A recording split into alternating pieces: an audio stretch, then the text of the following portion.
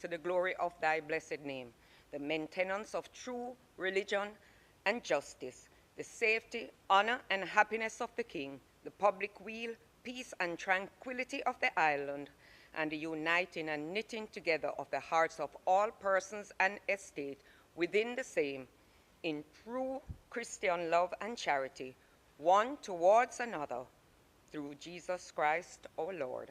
Amen.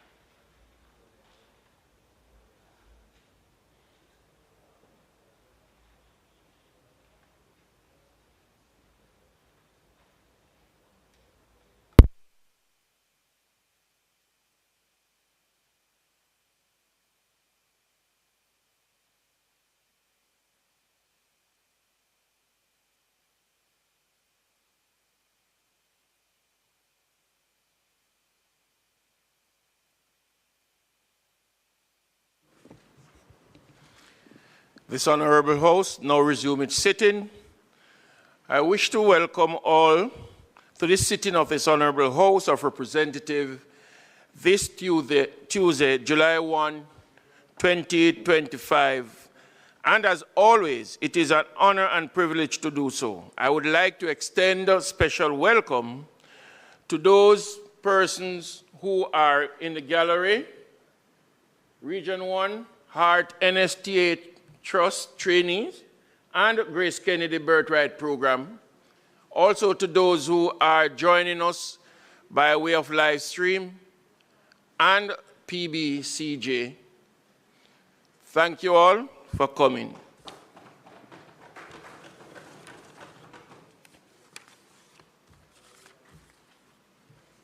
Call of the roll.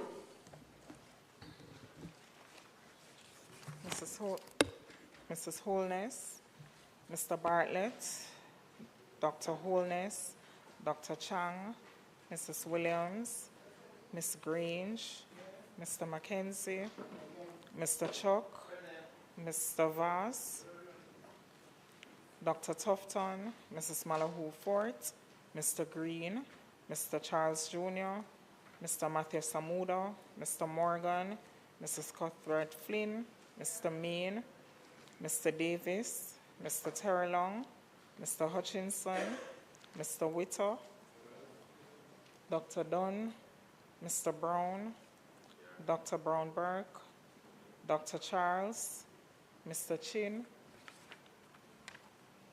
Mr. Cousins, Ms. Crawford, Ms. Daly, Mrs. Dalrymple Filbert, Ms. Davis, Mr. Golding, Mr. Graham, Dr. Guy, Ms. Hamilton, Ms. Hannah, Mr. Enriquez, Mr. Henry, Mr. Hilton, Mr. Jackson, Mr. Lawrence, Ms. Lee, Mr. Miller, Mr. Montague, Ms. Morrison, Mrs. Nita Garvey, Mr. Paulwell, Mr. Phillips, Dr. Phillips, Mr. Robertson, Mr. Robinson, Mr. Carl Samuda, Mr. Shaw, Mr. Siblis,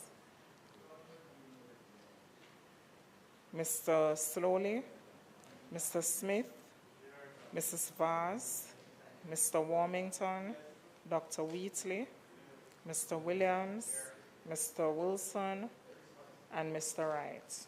Thank you, Mr. Speaker. Statement by ministers. House Leader. Thank you, Mr. Speaker. Mr. Speaker, I ask for the suspension of items on the agenda up to notices of motion given orally.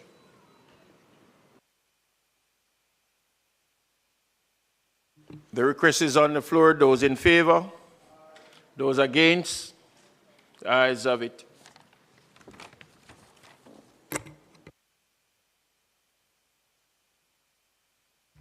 Notice of motion given orally. Thank you, Mr. Speaker. I beg to give notice that at the next meeting of the House, I will move the following motion.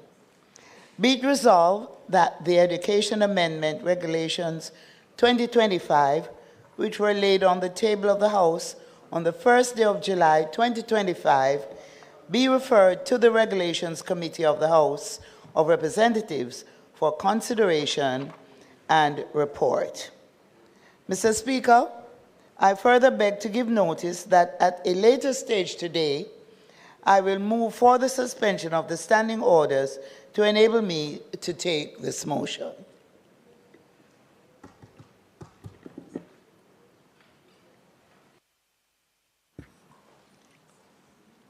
Mr. Speaker, I beg to give notice that at the next meeting of the House, I will move the following motion. Be it resolved that the first supplementary estimates for the financial year 2025-2026, as laid on the table of the House on the first day of July 2025, be referred to the Public Administration and Appropriations Committee of the House of Representatives for consideration and report. Mr. Speaker, I further beg to give notice that at a later stage today, I will move for the suspension of the standing orders to enable me to take this motion.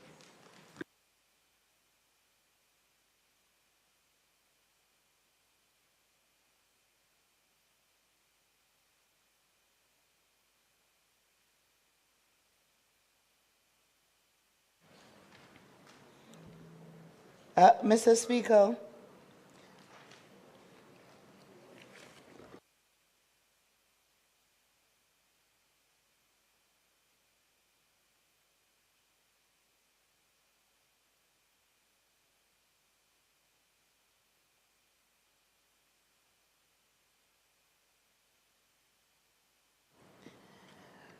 Mr. Speaker, I ask for the recommittal of the item announcements.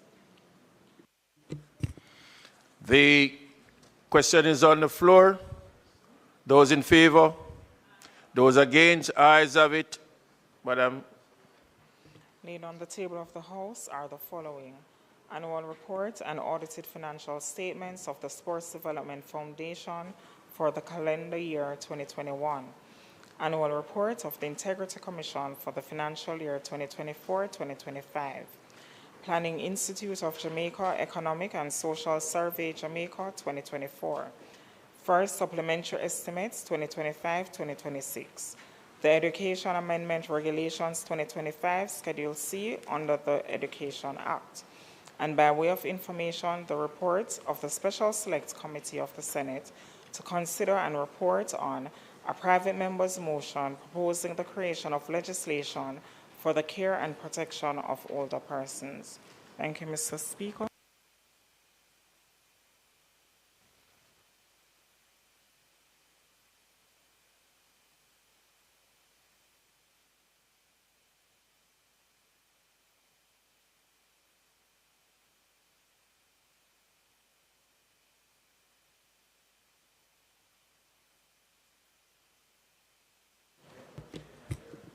So just housekeeping? No. By way of the procedures, we are asking that both announcements be given, or notices be given over. Minister of Finance, you.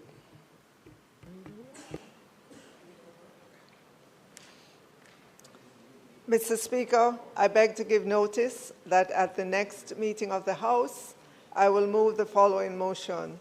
Be it resolved that the first supplementary estimates for the financial year 2025-2026, as laid on the table of the House on the first day of July 2025, be referred to the Public Administration and Appropriations Committee of the House of Representatives for consideration and report. Mr. Speaker, I further beg to give notice that at a later stage today, I will move for the suspension of the standing orders to enable me to take this motion.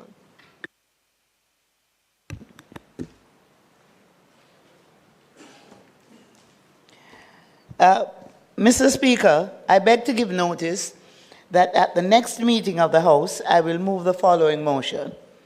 Be it resolved that the Education Amendment Regulations 2025, which were laid on the table of the House on the first day of July 2025, be referred to the Regulations Committee of the House of Representatives for consideration and report. Mr. Speaker, I further beg to give notice that at a later stage today, I will move for the suspension of the standing orders to enable me to take this motion.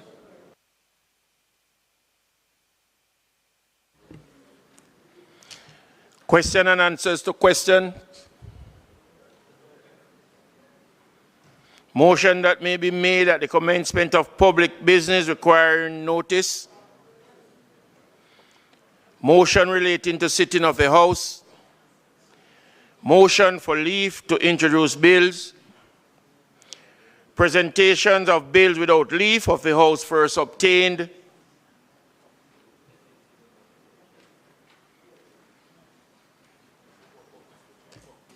Mr. Speaker,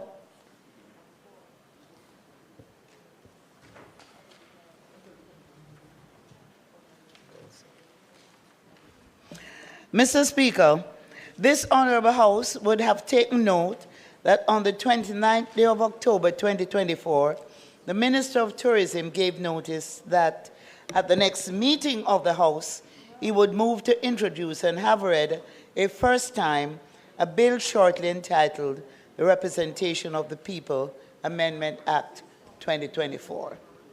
Mr. Speaker, I now seek the leave of the House to withdraw the bill.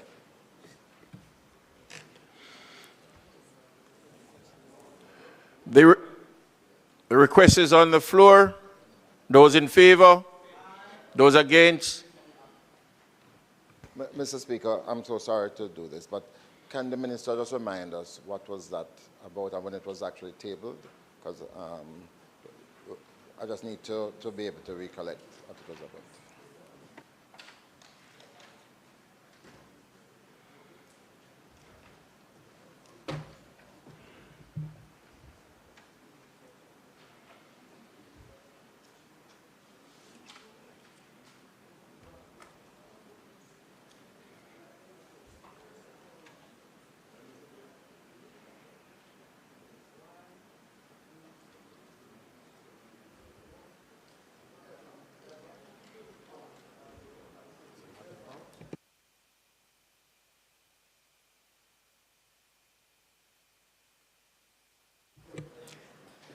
It is the wish of the House that the bill be withdrawn. Those in favor? Those against? The ayes have it.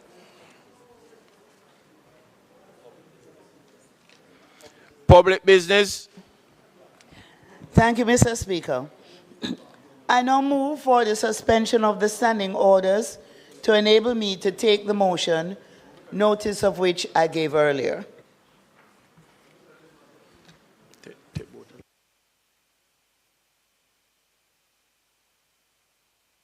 The question is that the standing order be suspended. Those in favor? Those against? The ayes have it. Mr. Speaker, there is no need to debate this matter, so I therefore ask that the motion be approved. The request is on the floor.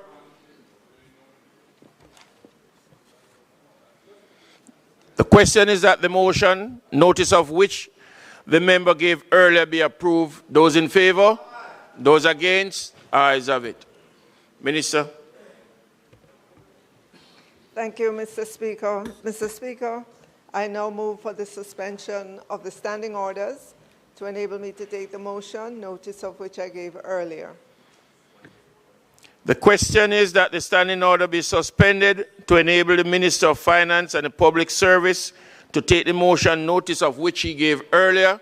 Those in favor? Those against, ayes have it. Mr. Speaker, I now ask that the motion be approved.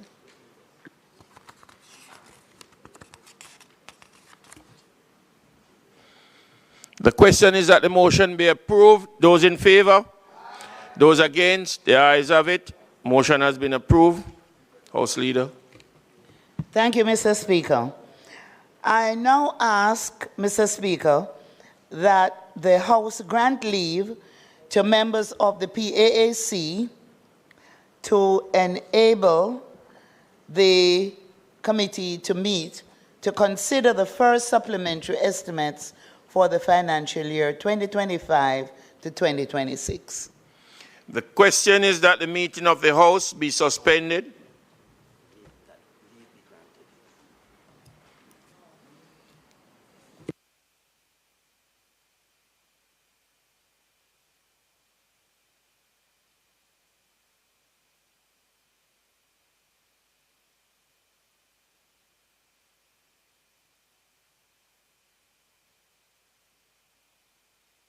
So I now put to the floor that the House be suspended for the PAC to meet. Those in favor? Those against? Ayes have it.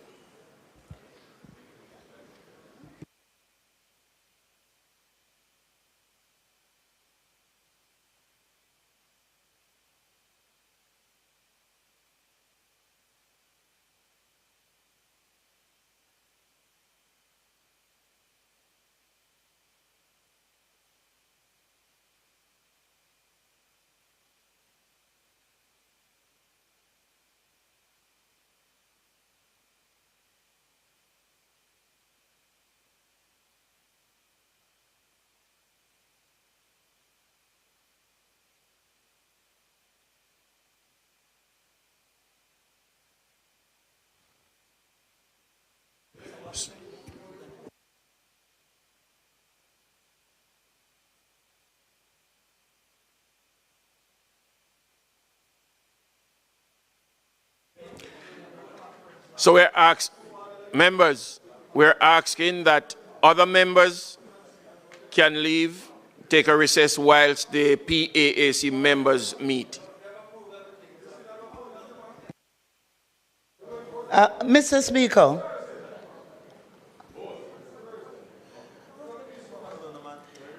Speaker, I was asking for the House to grant leave to the members of the PAAC.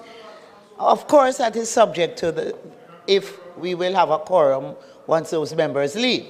So I want to consult with the Leader of Opposition Business, to see if the members, and this is in the interest of continuing the work of the House while the PAAC meets, right? Order.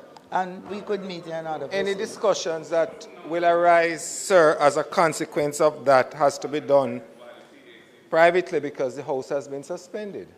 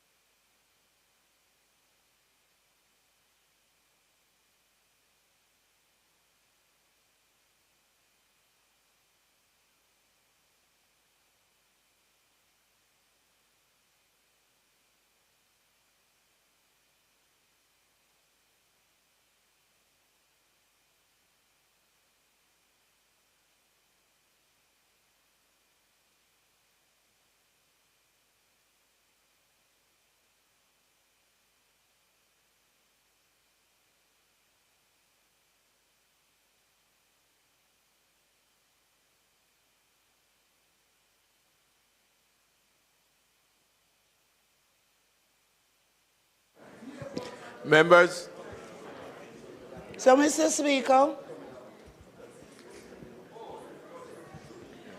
Speaker, just to make it clear what I'm asking the House to approve through you, I ask that the House be granted leave to members of the PAAC to enable them to meet to consider the first supplementary estimates for the financial year 2025 to 2026. Once that is granted, we will continue the business of the House. Thank you. so the request was for the granting of leave of members of the PAAC so that they could go and deliberate on the first supplementary bill. The first supplementary estimate. Those in favor? Those against? The ayes have it, and so the members can take their leave while we continue the business of the House.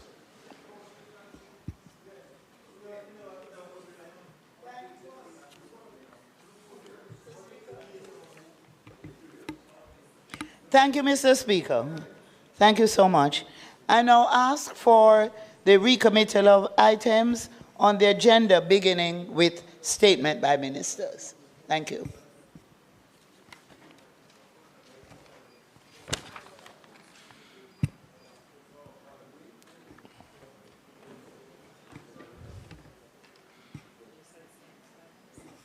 Statement by ministers.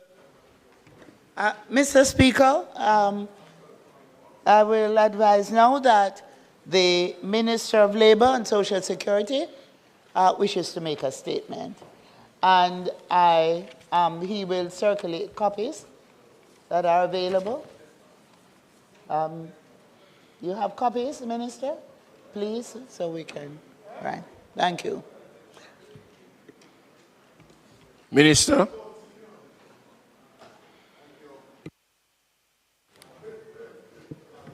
Thank you, Mr. Speaker.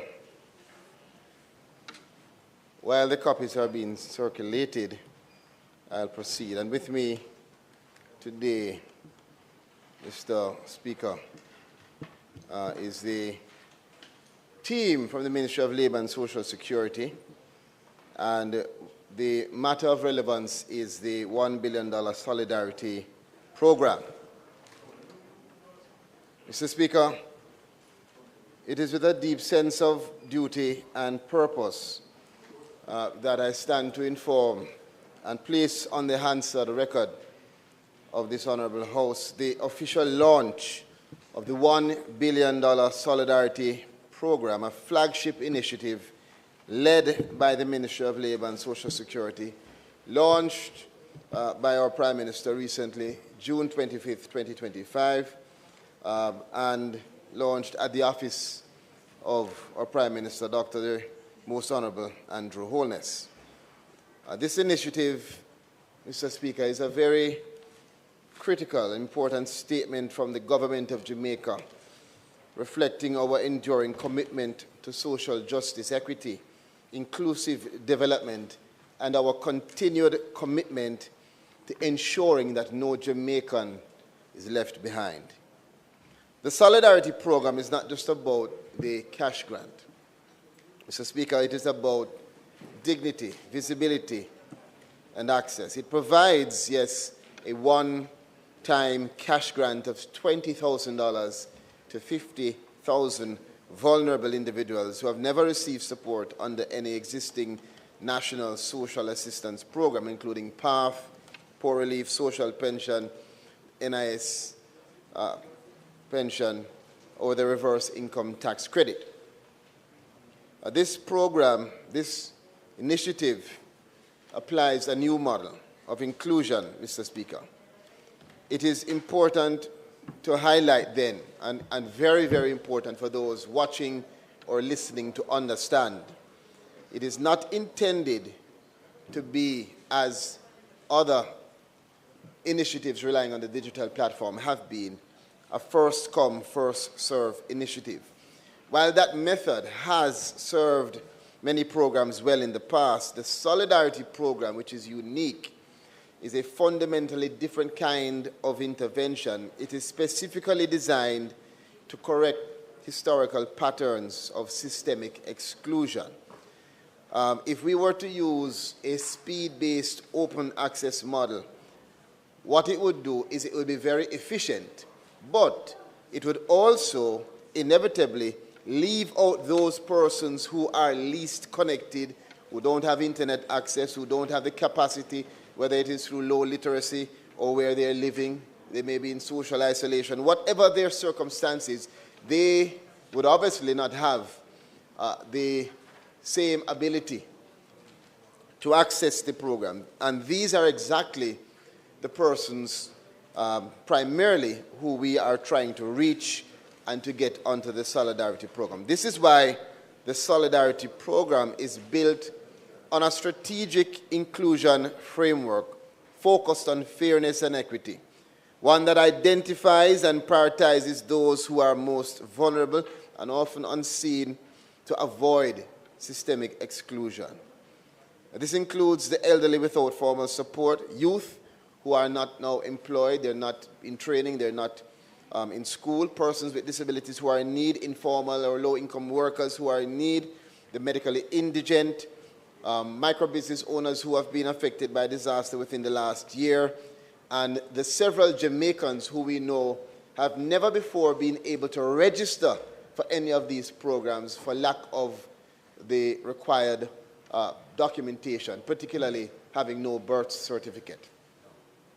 So, Mr. Speaker, we have a team that is working very hard, and we have ensured to make it clear that this is to be more than just financial support, more than just a one-off boost of financial relief. The program is to serve as a bridge to opportunity.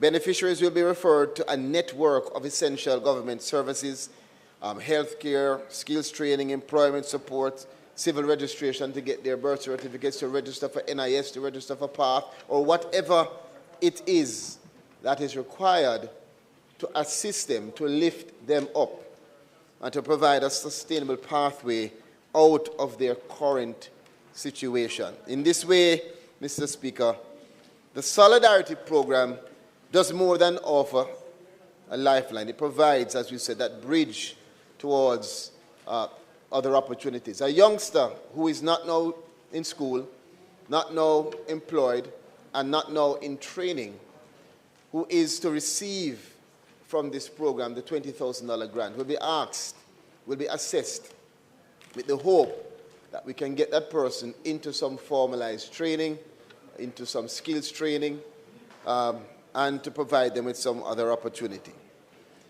Mr. Speaker, we are proud that the program will be the first initiative to be facilitated through the Gov Payout, the government's new digital payment platform. This is to enable us, and will enable us, secure, timely, and traceable disbursement of funds, primarily using direct bank transfers.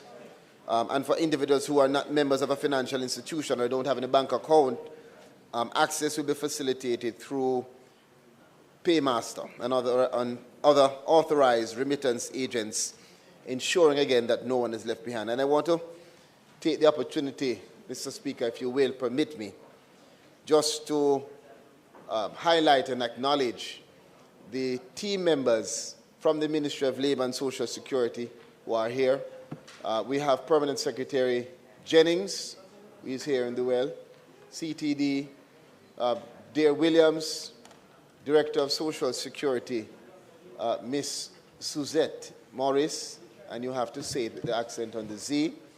And we have our newly minted Director of Public Assistance, Miss Anderson Thomas. They have worked well as a team, Mr. Speaker, with the Jamaica team, which is formerly called eGov, to ensure that we collaborate for this digital platform to be as efficient and effective as possible. The strategic partnerships then are critical, and outside of that partnership, which is needed for us to bring persons onto the platform, the delivery of the program is being executed also very closely in collaboration with HEART, NSTA Trust, with the JCPD, the Jamaica Council for Persons with Disabilities, the Registrar General's Department, the National Health Fund, the National Insurance Scheme, the Electoral Office of Jamaica, and the Tax Administration Jamaica. And of course, for obvious reasons, because those will be necessary for us to work together, of course, to bring persons into the formal economy and to provide them with that opportunity. Beneficiaries will be identified using three main channels, Mr. Speaker. Number one, and this which has started with the orientation of MPs, is the Member of Parliaments and civil society referrals, which will take the bulk. And for those who are asking why, let me explain clearly. Because we do not want this program to be, as the previous programs are, based on first come, first served, or whoever has the capacity or the access, the members of parliament are thought to be the elected officials who would have the best grasp to work with their teams in the constituencies to help to identify persons who fit within the eligibility criteria. And those persons, even within those criteria, the 7, that are most in need, most vulnerable. So we'll be working with the MPs, and it has started already with the orientation process for MPs yesterday morning and this morning. In addition to that, the civil society referrals will include NGOs, churches, and other community groups. And just to indicate for those members of parliament, I know that a few had indicated that they could not come on the program yesterday or even the one today. Not to worry, we'll have officers that are assigned to assist you and to orient you and your teams if it is that you weren't able to join for either of the days. Secondly, is the ministry-led outreach by our liaison officers.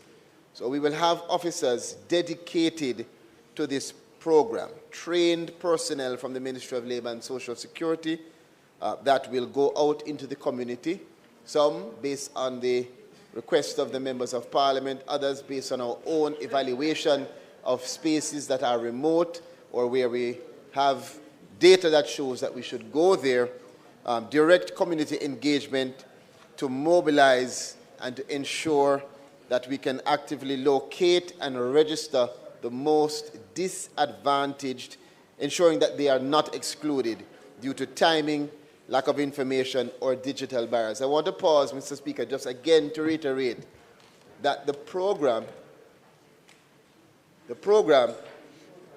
is not anticipated, colleagues, to be easy. It's not anticipated to be, again, first come, first serve, whatever is most efficient or fastest to be done. No. If we do it in that way, we would inevitably leave out the persons that are most disadvantaged. So we have a team of persons from the ministry working with our Social Security team in particular and Permanent Secretary that are trained to give the support to MPs, give the support to the civil society groups, but more importantly for them themselves to get out there and to locate and register. Lastly is the self-referral through the digital platform. And of course, we've made the platform as user-friendly as possible, primarily because it is not just independent persons who are expected to upload or to apply. Even the members of parliament, even those who refer through civil society, will have to upload using the digital platform, because it is through that platform that we will be able to validate persons to determine that they are eligible. So all persons will be uploaded through the digital platform. This third channel of self-referral is expected only to be activated after the first two have gone some distance. And again, the goal is not as before to open up and have the persons who can sign up fast, but rather to take some time to work with the stakeholders to identify the right persons. The rollout follows 3 strategic phases.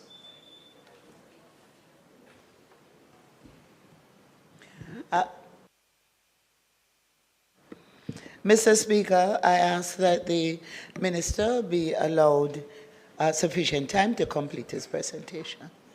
Thank you. The request is on the floor that the minister be allowed sufficient time to complete his presentation. Those in favor? Those against, the ayes have it. Minister, you may continue. Mike. Thank you, Mr. Speaker. Now, the rollout, as I said, will follow the three strategic phases. Phase 1 will see us focusing on the MP-led referrals, which we have started already. And that will see us orienting, working with MPs, training their teams, giving them support so that they can get through the growing pains, the initial pains, and start to submit the applications for and on behalf of the eligible individuals. Phase 2 will see us engaging the civil society groups, including churches, and phase 3 will be for the individual referrals. Now, as a matter of support system, Mr. Speaker, a comprehensive national public education campaign will also follow the phases as they roll out, and we will utilize traditional and digital media, SMS, voice messaging, helplines, every possible means to ensure that we get the information out, and more importantly, that we will create facilities to receive questions from the public where they have any queries or concerns. We have helplines that we have indicated at the launch. I'll just reiterate them. 3 helplines, 876-676-5699, 876-676-5697, 876-922-8000-13. Again, as I mentioned those, let me say to the public one more time. The digital platform is not live for individuals to go on and make submissions. We've received several calls about that, so I just want to clarify that. The first phase will be for the members of parliament, and I've explained why. Training workshops for key stakeholders have already started, with the members of parliament having workshops yesterday morning and this morning, and more to come where necessary. And the ministry stands ready to assist with any technical or administrative challenges, and we will facilitate all members of parliament and their teams in that regard. I've already started to get calls, and we've already started to apply officers to teams to give them the support. So, Mr. Speaker, in closing, the Solidarity Program is much more than just a financial intervention. It is a testament to the government's people-centered approach, inclusive, data-driven, and compassionate. It reflects a new generation of governance, where public policy is intentional about equity and where vulnerability does not mean invisibility. So let us continue together in solidarity. Thank you, Mr. Speaker.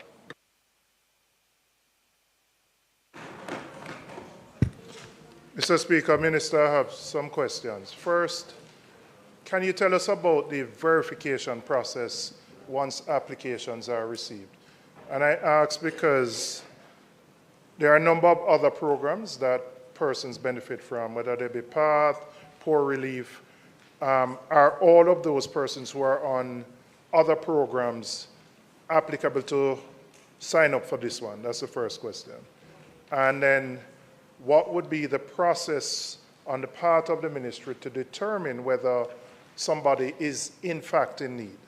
Because anybody can apply, we can refer anybody. What steps are you going to go through to determine that John Brown is not just trying to court the game and don't really need the money, but this person actually needs it?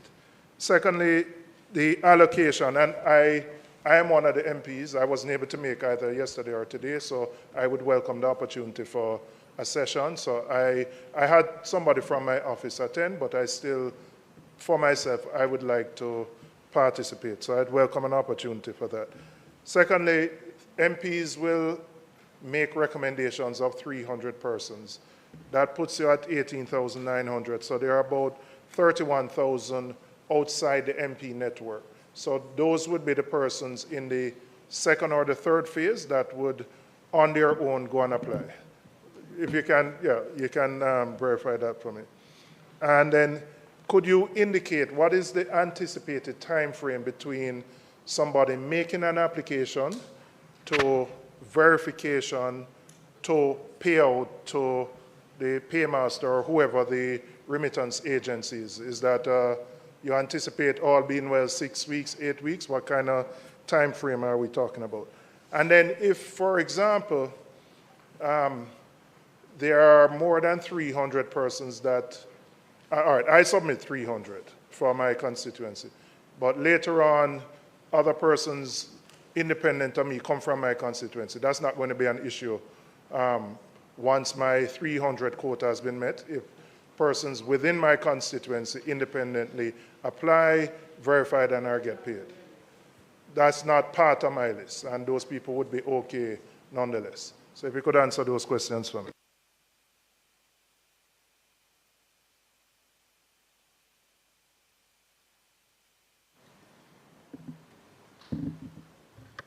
Thank you, Member. Excellent questions, by the way. Thank you. As it relates to the verification process, the digital platform has incorporated into it the data analytics that will allow for system validation, which is why, unlike the other programs where we could have received from you maybe a paper document with the names of beneficiaries that you have identified, this one requires even you as Member of Parliament to upload the names because it will be automatically validated based on how the system backend is constructed. Pardon?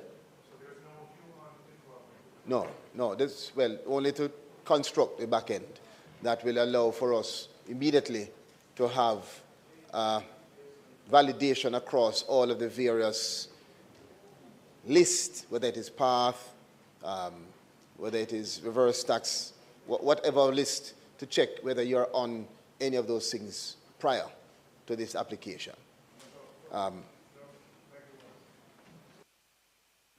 So just to be clear, so if you have already benefited from one of those, you will not get this one, just to be clear. So exactly.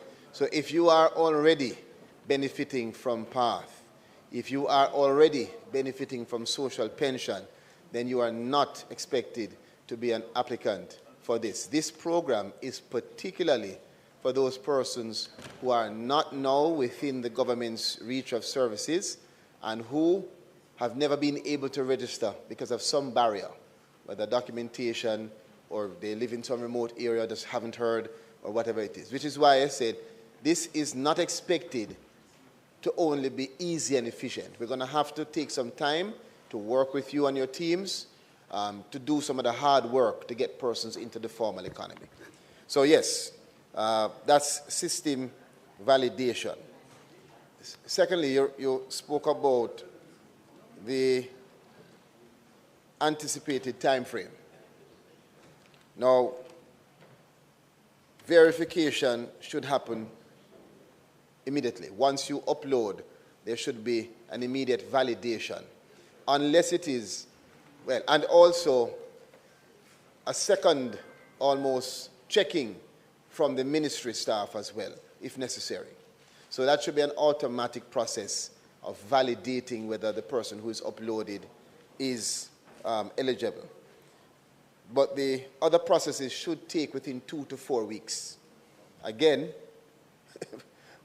we're giving ourselves some room to make sure that everything is working, because this is the first time we've had this kind of platform, of course. But that is what the estimate is right now.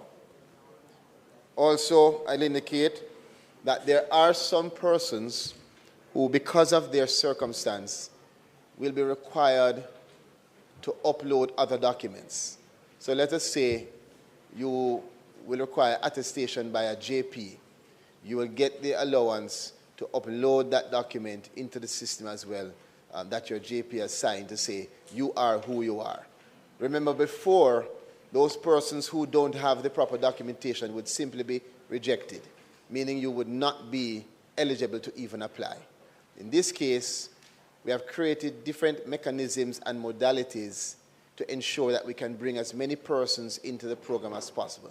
So if you do not have, for instance, a bank account, you can nominate a proxy. If you don't have a birth certificate, then you can nominate or get attestation through a JP to establish your identity for us to be able to work with you as best as possible for you to get into the system firstly, and then to hope that you get onto the program to get your birth certificate. Moving on. You said that you asked a question regarding persons from your constituency and whether those persons, if they apply independently when that phase opens, if there'll be any issue. There will be no issue. No issue at all. Why we're doing it in this phased approach and why we're not opening to the public widely first is because we want to work with the primary stakeholders who we not just assume, who we know will be capable of collaborating with us to identify the most disadvantaged. Thereafter, we will open up the program. And it's expected that anyone who is eligible at that point in time will get an opportunity to apply. I wanted to also be clear that, for instance, persons who have any medical issue, if they have to prove it, for instance, they can put that note, they can upload that into the system, and the team will be there with you to guide you and show you how that will be done. So there is some human involvement in that regard to ensure that documentation is valid and that it is accurately and satisfactorily uploaded into our systems. Two follow-ups. Could you indicate, you said if somebody is already on an assistance program, they won't qualify. Now, in many cases, the person won't necessarily tell us, the Member of Parliament or office, that they are benefiting from another program. So is it that once that information is uploaded and you verify the TRN and you figure out that this person is already on path, it automatically denies them, and that doesn't reduce my 1 or 2 out of my 300?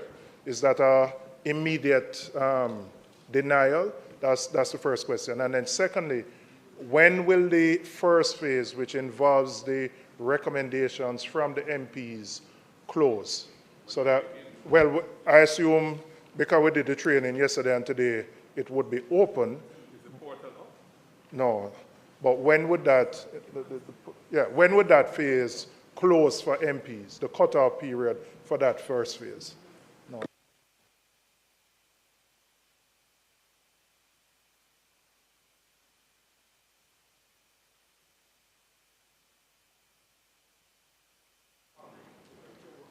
Thank you, Mr. Speaker. So, yes, the validation is immediate. So if you are uploading 5 persons for today, and one of the persons come to you and are trying to mislead you, they will be rejected immediately. So you'll be able to identify, or the back end is built out to reject them immediately. No duplicates will be allowed. And that shouldn't affect your quota in any way, because they won't be registered, so it wouldn't take from your quota. Yes? Pardon? Yes, yes.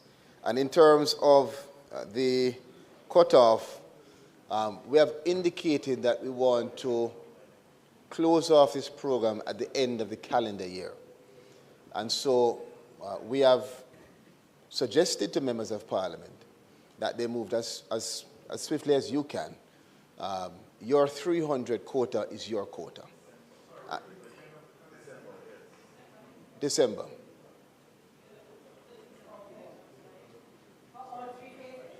we're trying to close off all of the registration and so by the end of the calendar year. If it goes beyond that, not an issue, but that's where we're estimating now. By December. So you're asking me what's the timelines for you to upload your 300, and I'm saying to you that it's a matter for you as a member of parliament to determine how fast you're going to identify and upload your 300. We will be here to give you the support as best as possible. We have estimated, hear me please, listen, we have estimated based on our timelines that we would want members of parliament to make their upload by end of October. That's what we have estimated. However, remember now, the genesis of this program is on the basis that we understand that we're trying to do what has been difficult to be done before. This is not an easy program. It's not something that's going to happen with a snap of a finger. So for some members of parliament, if there's difficulty, again, we will be there to work with you as best as possible.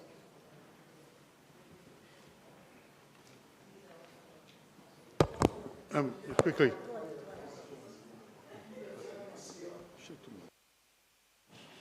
Thank you, Mr. Speaker. Minister, just for clarification, the phases that you have outlined in your presentation, when would phase 2 and in particular phase 3 begin? Phase 3 being when members of the public can apply on their own and not through either an MP or a faith-based or civil society group. When will the public be, because I've already had people asking me that, and so I'd love to know when that will open. Secondly, what is the allocation of the 50,000 less the 300,000 per MP, which is, what was the number? 18,000 a match. So the difference, which is presumably for the other 2 phases, is that on a first-come, first-served basis if they're eligible? What's the criteria for allocating that, let us say, 28,000 or whatever it is, 31,000? Yeah. Thank you. Again, good question. The phases, as indicated, will start with the members of parliament. And we are already starting to reach out to civil society groups to determine how we can identify an allocation of around 10,000 for the civil society groups, including churches and other NGOs, etc. The remainder would be for the team of trained social workers and officers who go out and who may, for instance, go into your constituency and not affecting your 300, based on our data, our evaluations, we will have our own mobile units, satellite offices, our interactions at our offices that will allow for us to also identify some of the most disadvantaged. This spread from MPs to civil society to our officers on the ground is what has been found to be the best formula for us to have an extended reach and network to try, before we open up to the public, to get in touch with the persons who are not readily available or not readily able to access the usual programs.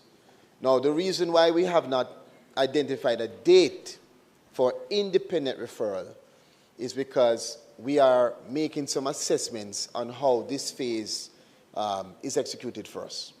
So once we are able to do some evaluation on the first phase, which is the MPs, to see how fast, how slow, what the turnaround is in terms of MPs being able to identify persons, then we will make an announcement at a later date on when we will open up to independent referral.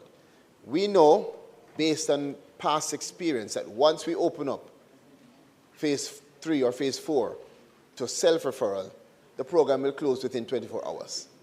So the goal is to try to get these 3 groups, MPs, civil society, and our trained team, to get out and do as much work as possible within the next month or 2 to try to reach the persons before we then open up for the remainder for self-referrals.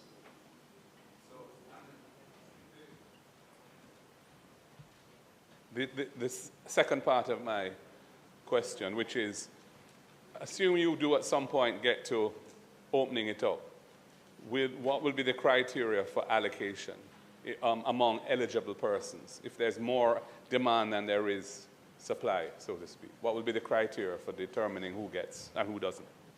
All right, so if we, again, remember, we have all of these estimates.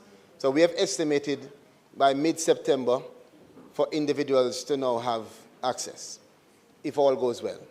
The criteria does not change. The eligibility criteria remains the same. It's those 7 factors that will qualify you or disqualify you. And the way the digital platform is set up, there are a number of questions at the initial stage that will allow somebody to not waste their time. If they answer yes, then they will be immediately disqualified. If they answer no, hypothetically, then they will proceed.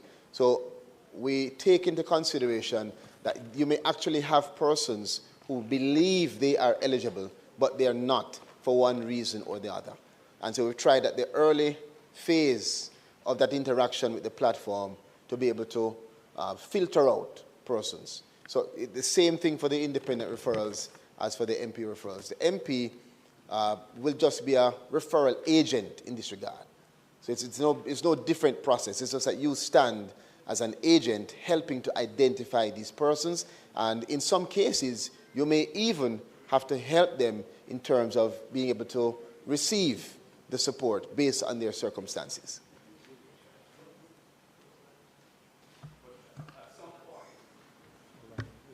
At some point, there may be a pool of a portion of the 50,000 that has not been taken up by the MPs, by the civil society groups, faith-based groups, or by the officers of the ministry going into communities. Having gone through all of that, there may be a pool, and that would be then open to the eligible persons, hopefully, to apply. I'm just asking you, to the extent you get more valid applications from eligible people than there are available slots, so to speak, within the 50,000 envelope, is it going to be like on a first-come, first-served basis? Is that how the allocation would be done? Or is there some other criteria that would be applied? All right, so that's exactly the reason why we are not opening up initially and why we're taking this deliberate strategic approach of inclusion, of working with MPs, working with the civil society, and working with our team first. Because once we finish, or at least once we have advanced with that 3-pronged collaboration and we open up to self-referrals, it will then be first come, first serve at that stage.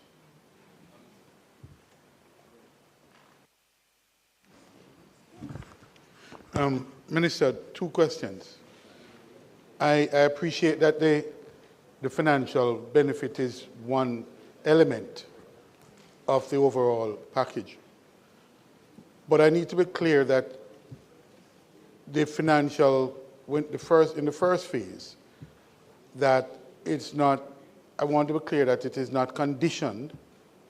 The financial grant is either it is or is not conditioned on the other aspects of the program, like the training and those other aspects. I want to know what exactly is the condition, or if not a condition, what is the status of those linkages back to the financial?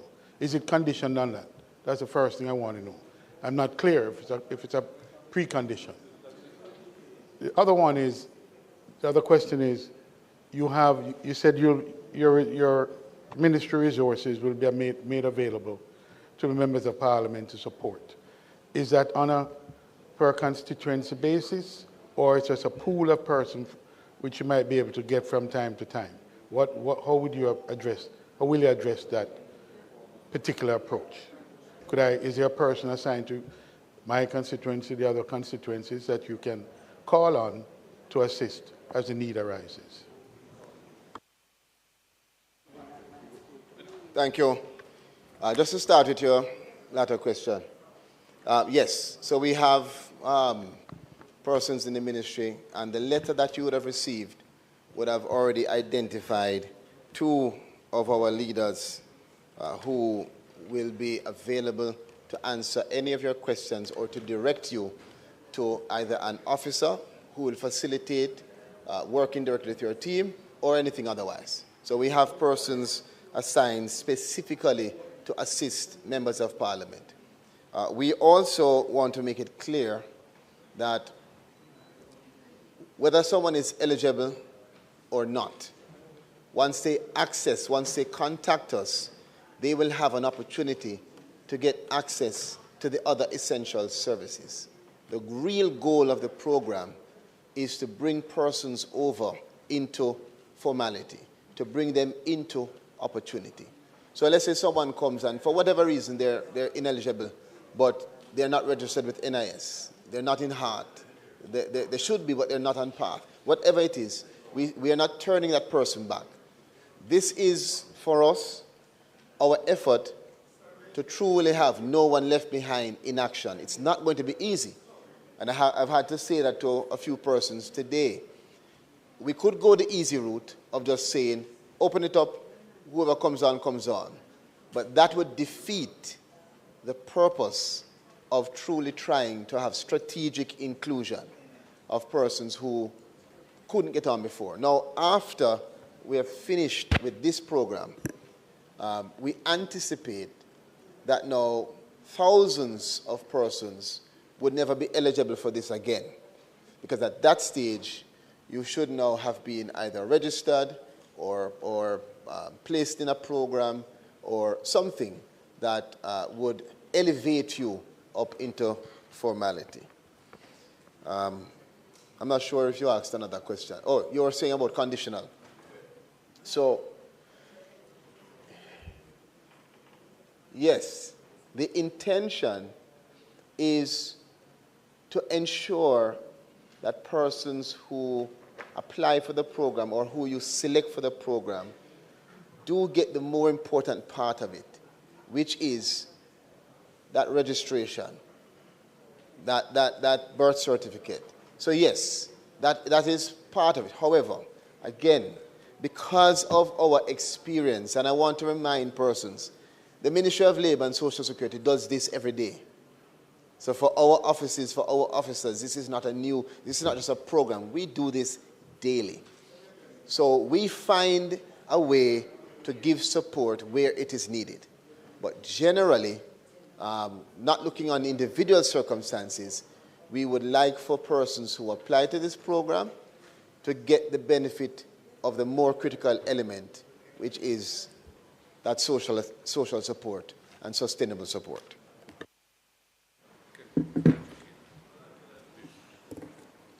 Well, Angela wasn't sent here by people too. Thank you very much, Mr. Speaker. Just a few other questions, Minister. The timing is such that there is a lot of speculation and there is a lot of hesitancy. And so I just want to get some clarification. I'm very clear that for as long as we on this side have been asking about cushioning the crisis, any program that is aimed at doing that is one that we welcome.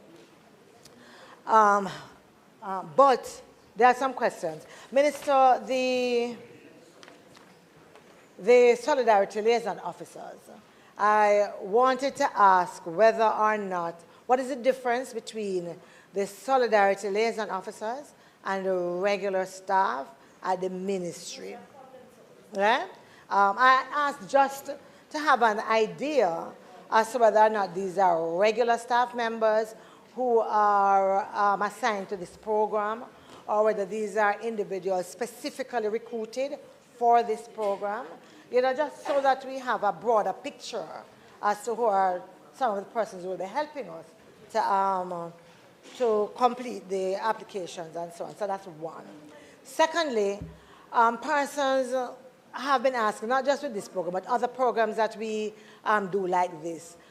We know that we have the Data Protection Act, but people are also concerned about the use of their information, their data, through programs like these, right?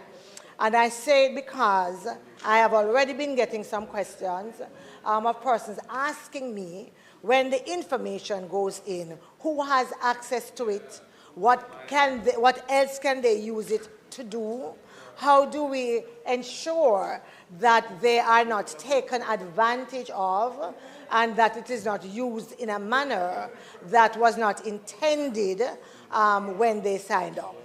So that is the second question that I would like to do. Minister, I heard you saying that you'd want to see the first phase led by the MPs and the MPs that you'd want us to complete, let's say about October, I think was what you said, if I heard you correctly. When can we expect that the portal will be open to receive applications? Upworking, yes, so we can do that. So that's one.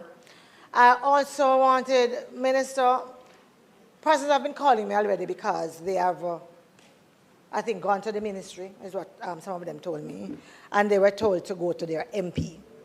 So now that I look and I see all the other avenues through which that can be done, I know that you have said is phase one is MPs and phase two is the engagement of churches and civil society. I just want to make sure, you did say 10,000 for the NGO group, 19,000 for the MP group of 63, and so on. But I'm wondering, Minister, how we make sure that persons are aware of all of the individuals, institutions, and societies, civil society organizations that actually are able to help with applying, so that we don't get 1,000 people coming to us because they don't think that there's anybody else that they can reach out to. So, I mean, I think that will be important for persons to actually know. And so that since we are likely to choose those individuals who are most destitute as the ones that we are going to put through, that persons are clear that there are other places they can go, even though there is some lag in terms of when they come on stream. So just knowing when to expect the NGO and civil society and faith-based organizations to come on stream would also be important, right? When it will be open to them. The other part, the last thing, Minister, the Solidarity Liaison officers and members from the ministry are going to be trained individuals. I know that you have said that we will have access. I think it's, I saw 2 officers who were named in the letter that was sent to us, and I wanted to know whether or not the introduction that we got, let's say with the meeting yesterday, whether that is the full extent of the training that will be offered to the members of parliament. Because even though it's with 2 officers, I can imagine how bombarded each MP's office is going to be, and would love to make sure that we have resources in the office properly trained, sufficiently trained to be able to really handle the more mundane cases, and would only then have to refer the more complex cases to your trained officers. Yeah, I think for now, that is it.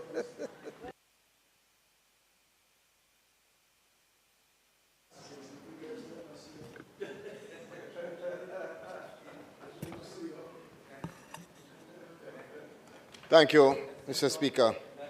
Again, we do appreciate the questions, relevant questions. Recognizing the heavy weight that our staff already carries, we are going to be contracting, and have already contracted persons who will be working as solidarity officers. But that clearly will have to be with the integration of our staff members. So this is not a program that is expected to be done in isolation of those ordinary staff members who have the experience. It is going to be a collaboration. But we do have a specific unit that is identified to do the heavy lifting in terms of the program. That's number one. Two,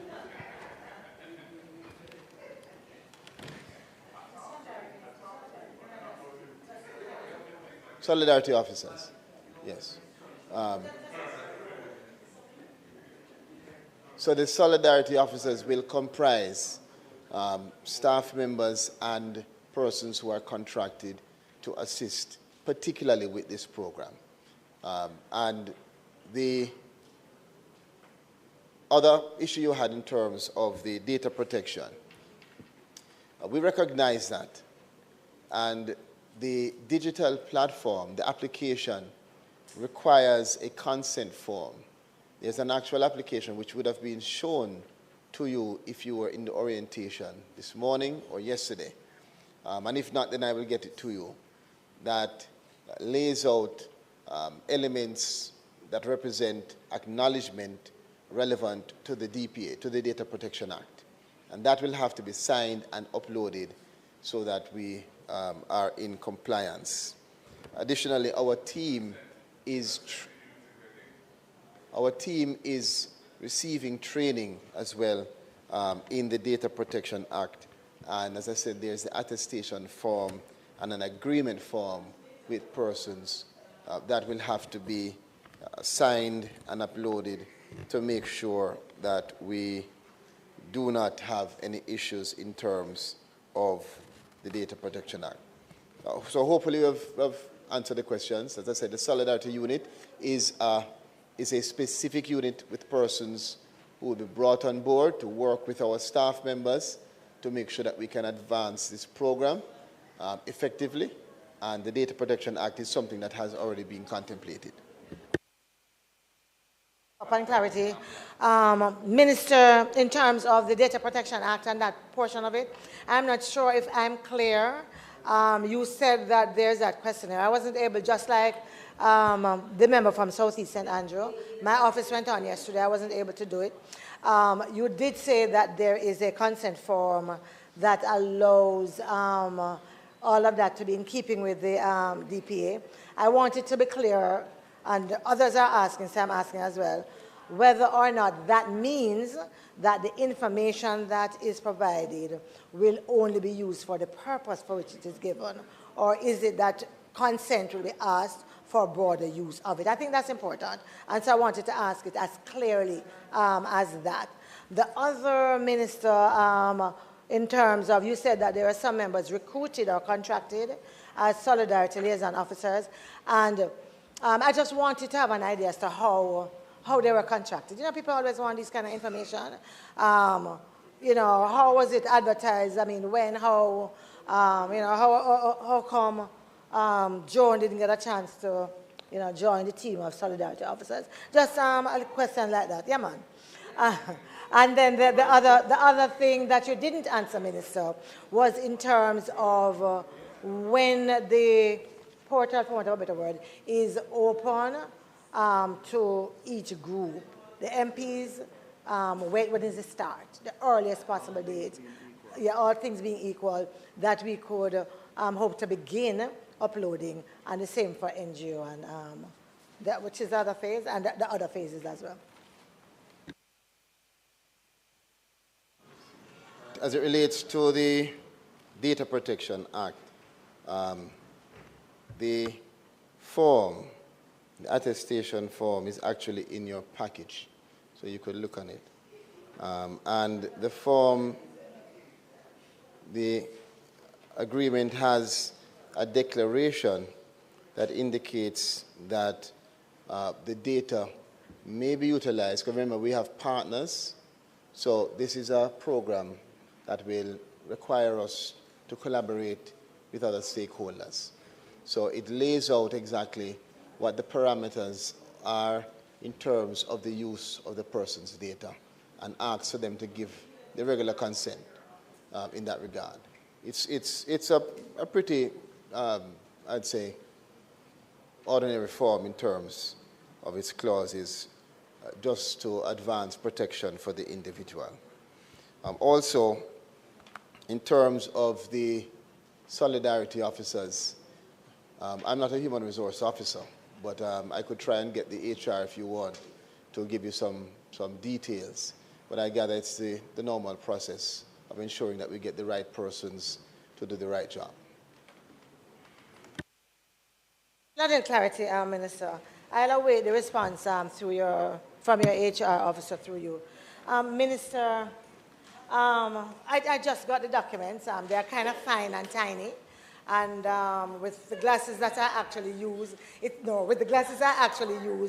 going to take a little time. I have to take it off to read it. But Minister, I was struck by what you said, though, about partners who you might need to share the information with. And I understand that. We're talking about several government agencies and different programs and so on. But I couldn't come in here and don't ask you, because when I go home, people can ask me in the constituency. I think what we really want to make sure is that in the same way persons expect us as members of parliament to upload, put in the data and upload it, we want to make sure that when it gets to your office, Minister, that it is shared with government agencies, and that it actually does not fall in the hands of political hacks.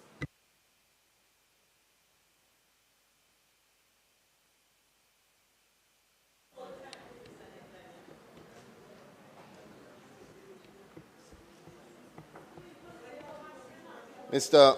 Speaker, I want to thank colleagues for the questions. The last, well, I don't know if it's a question or a comment, but the basis of the Data Protection Act, member, is that it has within it clauses that allow for you to do just that, to protect yourself. And there's no intention on our part to do anything with the data other than to help people who need the help. I don't know if you have some information that I don't have, but if you do, or if you have some specific concern, I welcome you to provide me with that detail so we can attend to it. Otherwise, we're going to do what we do daily, because this is not, again, this may be new to some, but this is not new to us. We collect data daily, 365 days a year, to protect and assist persons in this country, from PATH to social pension to rehabilitation. At the Ministry of Labour, we do that every day, and we have never had, at least to my knowledge, any issue in terms of a data breach. So again, if you know something that I don't know, or if you have been given some question that you think might cause some concern, I am open to you and available for any discussion that can assist you. The member from Southwest, Clarendon.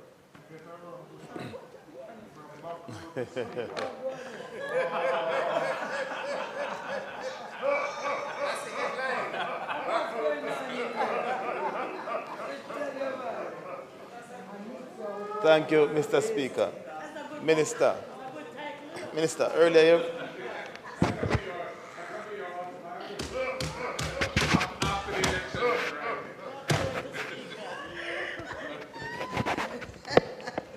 you made reference to the verification process, and you spoke to the data analytics and system verification. Then you spoke to the Justice of the Peace signing some document that should be uploaded. How will the system be able to verify whether or not the JP that signed that document is in fact commissioned to be a JP and authorized to sign as a JP? You see the dangers of it, you know. And then we're looking now at the payment methodologies. So you spoke to bank transfers, you spoke to Paymaster. How will the intended beneficiary be notified that they have been selected for the program? And in the case of where they are to collect, how will they be notified as to where they are to collect? In terms of the program itself, and given the timelines that you have provided, I think we're in a very dangerous window where it is not a matter of what your intention is, Minister, but the perception. And sometimes perception outweighs reality.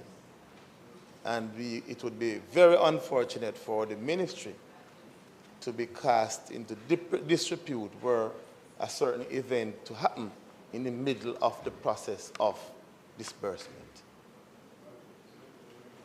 So what safeguards are there to protect the reputation of the ministry? And it's a very serious point. And I make that point with the greatest of sincerity. I am not saying that is a bad program, but I am saying that the window and the timelines you have provided, to date you have not specifically said. Member, please stick to the line of question. Yes, please. What's the question? Please stick to the lining of question, thank member. You, one thank day, you. Busha. No problem. Stick to the lining of questions, thank please. You, one day, Busha. The point is a question. So the question is, what safeguards are there? You must listen to the question. To ensure that the reputation of the ministry is not brought into disrepute. It's a serious question, and I know you appreciate it.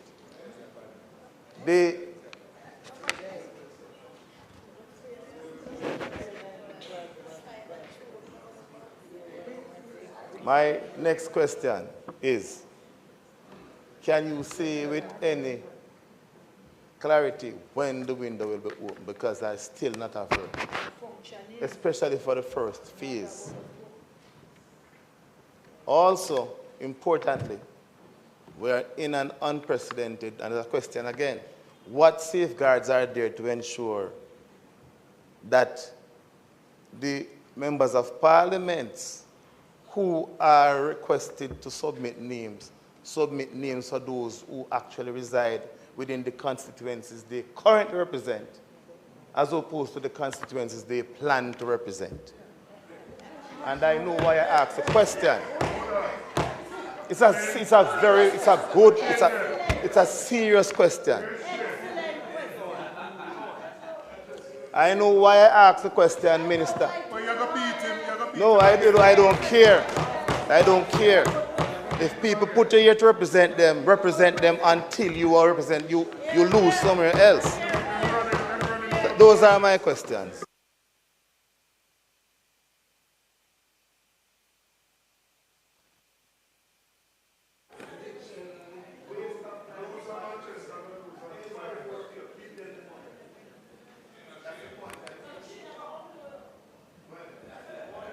Mr. Speaker.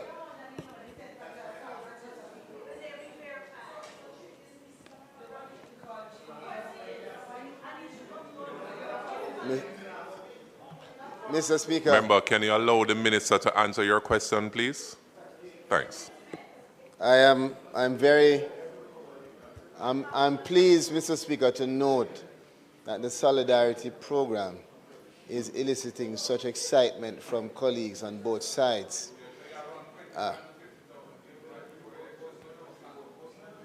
I know I know that in my experience, particularly as a lawyer, I've noted that people think something is going to happen based on how they think. And so let me just alleviate the fears of the many persons that might seek to cast aspirations on a very important program. This program is not a spur-of-the-moment program, similar to many that have been developed in the past.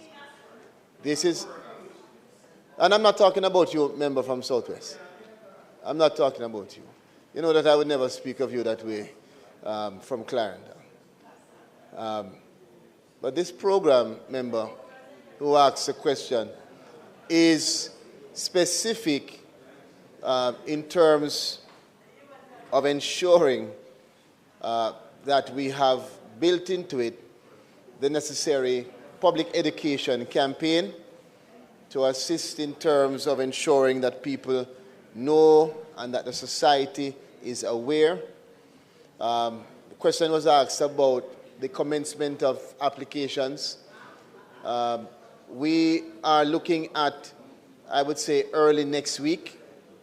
Member from Southwest Clarendon. We're looking at early next week for, we have a specific date, but I prefer to say early next week. We're going to try to outperform.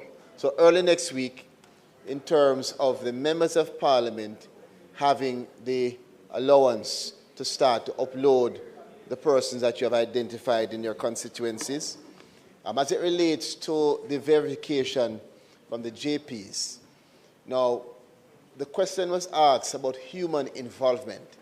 And if you recall, I indicated that in large part, no, but there will be circumstances where some of our officers will be called upon to verify. And these are some of the circumstances, particularly for persons who would ordinarily be left out of programs because they don't have the documentation. We do not want that to be the case here. So where necessary, we may have to call on JP attestation, and that would have to then be verified to ensure that the stamp is a valid stamp. As it relates to the payment methodology, the applicant will have the opportunity to determine the payment mechanism. And so you will be advised via email that will advise you. Now, there's a number of persons who will not have email. No, don't worry. So that is why we have put into the program the opportunity for persons to be identified as proxies. Even sometimes the offices may have to, so your office, for instance, may have to assist someone who has no family, has no one. And the reason why we are doing that, despite our own rigorous internal debate as to whether it is practical, is because it is a big part of the accountability measures for this program to make sure that we continue to utilize the digital so we have all of the information for our beneficiaries in our platform. So I hope I've answered most of your questions.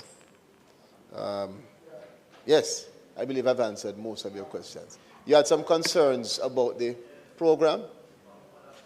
Let me put it this way. The Farm Work program, for instance, provides each member of parliament an allocation. And very often, a member from Southwest Clarendon might provide a farm work for a person from Southeast. It is, and I'm not saying you do so, I'm just using you as a hypothetical. We are going to have to, it's a question that we have to look on, a legitimate question. It is a legitimate question, but I'm just saying to you, if we are utilizing past experience in this House, how we have applied it for other similar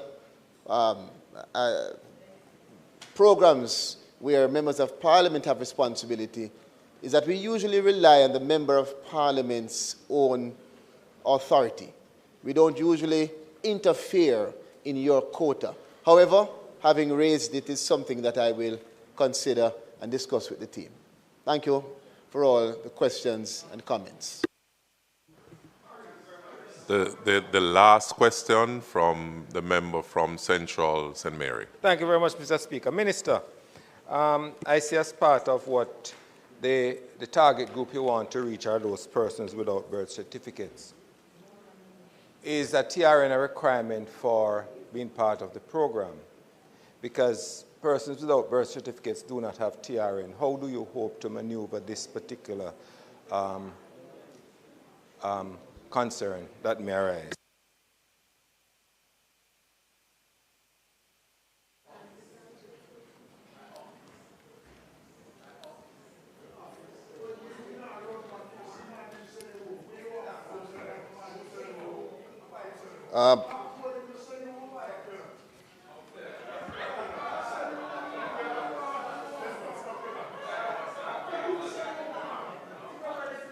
All right.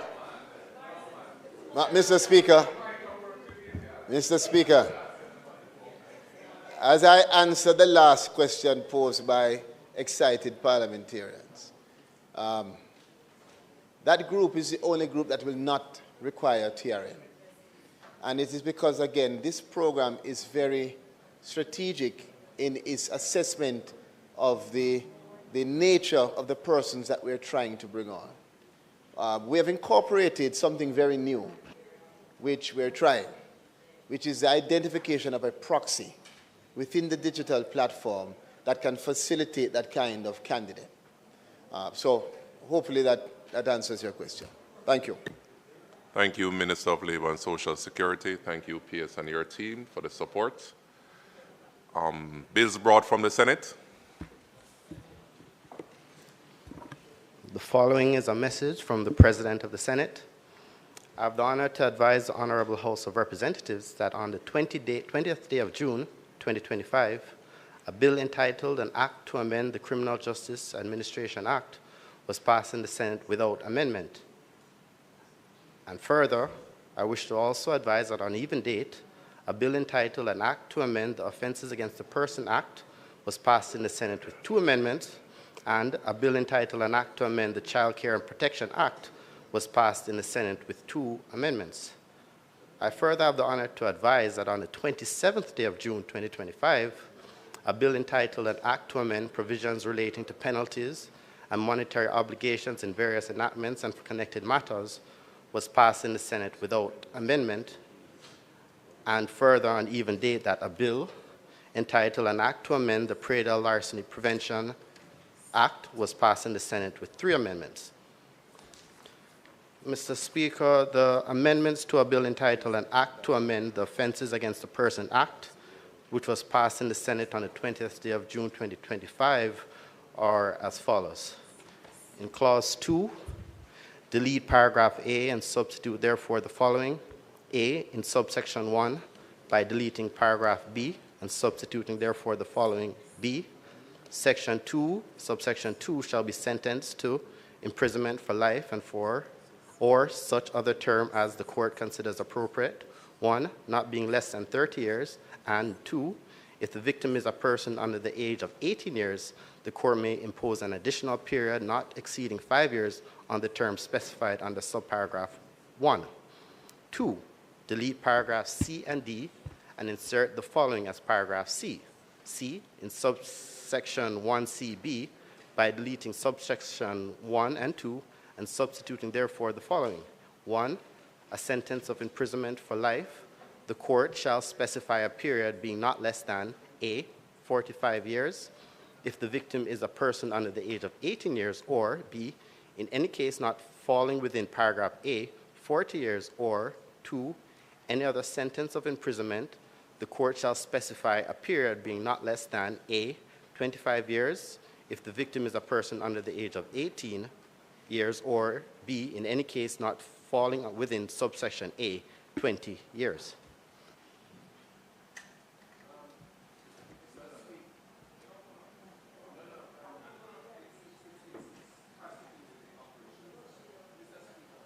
Usually we are given copies of these bills There are none here.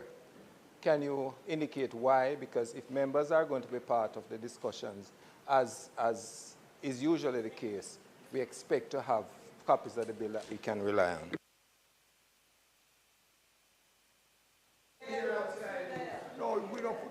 Member, the bill should be on the table. If not, we will have it provided to you. They were circulated, apparently. They were circulated. The amendments were circulated earlier. Minister? Mr.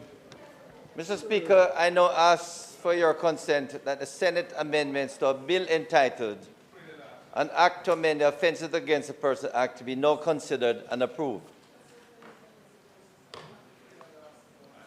Those in favor? Aye. Those against? Ayes have it. Mr. Speaker, I now ask that the Senate amendments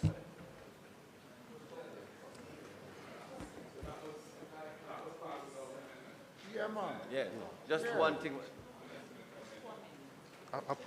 Mr. Speaker, the amendments to a bill entitled An Act to Amend the Child Care and Protection Act, which was passed in the Senate on the 20th day of June 2025, are as follows. Clause 2.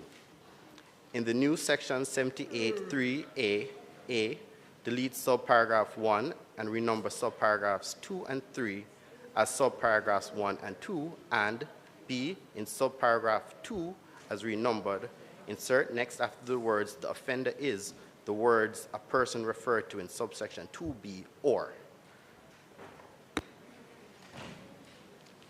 Mr. Speaker, I now ask for your consent that the Senate amendments to a bill entitled An Act to Amend the Child Care and Protection Act be now considered and approved.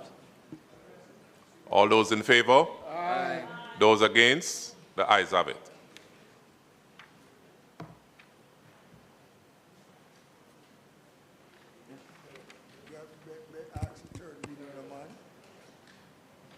No, we don't need a third reading.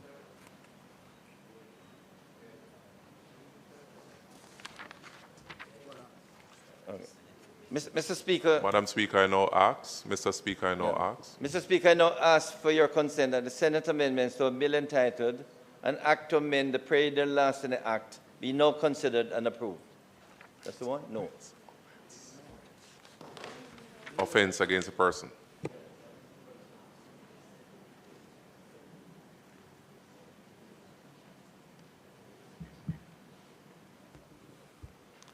I've given the consent already, so Yes. just ask for the act to approve Right. offense against the person. Well, Mr. Speaker, I now ask that the Senate amendments to a bill entitled An Act to Amend the Child Care and Protection Act be approved. The question is that the Senate amendments to the bill entitled An Act to Amend the Offense Against a Person Act be approved. Those in favor? Aye. Those against? The ayes have it.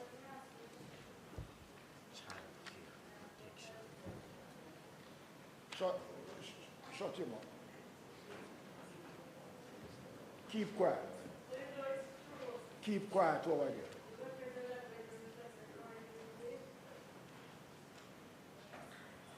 The first one? Child care and protection. I just did that one. No, the one which the Senate amendments to a bill entitled An Act to Amend the Offences Against a Person Act be approved.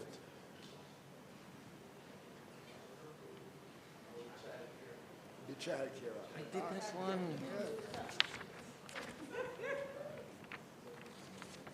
Again, Mr. Speaker, I now ask that the Senate amendments to a bill entitled An Act to Amend the Child Care and Protection Act be approved. The question is that the Senate amendments to the bill entitled An Act to Amend the Child Care and Protection Act be approved. Those in favor? Aye. Those against? The ayes have it. Mr. Speaker, the amendments to a bill entitled An Act to Amend the Predial Larceny Act, which was passed in the Senate on the 27th day of June 2025, are as follows. Clause 3B, Section 11.4 is amended by deleting the word lawful and substituting the word, therefore, the word reasonable.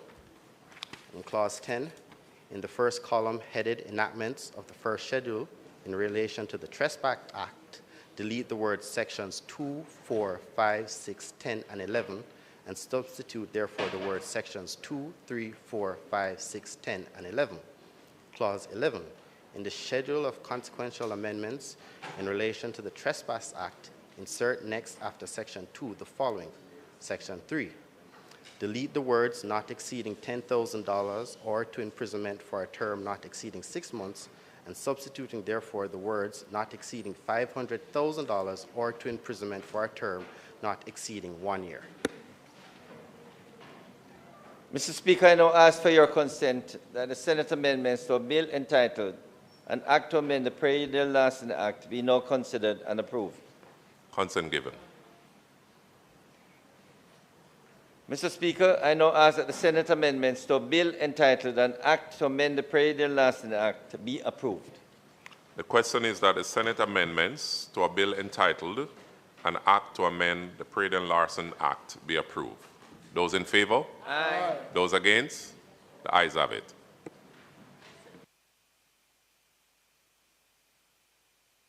Petitions, papers, reports from committees, public business.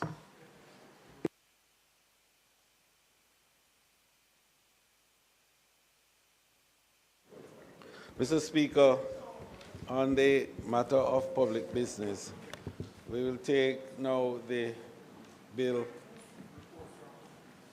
entitled An Act to Repeal the Tourist Board Act and for connected matters thereto.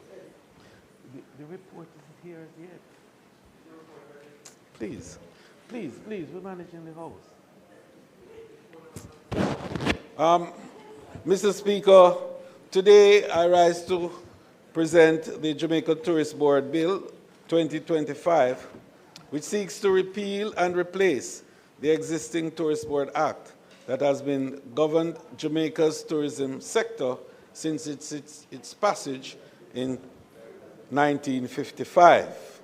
This legislative overhaul is timely, essential, and long overdue. The world has changed, Mr. Speaker.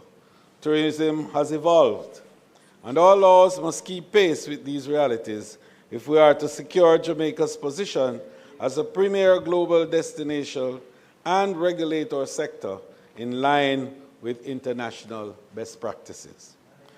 The tourism industry has undergone a dramatic transformation over the past 70 years, driven by a changing traveler preferences, increased competition, technological advancement, and a growing focus on sustainability and resilience. The Ministry of Tourism, its public bodies, and tourism partners have been at the forefront of navigating these changes and shaping Jamaica's tourism strategy to remain competitive and relevant in the evolving global landscape. The numbers, Mr. Speaker, tells the story. In 1955, when the Jamaica Tourist Board was established, Jamaica welcomed a total of 122,149 visitors. That is 86,793 stopover arrivals and 35,356 cruise visitors. Room inventory at the time totaled 1,650. Our focus then was mainly on sun, sea, and sand. Bookings were handled exclusively by travel agents, as online travel portals did not exist, and destination marketing relied solely on traditional media, print advertising, radio, and television. Mr. Speaker, fast forward to today. Our tourism industry is thriving. We now boast 4.15 million visitors annually, comprising 2.9 million stopovers and 1.2 cruise arrivals as per last year.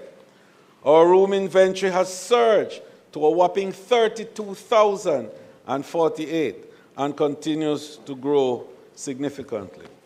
Moreover, our product has evolved beyond traditional offerings to embrace experimental tourism, experiential as well tourism, showcasing our vibrant cultures, diverse cuisine, and burgeoning health and wellness offerings. Crucially, Mr. Speaker, destination marketing and bookings are now predominantly handled through online platforms, including social media. And of course, Mr. Speaker, the Internet of Things have literally taken over the tourism experiences, virtual reality, mixed reality, augmented reality. And those elements of immersive technologies have now redefined so many areas of tourism. Artificial intelligence. For example, we have now AI-powered travel planning.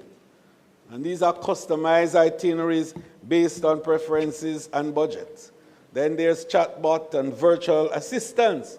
So people now are talking less to one another, it seems, and more to these cognitive systems that have been established.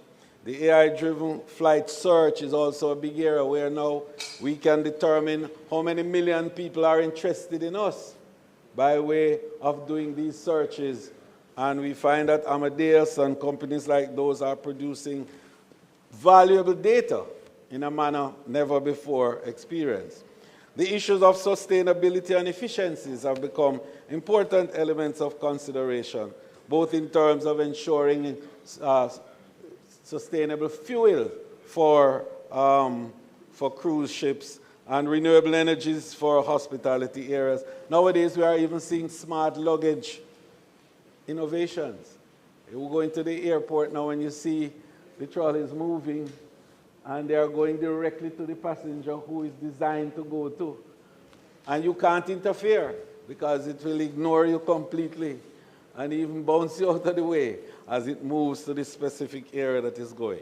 Digital transformation, online booking platforms and mobile apps and contactless payments are all features of the new landscape.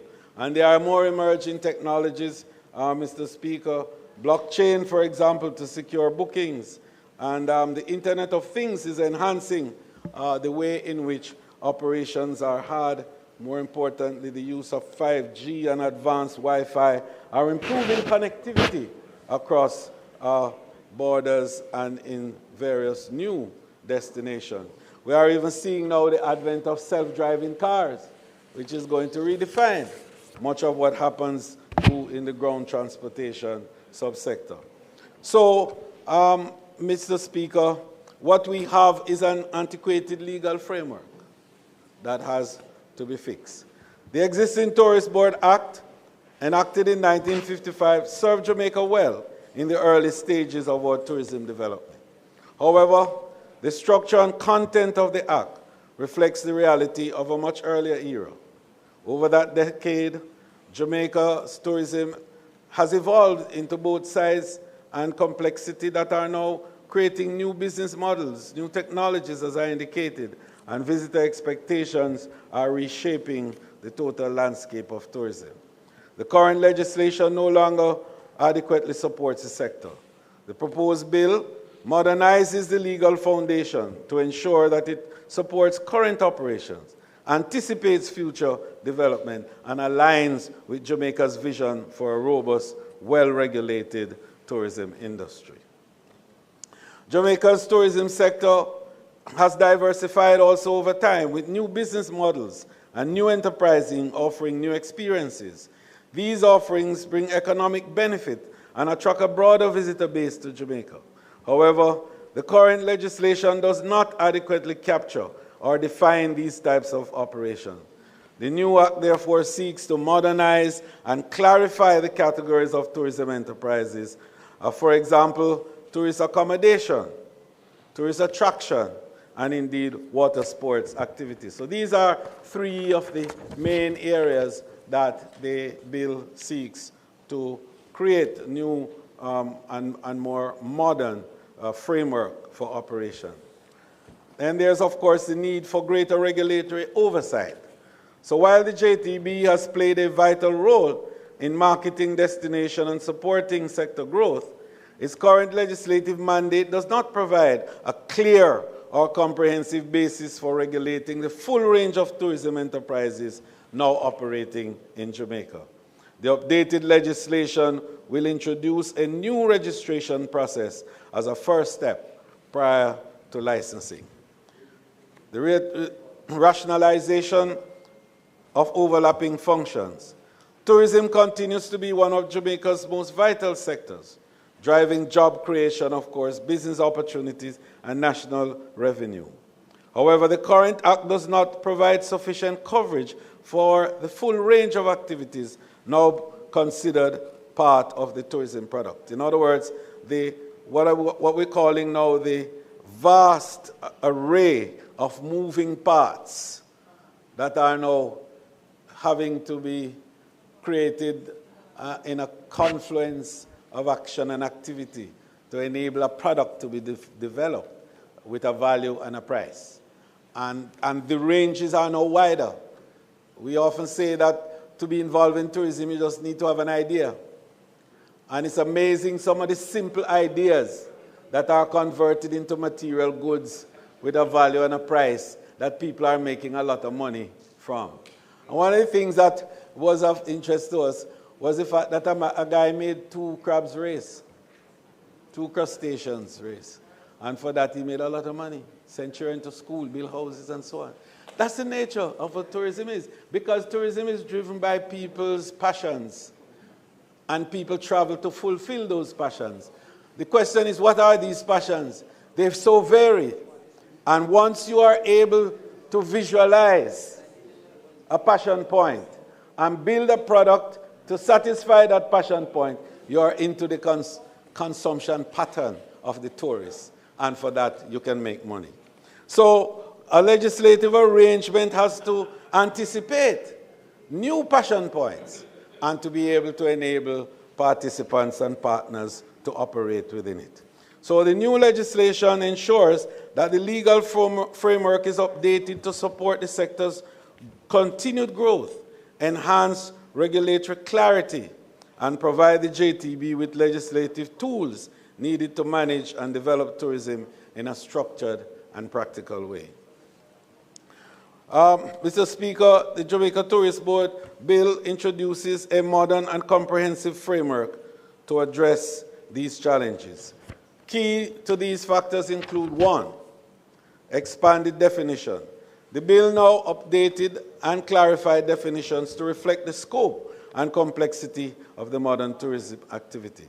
1, it defines tourists as a person who travels to a place outside of their usual environment for a purpose, including business or leisure, other than to be employed by a resident entity in the place visited. Meaning to say, if you are coming to work in the area, you can't be defined as a tourist. And we need to look at that too, because there's the issue of these digital nomads that are becoming part of the landscape, so we have to anticipate that. And so there's also the question of domestic tourists, a resident who uses the facilities of a tourism enterprise, meaning to say any Jamaican who uses a hotel or any other facilities would be regarded as a domestic tourist.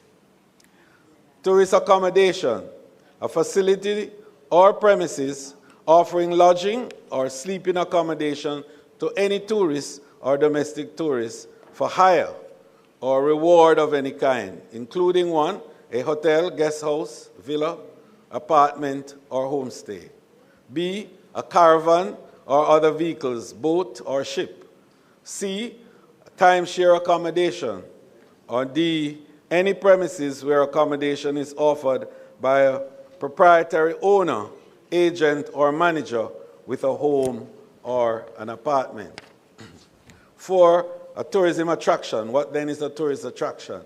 It is a commercial enterprise that attracts visitors for its inherent or exhibited natural or cultural value, historical significance, natural beauty, or the opportunities it offers for leisure, adventure, or amusement, or a facility that the minister may approve from time to time and includes water sports activities and so on. So that speaks to the very point I made about the passion points of people that we have to build products against, and those evolve and change with the day almost in some instances. So what you need is a nimble legislative arrangement that is able to respond to those innovations from time to time.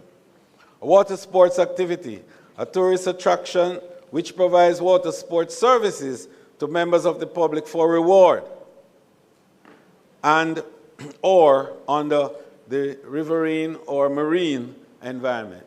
That is to say, activities that happen on the rivers, tubing, that sort of thing, river rafting, and that type of activity.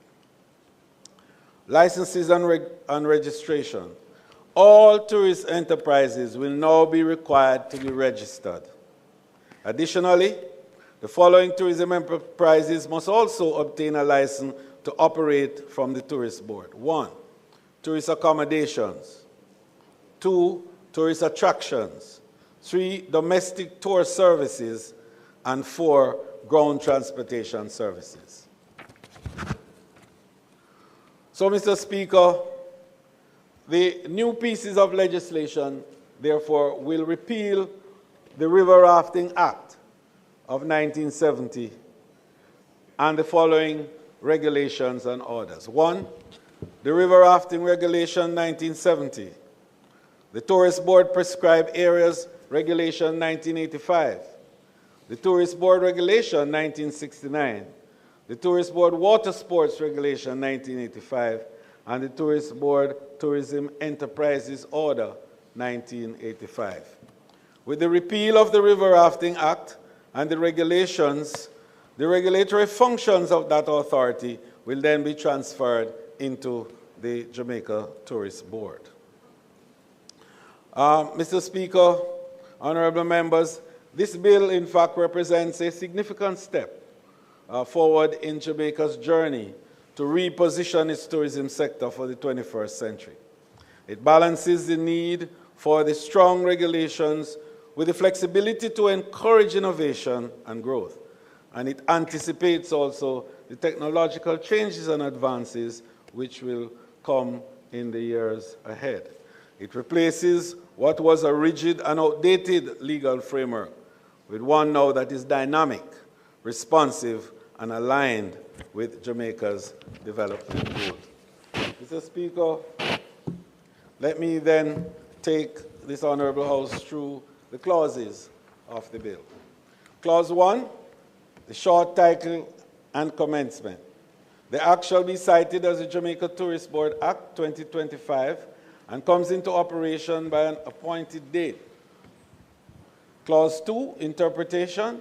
The definition have been provided for several key terms, including, of course, who a tourist is, a hotel, tourism enterprise, tourism accommodation, tourism attraction, and tourism halt. Clause 3 establishes the Jamaica Tourist Board.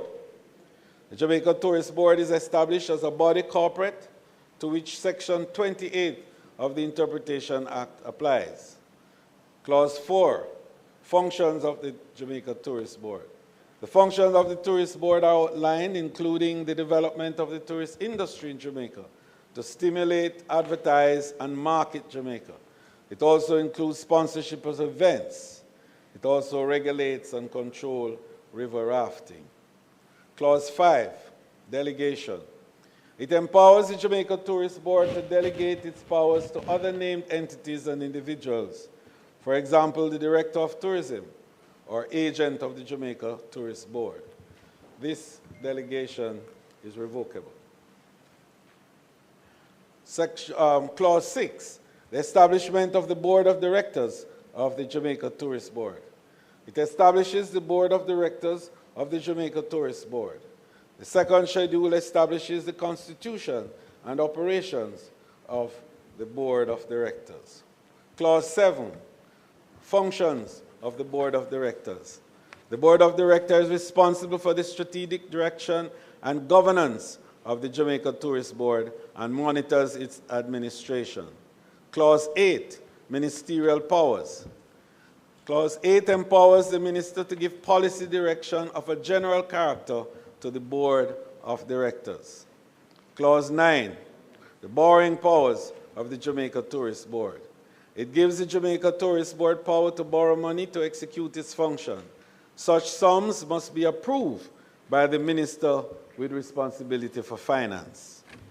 Clause 10, officers, agents, and employees of the Jamaica Tourist Board. It is the responsibility of the Board of Directors to employ a Director of Tourism to execute its policy.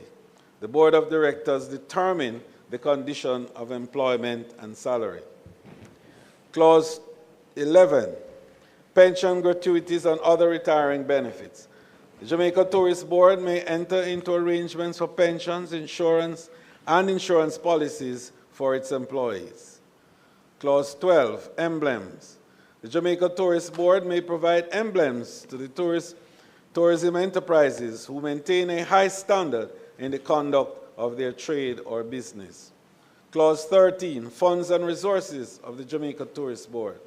The funds of the Jamaica Tourist Board shall consist of sums provided from the estimates of revenue and expenditure of Jamaica and sums collected. Clause 14, accounts and audit.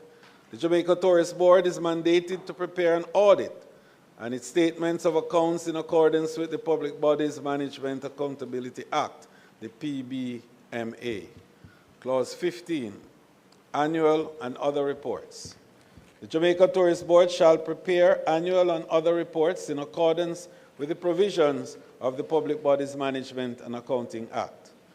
Clause 16, prohibition against operating an unregistered tourism enterprise. A person shall not operate a tourism enterprise or engage in any of the following activities unless it is registered with the Jamaica Tourist Board. A, artisan villages. B, convention centers. C, craft traders. D, tour guide services. And E, travel halls. Clause 17, prohibition against operating unregistered and unlicensed tourism enterprises. A person shall not operate a tourism enterprise unless he is registered and licensed by the Jamaica Tourist Board. Failure to do so will result in the following fines. Non-accommodation, a fine not exceeding $2 million or a term not exceeding 2 years, or to both fine and imprisonment. Accommodation 1 to 50 rooms, a fine not exceeding $1 million or a term not exceeding 1 year, or to both fine and imprisonment. Accommodation 51 to 100 rooms, a fine not exceeding $2 million or a term not exceeding 2 years, or to both fine and imprisonment. Accommodations now 101 to 500 rooms, a fine not exceeding $5 million or a term not exceeding 2 years, or to both fine and imprisonment. And then for accommodation over 500, that's the mega ones, the big ones, on conviction or indictment in the Supreme Court, to a fine or term of imprisonment not exceeding 3 years. Clause 18, application for registration of tourism enterprise. An application to be registered as a tourism enterprise shall be made in the prescribed form. Clause 19, application for a grant of tourism enterprise license. An application for a license shall be made in the prescribed form and shall comply with the following requirements. 1, security, public health, environmental, fire safety, and public liability insurance. All these 5 critical areas have to be satisfied before a license can be granted. The Jamaica Tourist Board may grant or refuse to grant a license, and where the application is refused, Jamaica Tourist Board must notify the applicant of the reasons for refusal. The applicants may appeal the decision. 1, a tourist accommodation license shall be for a maximum of 15 years. And this is very important, Mr. Speaker, because previously it was indefinite. You know, you have a license and that was it.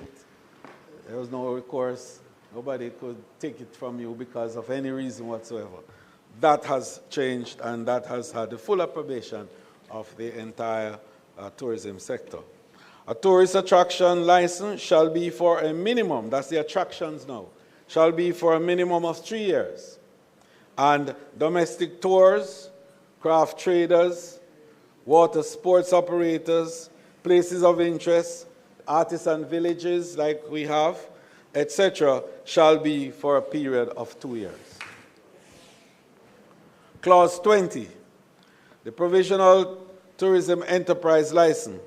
A provisional license to operate may be granted to newly constructed tourist accommodation and tourist attractions. Newly constructed means built no later than 12 months at the date of the application.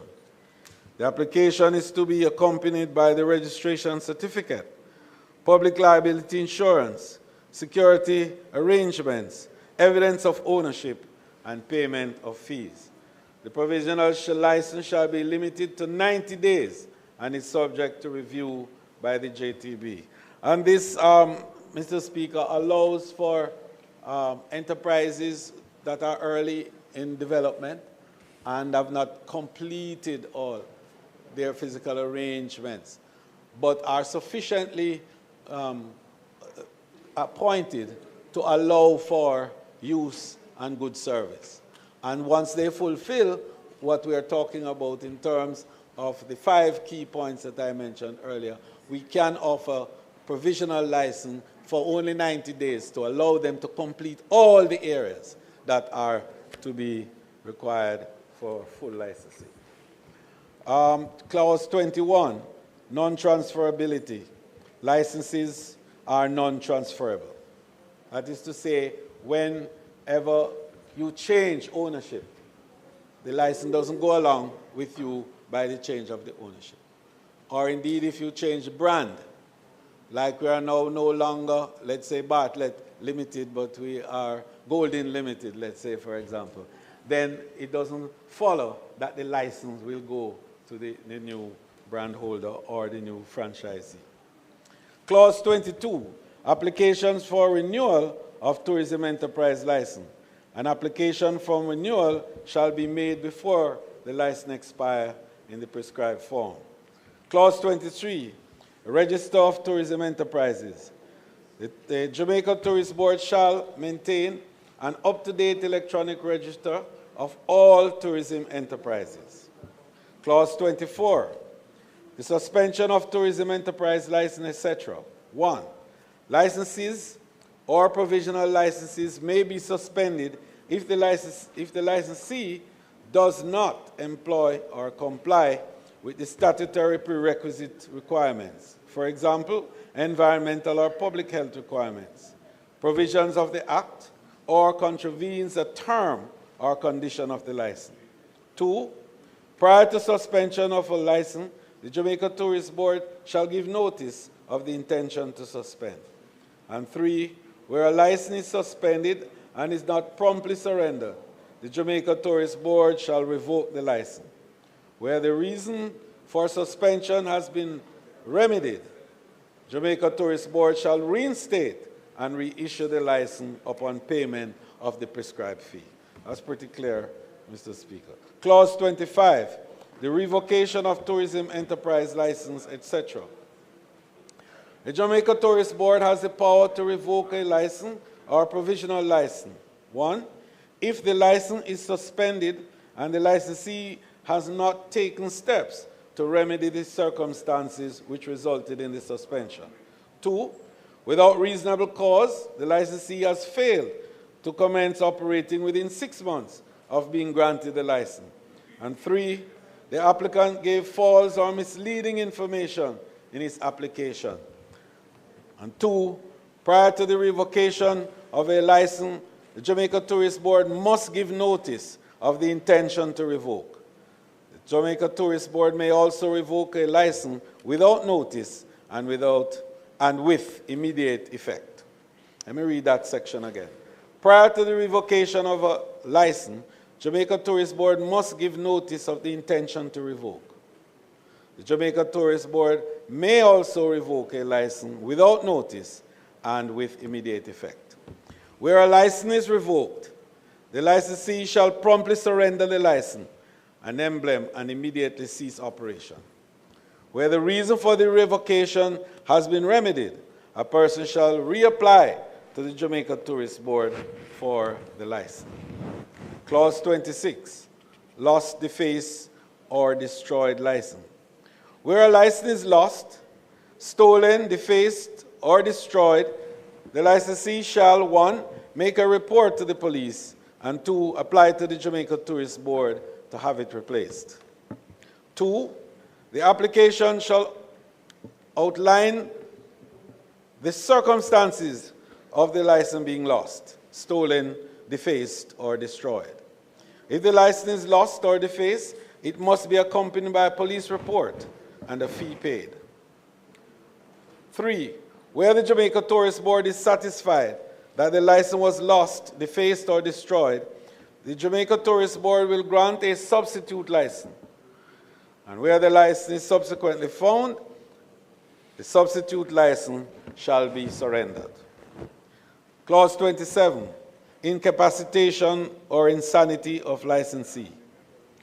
Where a licensee becomes incapacitated or develops a mental disorder, a legal representative of the licensee shall be allowed to carry on the business for the unexpired portion of the license. 28, bankruptcy or insolvency of licensee. A licensee shall immediately inform the Jamaica Tourist Board if the licensee becomes bankrupt or insolvent. Death of licensee. Where a licensee dies, his executor or administrator shall have the authority to carry on the business of the licensee. Clause 30, the cessation of the tourism enterprise. Where a licensee intends to close its tourism enterprise or surrender its license or cease business, the licensee shall give Jamaica Tourist Board 30 days written notice. The licensee shall surrender to the Jamaica Tourist Board that license promptly. Jamaica Tourist Board shall update its register accordingly. Clause 31, appeal to the Jamaica Tourist Board Appeal Tribunal. The Jamaica Tourist Board Appeal Tribunal is established to hear the complaints of persons aggrieved by a decision of the Jamaica Tourist Board. Appeals are to be lodged within 15 days of being advised of that decision. The period may be extended based on reasonable circumstances. On the determination of the appeal, the tribunal may make such order as it sees fit. Any person aggrieved by the decision of the tribunal may appeal to a judge in chambers. Clause 32, enforcement of the decisions. The minister may make further decisions where a licensee fails to comply with an order for suspension, revocation, or a tribunal decision. The Jamaica Constabulary Force may enforce such an order. Clause 33, other offenses. Every person who intends to deceive, makes, or has in his possession any emblem or other device which resemble a license or emblem of the Jamaica Tourist Board commits an offense and is liable to a fine not exceeding $500,000 or 6 months in prison. Other offenses include displaying an emblem of the Jamaica Tourist Board without permission and failure to comply with an order to suspend or revoke a license. Clause 34, power of minister to amend monetary penalties and first, second, and third, and fourth schedules. The minister may amend the schedule by order. However, the second schedule is subject to affirmative resolution. Clause 35, regulation. The minister may make regulations for the better carrying out of the Act. These regulations include 1, fees or charges for services rendered. 2, particulars of licenses. And 3, operations of vessels on riverine or marine environment. And 2, these regulations are subject to affirmative resolutions. Maximum penalties under the regulation shall not exceed $5 million or 2 years imprisonment. Clause 36, repeal of the Tourist Board Act 1955. The Tourist Board Act of 1955 is repealed. Clause 37, transitional provision. A license granted under the Repeal Act to operate a tourist accommodation shall be valid for 24 months from the commencement date of the Act. Secondly, a license granted under the Repeal Act to operate a tourism enterprise other than a tourist accommodation shall be valid for 12 months from the commencement date of this Act. 3, after the expiration of the traditional periods, the operator of a tourism enterprise shall apply to the Jamaica Tourist Board to be registered and licensed as a tourism enterprise or cease to carry out such a business. And 4, any policy or guideline issued, measures taken, or arrangements made by the Jamaica Tourist Board under the Repeal Act, which is valid and in force immediately before the appointed day, shall remain valid and in force as if issued, taken, or made by the Jamaica Tourist Board under the Act, to the extent that it is consistent with the Act until amended, revoked, or cancelled. 38, provisions relating to employment. Employees assigned to the Jamaica Tourist Board will continue their employment. That is to say, notwithstanding the Act being repealed, you will continue your services and employment to the Board. Clause 39, savings. References to the Tourist Board Act shall be construed as references to the Jamaica Tourist Board Act. Clause 40 to 45, the following enactments are repealed. 1, the Tourist Board Regulation, 1969, the River Rafting Act, 1970, the River Rafting Regulation, 1970, the Tourist Board Tourism Enterprise Order, 1985, the Tourist Board Prescribed Areas Regulation, 1985, and the Tourist Board Water Sports Regulations for 1985. The first schedule. This schedule details the constitution and operations of the Board of Directors of the Jamaica Tourist Board. And the second schedule. This schedule details the offenses and penalties under the Act. The third schedule. The following is contained in the schedule. 1A, information on documents for registration as a tourism enterprise. B, application form for registration and licensing for tourism enterprise. C, registration certificate. And D, certificate of provisional license. And the fourth schedule. This schedule outlines the constitution of the Jamaica Tourist Board Appeal Tribunal. Mr. Speaker, it seemed a very long and detailed act, and indeed it is, because it is 70 years that this act has remained essentially in vogue with minor amendments throughout the period. This attempt, Mr. Speaker, is to create a comprehensive bill which entails not just what the industry is today, but certainly what the industry anticipates in the future. Mr. Speaker, we're excited about a future with an expanded tourism capacity now to do more, to offer more, to enable greater level of inclusion of the people of Jamaica in the value chain of tourism, and to enable a greater level of prosperity for the people. But most importantly in all of this is to create the framework for a strong and vibrant human capital arrangements that ensures that the workers of the tourism industry are treated fairly and are able to accrete over time the value of their contribution to the industry. May it please you, Mr. Speaker. Thank you, Minister. Leader of the Opposition, Member for St. Andrew Southern. Turn on your mic, please.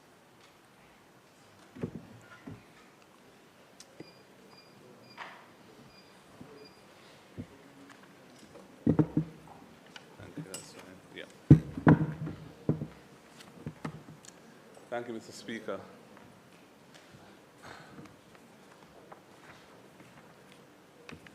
Minister, when we came last week, you wanted to take the bill on the day it was tabled, and I told you, for something of this nature, that wouldn't work for us. And we brought it back. Having adjourned the House for the date to be fixed last Tuesday, House has reconvened today to enable this to be taken, among other things. And having looked at it and read it, I can see the haste in which you are traveling with this legislation reflected in the bill itself. And you describe it as a comprehensive bill, but it's, excluding the schedules, it's a mere 26 pages, which is really not that extensive. But it is significant in what it is potentially doing. And I've gone through it, and I'm going to kind of go through it in the order that the bill itself follows. I'm not making broad comments on the tourism industry. I'm not making comments on whether, I'm not doubting the need to update the Tourist Board Act either, 1955, as you have said. That's, you know, more than half a century ago. Things have changed substantially over that time. Why we're in such a rush? I have thoughts about that. I won't mention them here. I could tell you off the air what I think's behind it. Because there's really no need to rush this, but we are indeed rushing it. So, as you have pointed out, Mr. Speaker, there is, Minister, there are some new definitions in Clause 2 of the bill, and two which kind of give me some pause for thought and perhaps concern is the interplay between the definition of a domestic tourist and the definition of a tourism enterprise, because there's a certain circularity in those two definitions. A domestic tourist means a resident of Jamaica who uses the facilities of a tourism enterprise. So if you're using the facilities of a tourism enterprise and you live here, you're a domestic tourist. And a tourism enterprise is an establishment that provides facilities, etc., to attract domestic tourists. So my problem with that is that there's nothing in that those two definitions that gets to the essence of what a tourist is. So if you're a Jamaican resident and you're going to a restaurant in Jamaica, and that restaurant is primarily catering for Jamaican residents, arguably it's a tourism enterprise because it's attracting domestic tourists.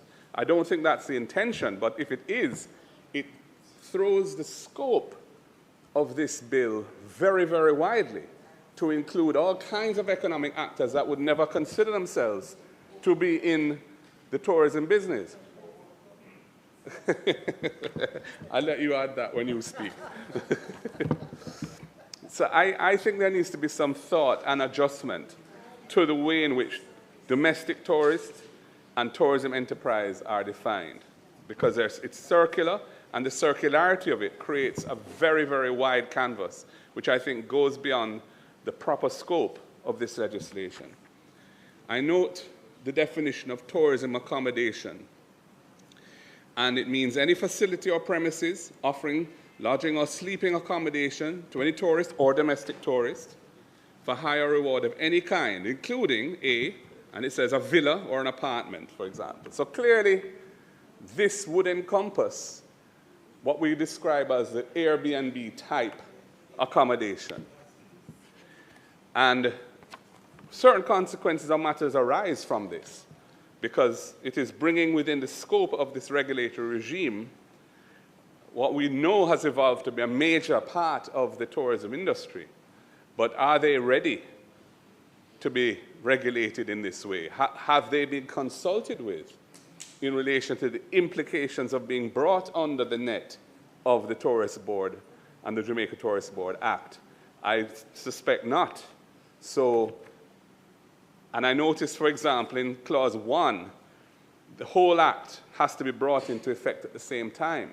It doesn't have a provision, which some legislation does, that allows different parts of the Act to be brought into effect at different times. This is an all-or-nothing piece of legislation. So something which could have major ramifications on an aspect of the accommodation sector, for want of a better word, the Airbnb sector, or that type of arrangement, is going to be brought under this. Immediately, this Act is brought into effect. And the question is, what are going to be the consequences of that for them? And I'm not sure that has been adequately discussed with them. And I'm not sure they're even aware of the implications of what is being done here.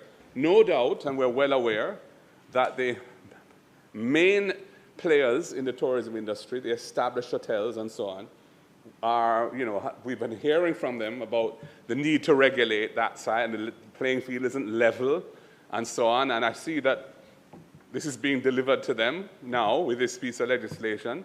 But I think the way in which it's done needs to be participatory and has to consult with the sectors that are affected by this in a very transparent way, so they understand fully what is being done, the implications for them, and they can lobby for whatever consequential provisions they think should be in here, which probably have not taken their views adequately into account. I move on. Minister, I turn to, and this is a small technical point, but important nonetheless, Clause 11 on page 8. And I believe that in paragraph B, the words after regulations should come back to the margin. And this is just a drafting issue. The drafter should consider it. But the arrangements in respect of schemes, whether by way of insurance policies or otherwise, are for medical benefits, pensions, gratuities, and other retiring benefits or disability and death benefits, etc. Those are really closing words to A and B. So it shouldn't just be lumped into paragraph B, because those words apply to A as well. And that, I think, should be corrected. I move to page 10, clause 15, in 15.3, where it says, and this is to do with the annual and other reports, the minister shall, within a reasonable time, cause a copy to be laid in the House of Representatives, and I think the word "of" should be deleted there. That just doesn't belong. And in clause 16, this is important now, because this is a section which creates a criminal offense. And it says that a person shall not operate a business or engage in an activity specified in subsection 2 unless the business or activity is registered with the Jamaica Tourist Board as a tourism enterprise. And item D says places of interest. What is that? That's not a defined term in the Act. And a place of, I've heard of persons of interest. Yes. And, there are some places that are of interest to some people and other places that are of interest to other people. What is of interest to me may not be what's of interest to you. I'm not sure what these places of interest are, but it's not defined in the Act. And I think it should be. And I think it should be, because if you operate as a business, a place of interest, without becoming registered under the Act, you create a criminal offense for which you're liable to be fined up to $50,000 in the parish court. So I think that is unsatisfactory and needs to be addressed. I notice that the minister is empowered by order to amend the categories and businesses and categories of businesses and activities specified in subsection 2. Currently, subsection 2 lists 6 categories of business and activities: artisan villages, convention centers, craft traders, tour guide services, travel halls, and this ill-defined or undefined places of interest. But it says the minister can amend that by order. Now, I have a problem with that, because if non-registration is a criminal offense, then the minister can't just be empowered by order to just expand that list. that must come to Parliament for affirmative resolution so that there's transparency around it, parliamentary oversight of it, and the opportunity for those affected to become aware of it before it becomes law, and to lobby for whatever consequential issues may arise from them being brought under this net. So I think that needs to be adjusted in subsection 4. It must be subject to affirmative resolution. This is dealing with a criminal matter. Clause 17 is the real, what I'd call the real sword of Damocles in the bill. And it says, a person, in subsection 1, a person shall not operate a business or engage in an activity specified in subsection 2, which provides services, facilities, or products to tourists or domestic tourists, unless such activity or business or activity is both registered and licensed with the Jamaica Tourist Board. And in 2, there's a list of who it applies to, and item C in subsection 2 says tourist accommodations, which, as we've said, and you, I think, have admitted, includes the Airbnb type operations. So it's a criminal offense. From the day you bring this act into effect, it will be a criminal offense to operate an Airbnb type operation in Jamaica unless you're both registered and licensed with the Jamaica Tourist Board. And I have a comment to make on that, apart from the stark reality of it for those who are currently in that business. There's also a technical point that I wish to make, and it relates to the second schedule and subsection 3, 17.3. 17.3 says, a person who contravenes subsection 1, which is the operating or operating a business or engaging in the activity of one of the things listed in subsection 2, such as operating a tourist accommodation. A person who contravenes subsection 1 in relation to 3 out of the 4 categories listed in 2 commits an offense and is liable on summary conviction in a parish court to the fine specified in the second schedule. But when you look in the second schedule, which is on page 33 of the bill, you will see that in relation to this offense in 17.3, it provides for both a fine and imprisonment. It says, on summary conviction in a parish court, the person is liable to a fine not exceeding $2 million or to imprisonment for a term not exceeding 24 months, which is 2 years, or to both such fine and imprisonment.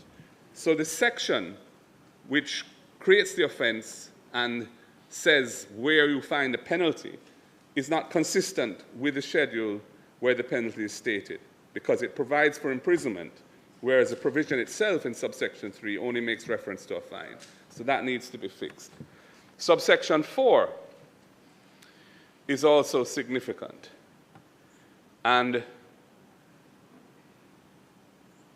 it says that a person who contravenes subsection 1 in relation to a tourist accommodation now, so they've singled out that category is being treated differently to domestic tour services, ground transportation services, including contract carriage and motor vehicle rental, and tourist attractions. Tourism accommodations, which is the Airbnb sector, is being treated differently from the point of view of the severity of the penalty for not being registered and licensed. And it says, a person who operates a tourism accommodation without being registered and licensed commits an offense and is liable on indictment in the Supreme Court to the penalty specified in the second schedule. And that penalty provides, first of all, there's an error in the second schedule because it speaks on summary conviction in a parish court, whereas subsection 4 doesn't contemplate this particular offense being justiciable in the parish court. It says it's tribal on indictment in the Supreme Court. But it goes on to say, depending on the size of the accommodation, the level of the penalty, and there are various categories. So, for example, it says, in the case of a tourism accommodation of between 1 and 50 rooms, between 1 room and 50 rooms, a fine not exceeding $1 million or imprisonment for a term not exceeding 12 months, which is a year, or to both such fine and imprisonment. And then as you get bigger, the penalties go up. Between 51 and 100 rooms, you go to $2 million fine, a prison term not exceeding a year, or to both. And then from 101 to 500 rooms, it goes up to $5 million, the fine, imprisonment not exceeding 12 months, or to both fine and imprisonment. And then, if it's over 500 rooms, on conviction, on indictment in the Supreme Court, to a fine or to imprisonment for a term not exceeding 3 years.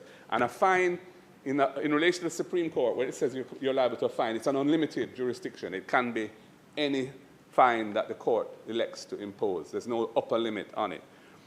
So there's a problem with subsection 4, because in the schedule, it contemplates three separate categories where it would be triable in the parish court, whereas the section only contemplates trial in the Supreme Court.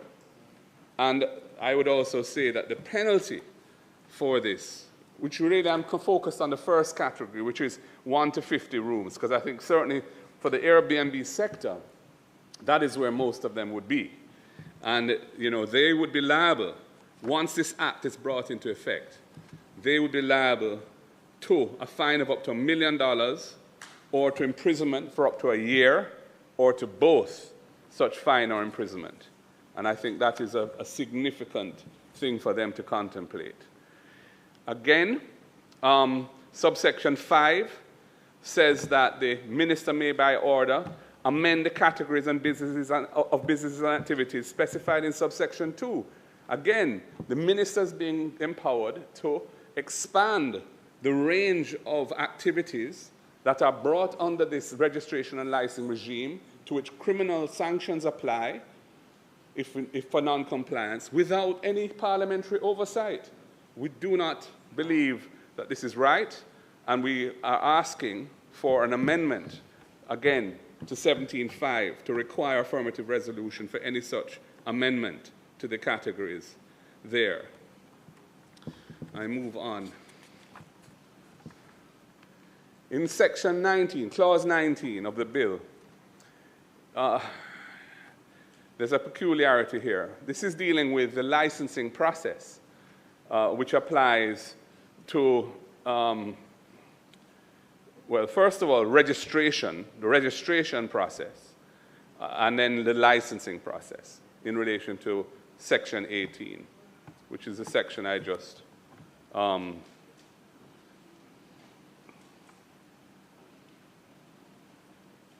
dealt with. But, well, 18 says the application to be registered as a tourism enterprise says that you must do it in the form set out in the 3rd schedule, etc. And then 19 says an applicant for a license shall be registered. So in order to be licensed, you have to first register, and then you need to apply to be licensed. Now, it says an application to obtain a license to operate a tourism enterprise shall be in the prescribed form. But there is no form prescribed for that in the schedule. There's a form for applying for registration, and there's a form for applying for a provisional license, but there's no form for applying for a license. So I'm not sure why that was left to be prescribed subsequently by some regulation.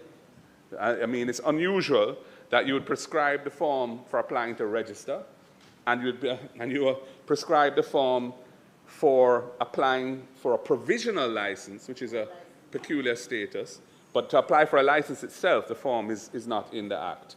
I don't understand the logic for that. And then in subsection 2, it says that you have to comply, when you're applying for a license, with various requirements. And A says security requirements approved by the JCF, fine.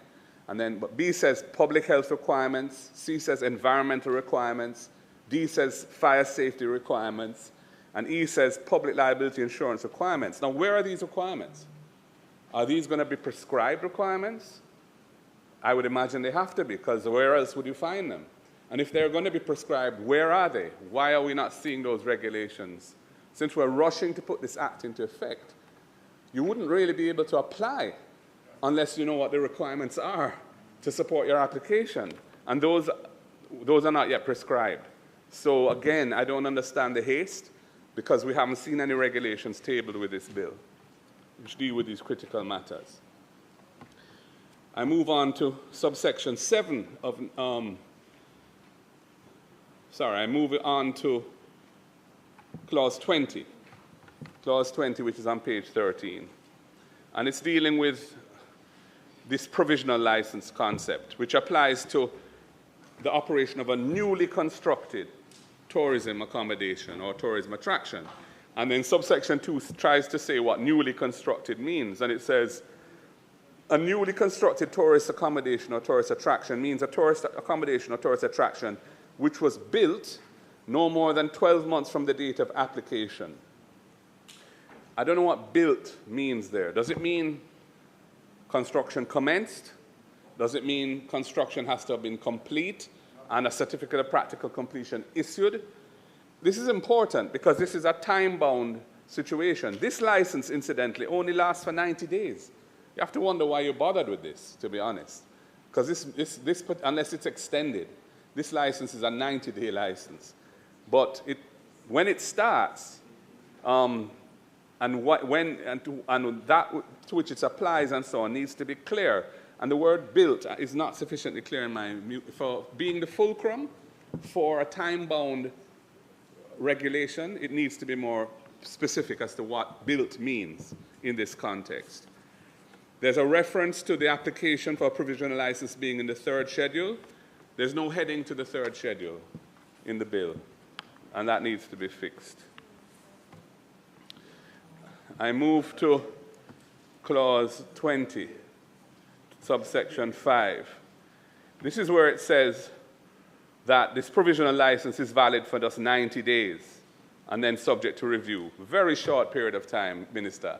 I can't see why it was, why you're bothering to create a 90-day provisional licensing regime.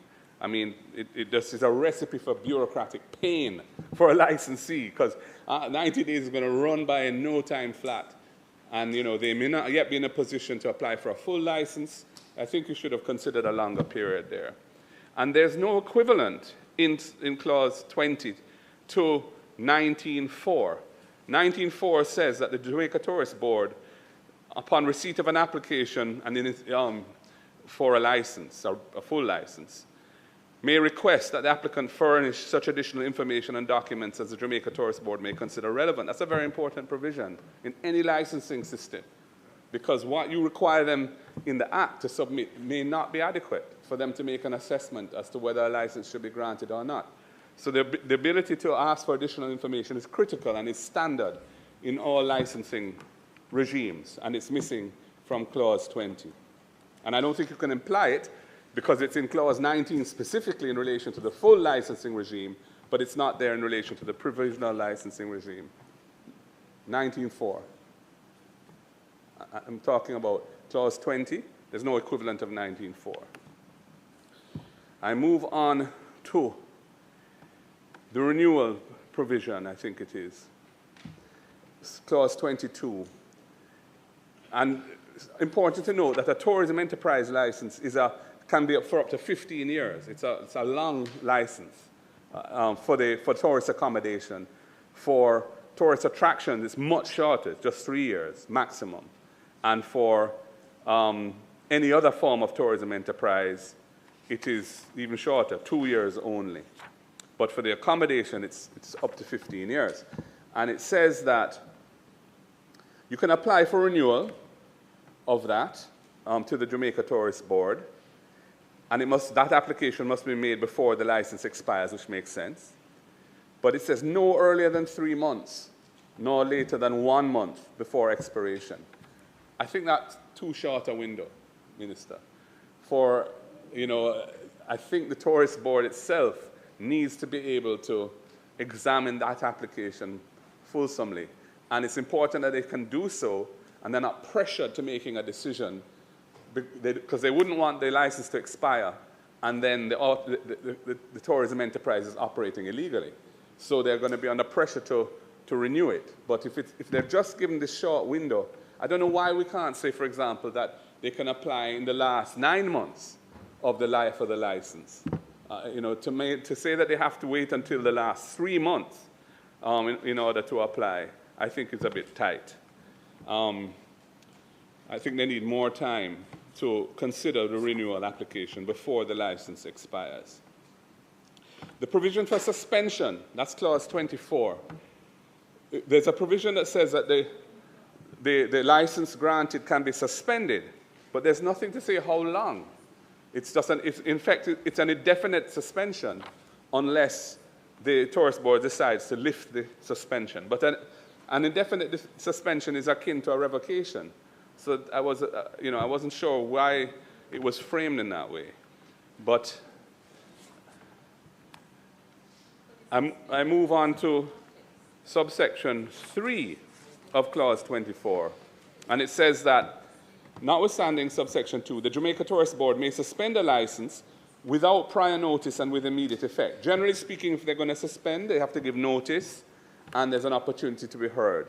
But there are circumstances in which they can suspend immediately without prior notice, and the grounds on which that can be done is if the continued operation of the tourism enterprise poses a serious risk, a serious security, public health, or fire safety risk. I don't have a problem with any of that. But I'm wondering why it wouldn't include something like, or other threat to Jamaica's tourism industry. Because you can imagine, for example, that something is going on in that enterprise that could affect our brand. It could be some illegal activity that we don't want to see being done here. It might not be a fire risk or a public health risk or a security risk. I just think that the criteria are too narrow for this particular provision, because you need to have something that where if the industry is under threat from something we haven't foreseen now, the suspension can be immediate, I think.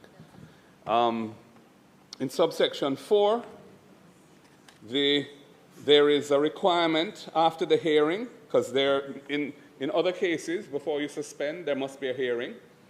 And it says the board shall, within a reasonable time, advise the licensee of the decision. I think we should put a period, for a long stop period for that. If they've heard the licensee, I think they should be able to deliver their decision within 30 days. You know, we see these things that otherwise can just go on, drag out, and it's not fair on people. So I think if the hearing has been held, there's no reason why the tourist board shouldn't hand down its decision within 30 days after that. That's my own view. In clause 25 now, which is dealing with revocation,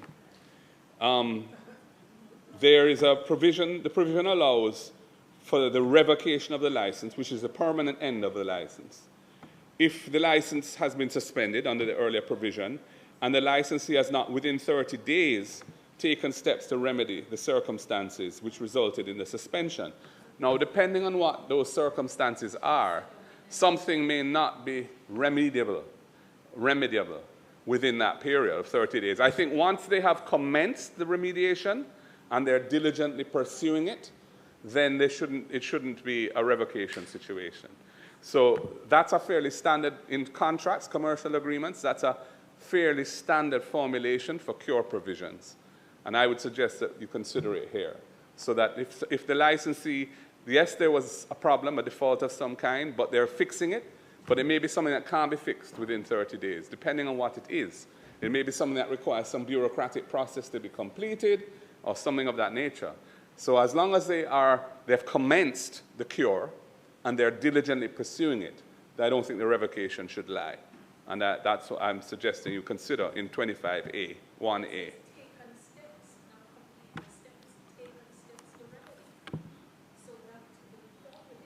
Well, taken steps to remedy, I don't think that is ambiguous, with all due respect, because that would suggest that once you've started, even if you've abandoned it, that's the end of the matter. It should be either that it's cured or that they have commenced the cure and they're diligently pursuing the cure. The formulation here is not tight enough. That's my view. And somebody who has dealt with many commercial agreements in my career. And I think also that the remedy, moving on to subsection 3, it said, Member time has expired. Mr. Speaker, I beg to move that the member's time be extended to finish his presentation. there's a time limit on debates. I'm not making a statement. I'm responding in a debate. I don't know why that was being timed. Anyway, thank you, Minister, for the gracious extension. Again, I think if there's a hearing on the revocation issue in subsection 4, the board should hand down their decision within a... I don't think there should be this reasonable time nebulous formulation. I think there should be a long stop date for doing that. And I think that is, as a regulated entity, I think it's important. Reasonable time in this context is an undefined concept.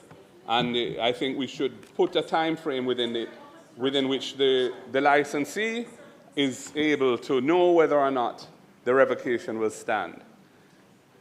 Again, in subsection 3, it says that notwithstanding the provision for hearings, the Tourist Board, if it considers it necessary, may revoke the license without notice and with immediate effect.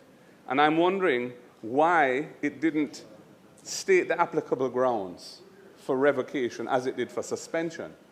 Suspension, in the earlier provision, suspension can apply with immediate effect if the tourism enterprise poses a serious security, public health, or fire safety risk. And I had suggested that that be expanded to include any risk to Jamaica's tourism industry. But in this instance, there's no criteria whatsoever set out in the provision. It just says, if the board considers it necessary. I don't know how you can have criteria for suspension, immediate suspension, and no criteria for revocation, which is a more serious procedure. So you can talk after me, Minister, with all due respect. You're harassing me with your banter. I ask you to be quiet and let me make my presentation, and then you can answer on your feet with the mic on so people can hear what you have to say. With all due respect, Council. Yeah. Subsection 6, 25(6). Point of order. Point of order. Member.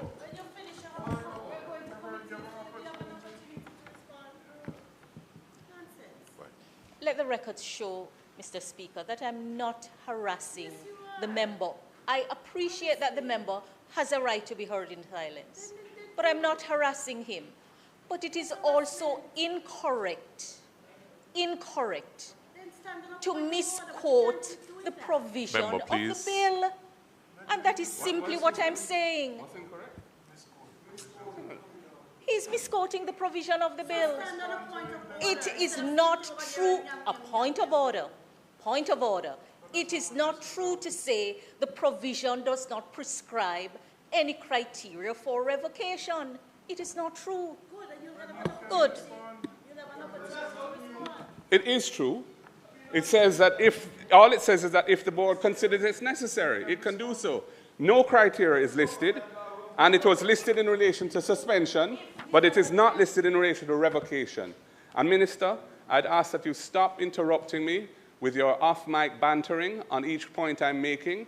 It is not correct. You can sit in your seat and you can make your comments on the bill. The rules provide for that. I move to subsection 6.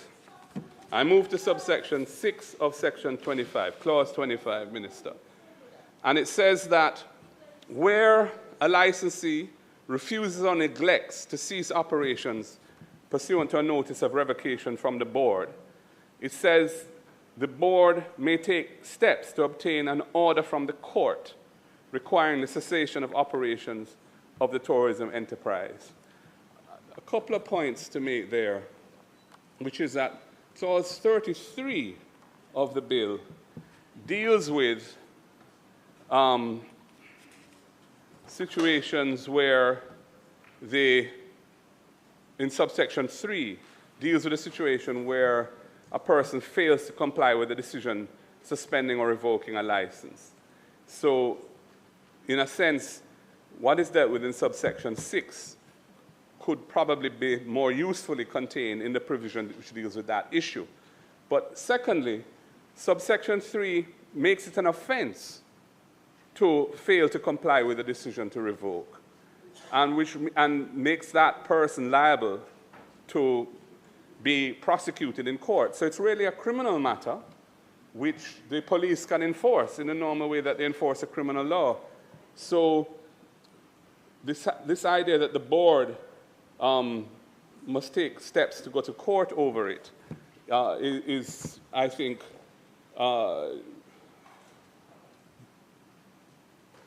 doesn't adequately reflect the fact that what is involved here is a criminal matter. That's all I'm saying. I notice it says about what in clause 29, it says where a licensee dies, the executor administrator of the licensee shall, upon obtaining the grant or letter of administration in the estate, have authority to carry on the business of the licensee. It doesn't say what happens when that estate is distributed to the beneficiaries. And I think that it ought to make it clear what happens then, because if the licensee is dead, that could, on the face of it, be a base upon which the license ends, because the whole of the license is no longer alive. The provision says, well, no, it can continue to operate under the license through the personal representatives of the dead person, of the deceased. But, and that could, of course, be quite a long time. We have estates in Jamaica that are sometimes taking years to administer. But it doesn't say what happens when the estate is administered and the assets of the estate are distributed, and I think it should say that. The other point I want to make in relation to appeals, which is clause 31, there is no provision saying, for when an appeal must be heard. There's no time frame set for the hearing of an appeal.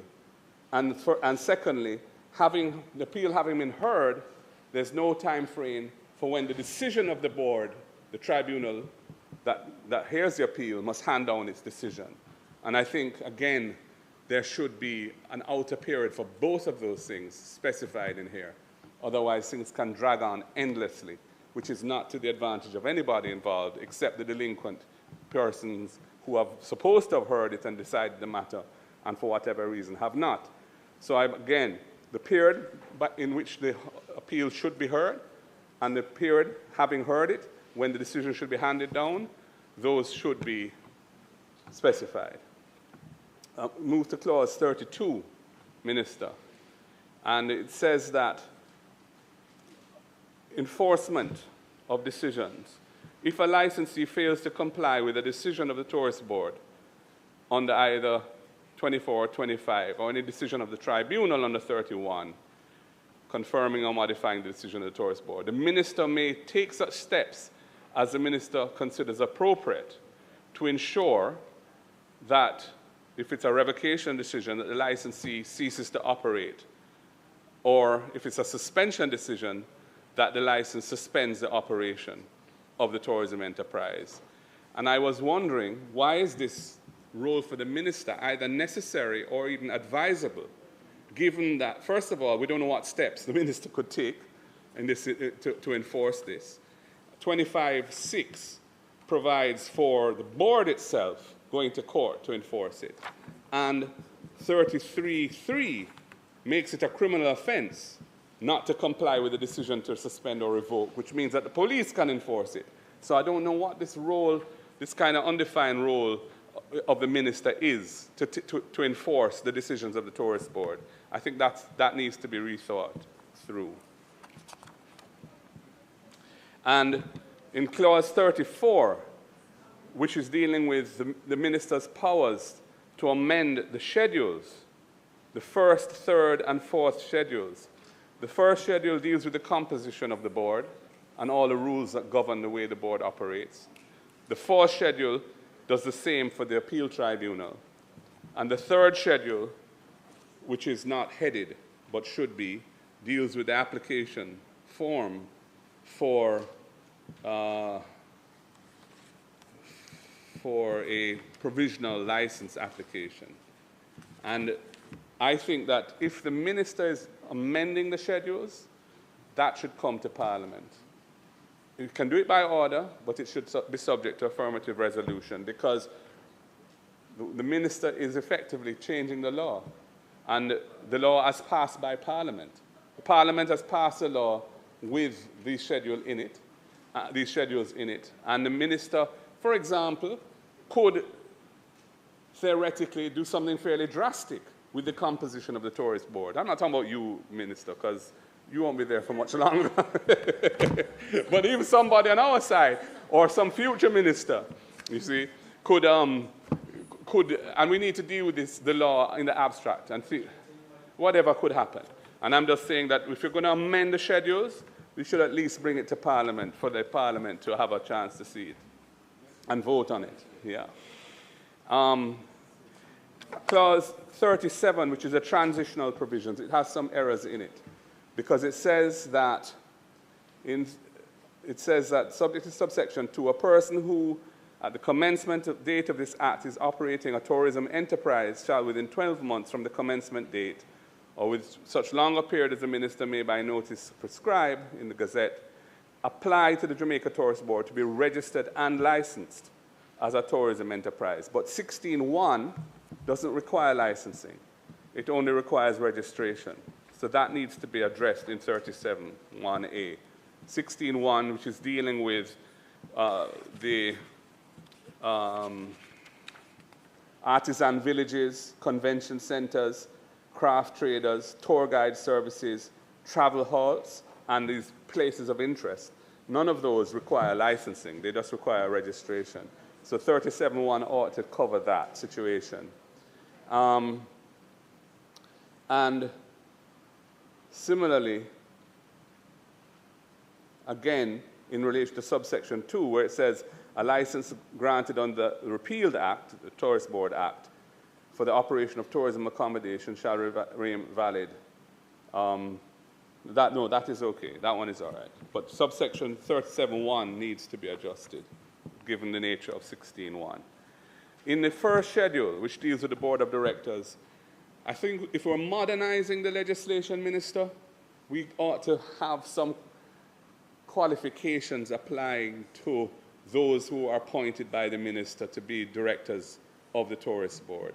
As it's written here, it just says it shall be not fewer than 5, no more than 11 members appointed by the minister. There's no guide as to what qualifications, what different categories of persons to have a rounded board with the necessary range of expertise. It's left entirely up to you, and then up to the minister.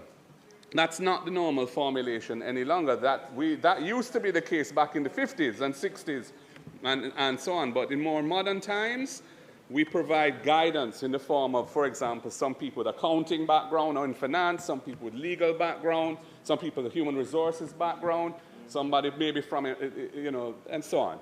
That isn't provided here, and it should be. And then when it talks about qualification for appointment, it does not exclude somebody who has an actual or perceived conflict of interest due to his or her association with the tourism industry. And I think that's a gap, because these people are going to be reviewing decisions of the Tourist Board around licensing and registration and everything else. So conflicts of interest ought to be avoided in the composition of the Tourist Board, and that's missing from the formulation that you have here. And I think a couple of smaller points. On page 37, the third schedule is headed there, but there's a reference to 19.2, but I think it should be a reference to 18.1 and 2, because that is where the registration provision is dealt with. That's just a heading. issue. No, so and Minister, the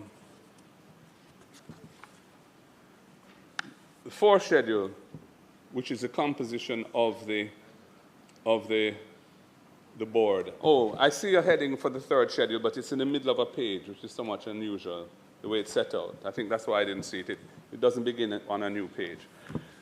So, in the 4th schedule, it doesn't state again any qualifications for the membership of the appeal tribunal. It says that it should consist of 5 members appointed by the minister. No indication of the skill set required to be on this appellate body. Again, that's not the modern approach. What about knowledge of law, knowledge of economics, etc.? And again, there's no provision in the disqualifications for appointment, which is paragraph 4 of the 4th schedule, no provision for the absence of a conflict of interest by virtue of an association with the industry. It is true that there is a provision that requires, if the person has an interest in a particular matter, they must disclose it. But I think that if you have somebody who's known to have a structural association with the industry, they should not be appointed in the first place. And I think that is a gap which should be filled. So, Minister, I think that you need to have a chance with your technical team to consider some of these points I've made, and let us not pass your bill, which I know that you're proud of and want to see enacted, and is since 1955, you know, that's 70 years. You know, we should, I think, give themselves the chance to pass a good bill and have a chance to review the points that I've made. Thank you, Mr. Speaker.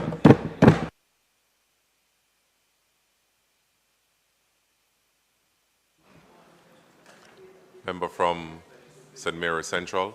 Thank you very much, Mr. Speaker, and I know what I'm going to say would be in your interest. Minister, I have just a small concern here, and I need, in going through it, to assure some operators in this country that they might not be in foul of the law. I'm looking at 2 in the bill, section 2. A tourism enterprise means an establishment, and the leader spoke to it somewhat, but I'm taking from a different angle. An establishment that provides one or more services, facilities, or product to attract, or accommodate tourists and domestic tourists. And then you had at 37, a person who commences at, and that was read, I want you to look at the instance of, well, the leader mentioned a restaurant, but there are many operators in this country of small clubs. Minister, small clubs. I wish the minister would listen to this particular one. Small clubs, small bars, small taverns, as have been licensed to do. And they have a little component of it, which is exotic dancers. They provide exotic dancers. We call them go-go clubs, and many are in the Speaker's constituency. Are they required to be registered under this act as a tourism enterprise? Because if they do not, they run afoul at 37, Minister, and we need some clarification on this, because it would mean that every single entity that provides, whether it's domestic or people cater to foreigners, but it's a little village shop, a little township shop that offers something. And you read, Minister, an establishment that provides one or more services, facilities or products to attract or accommodate tourists. Leave the or accommodate, but just only attract. it means therefore that they have to be registered as a tourism enterprise. And I have some concerns with this. And in your response, I wish you would speak to it, because it means that a significant number of establishment, businesses in this country will have to be registered with the Tourist Board to comply with the law.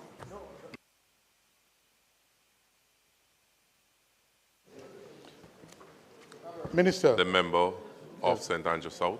Western. Sorry. Thank you. Minister, just to really give focus to one area of concern that has already been touched on, but I want to amplify it. It is that you're really now talking about bringing in a new piece of legislation in the midst of some operating entities, and that include new build, what we define as new build. But it really is a pre-existing situation, and I didn't see a transitional. I didn't see a transitional provision in the bill to take account of those situations or the reality that you have pre-existing operation. And how now, and that is in respect of both Airbnb or traditional hotel operation, but that there will need to be different compliance. I don't know the extent to which, perhaps now the hotels have to apply for registration and licensing. So if it applies only to the new situation, like Airbnb, which is now being brought under regulation, then the question of a transitional timeline to accomplish that, I think is something that should be considered.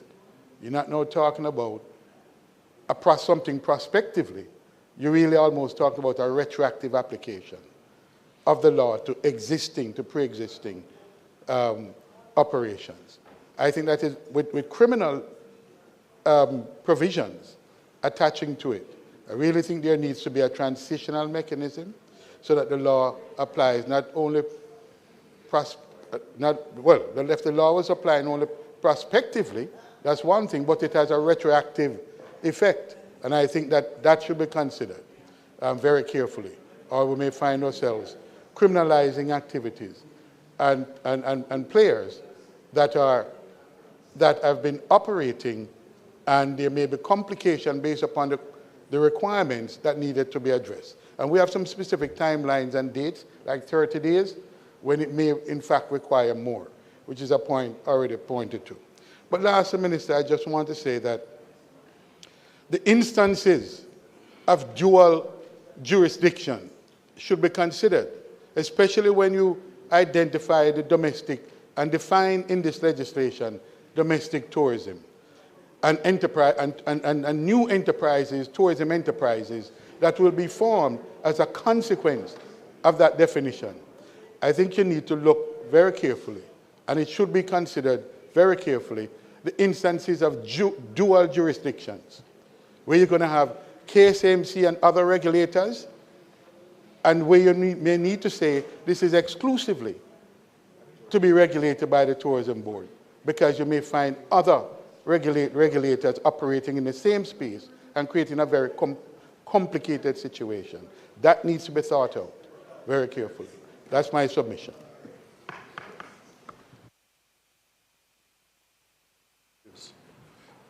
Mr. Speaker, my single contribution to this bill is to say that we cannot pass this bill today, having heard this discussion.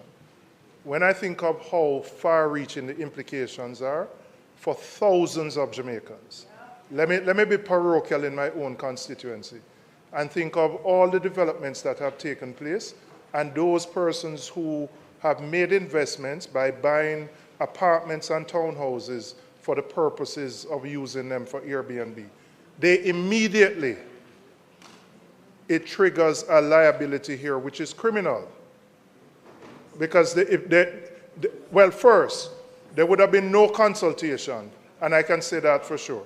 There wouldn't have been consultation, and immediately, as soon as this bill is passed, if they are not registered, they are in breach. So we can't pass a bill with this far-reaching. And If you think of our tourism landscape, 5 years ago it would have been very different than what exists right now. There are literally there are thousands of Airbnb type operations across the country. And we are, in essence, regulating them. And the issue is not that I have an issue with what you're doing with regulation, it's the timing I'm talking about. To pass this today, for it to go to Senate, for it to go to the GG, to be assented at this particular time, I think we're doing an injustice to the players in the industry. So I am saying, Minister, and I'm not sure what the reason for the haste is. I know you wanted to do it last week. We may not come back here again in the life of this Parliament, but to pass something like this is wrong, given how far-reaching the implications are. So I'm urging time for the consultation and for those who are being affected.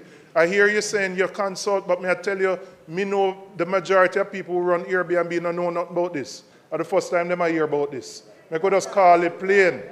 First time they might hear about this. Give it time. Don't rush it. Don't create a liability and put people in a... No, you say it's not for Airbnb, but people who are operating what you call domestic tourism. They're caught within it.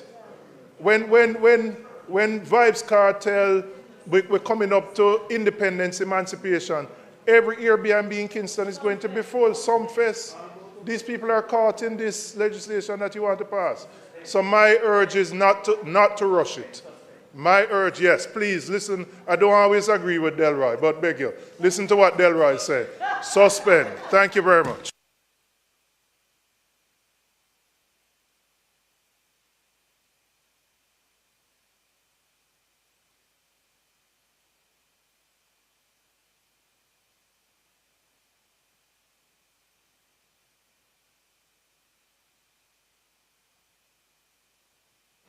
Yeah.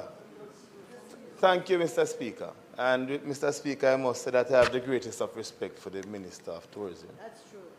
Right? Most of us in here do. But the reality is that this bill is going to have a far-reaching effect on many young professionals in this country, many of whom supplement their income with earnings from short-term rentals.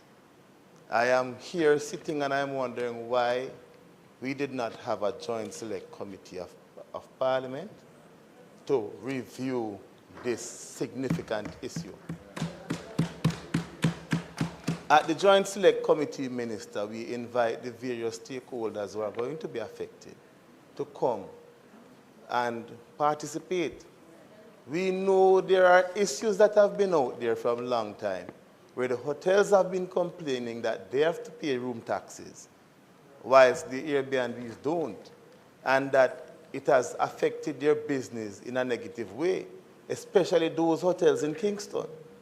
And whilst some balance has to be struck, we have to be careful how we approach it, because we will be, by doing this, disenfranchising thousands of Jamaicans. In fact, I listened to your presentation a few weeks ago. You spoke to the earnings from the Airbnb sector, which ranged in the billions of dollars.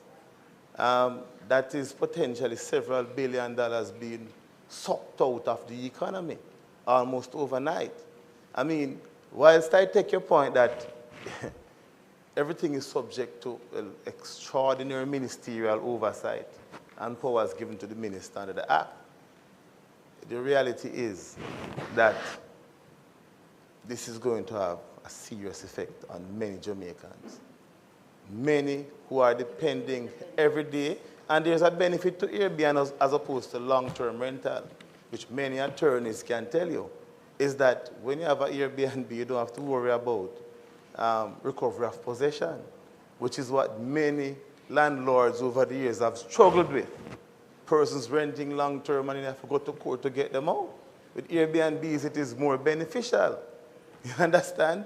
So I'm urging you, Minister, to place this bill before a joint select committee of Parliament.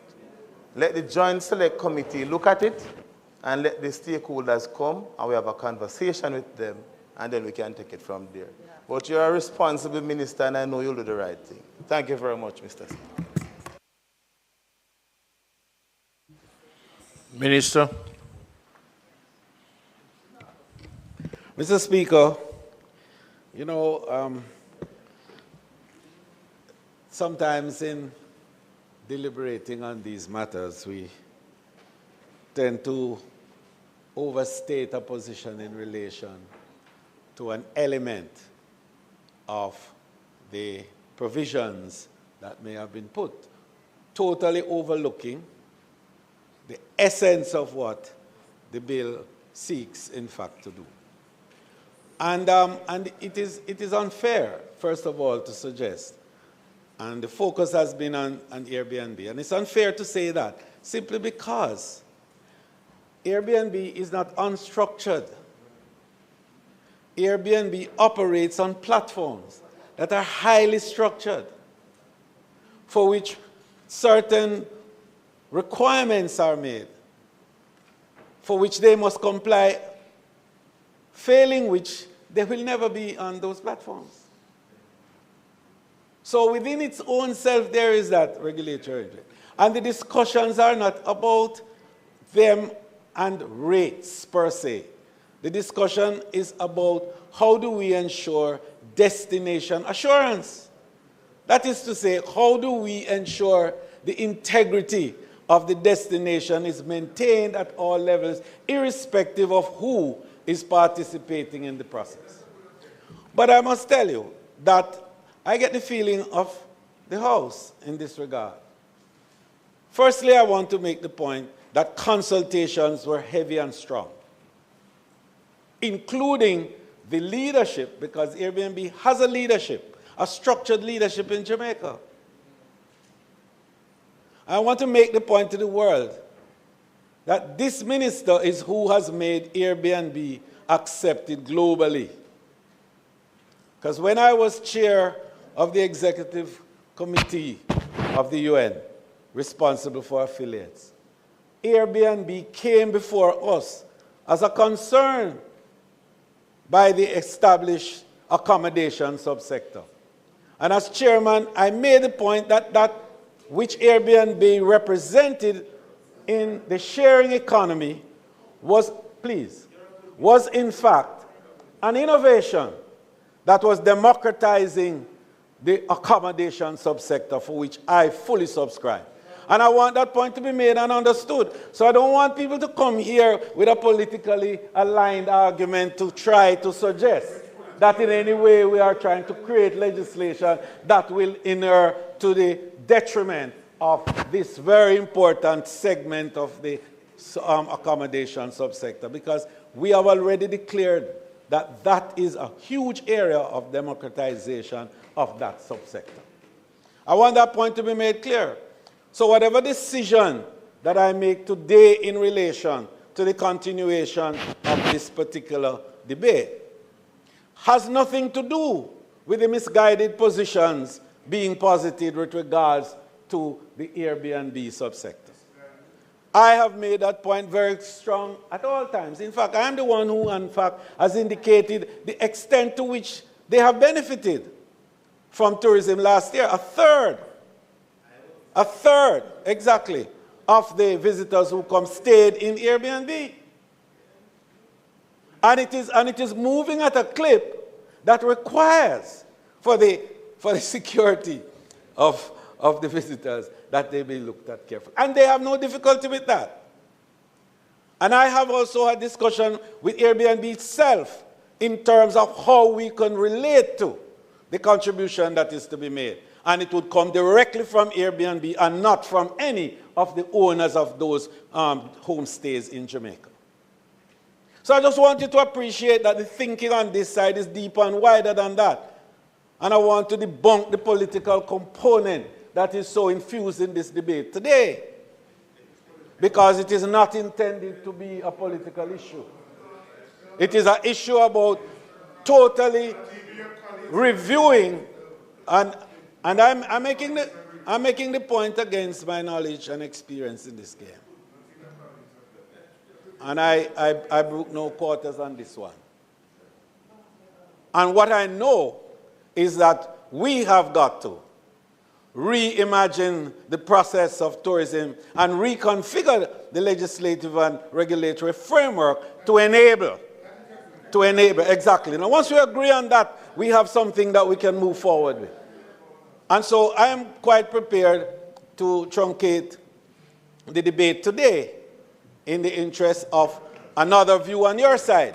Because I believe in all very seriousness, I believe that an understanding on your part needs to be had. Because tourism is for all. And it is difficult for us to pursue,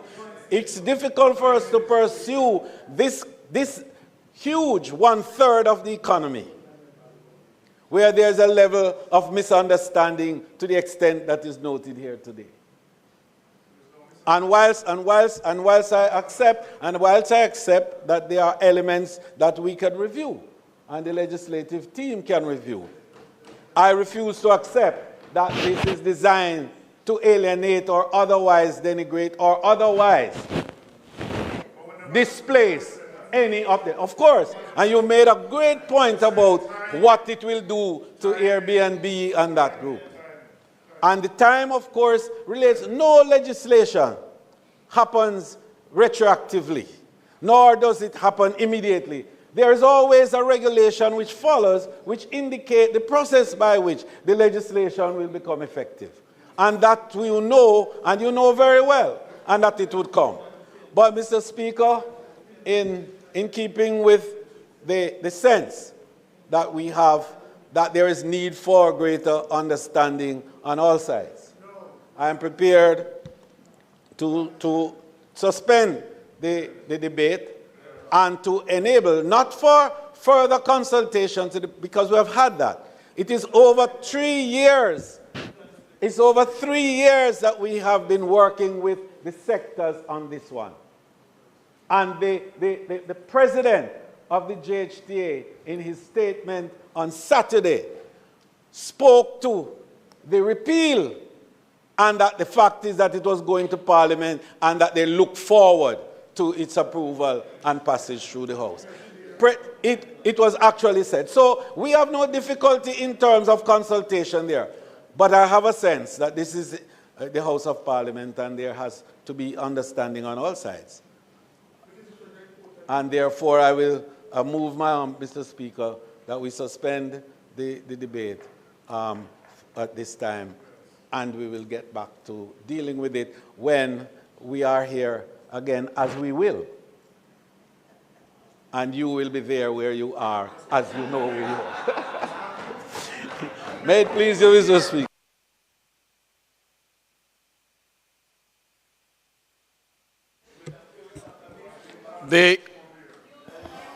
Mr. Speaker, I beg for recommittal of reports of committee.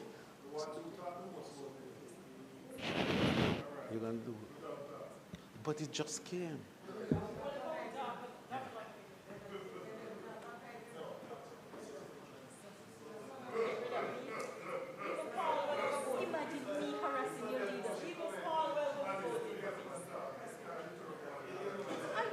Madam, Mr. Speaker,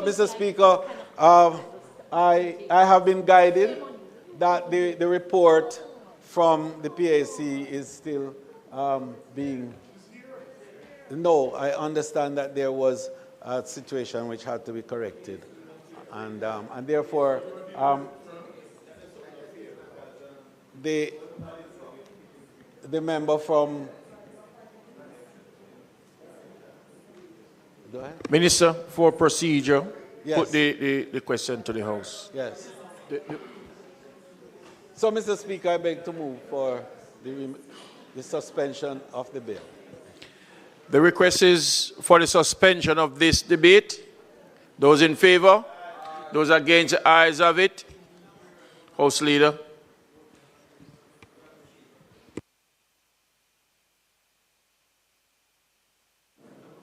The Minister of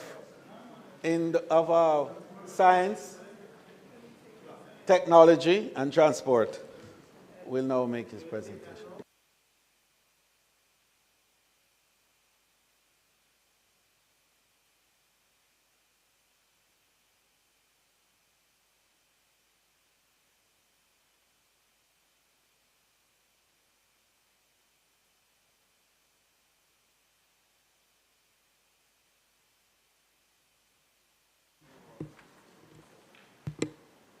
Mr. Speaker, the House may recall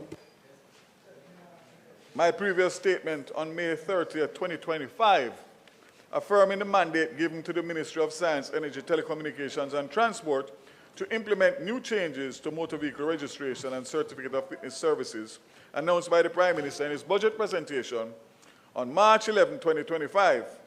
I then gave notice that the Ministry intends to progress to implementation on July 1st, 2025. I will speak to the new date in due course.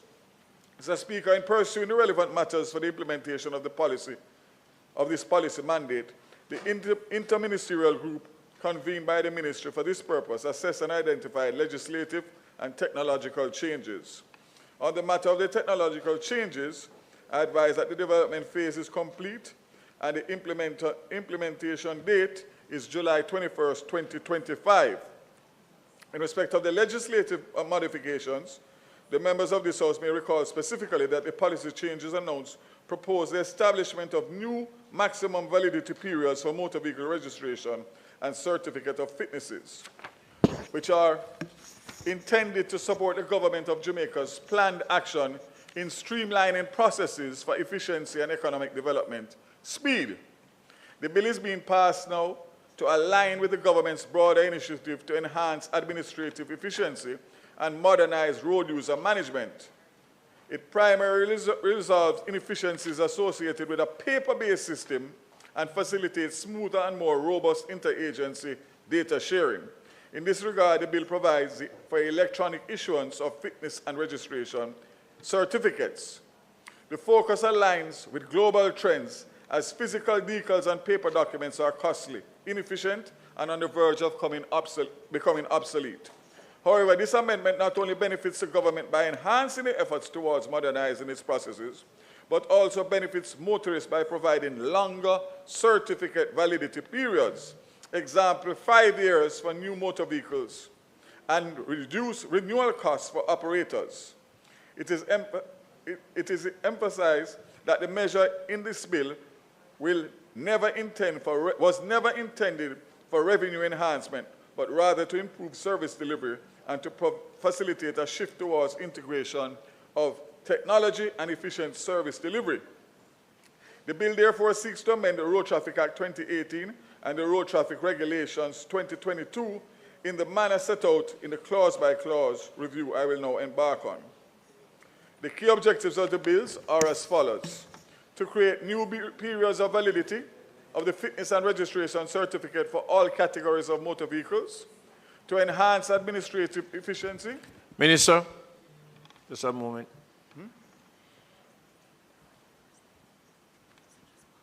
Oh, it wasn't tabled.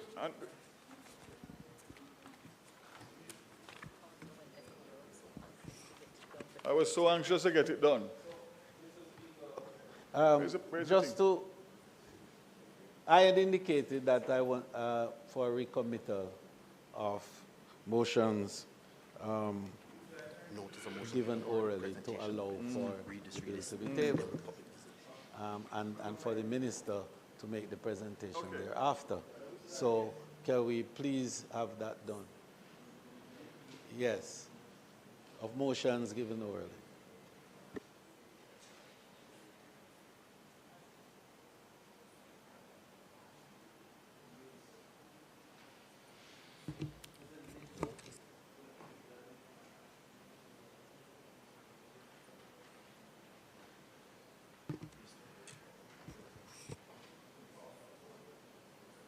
Ready?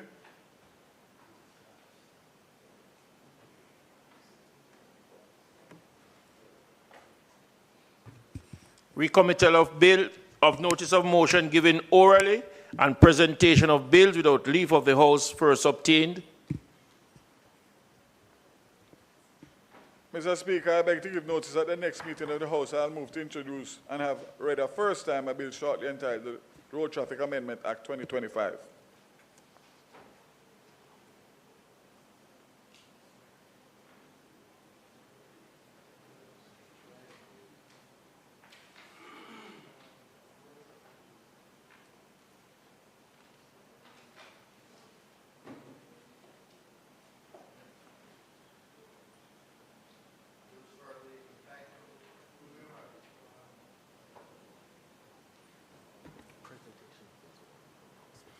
Presentation of bills without leave of the House first obtained.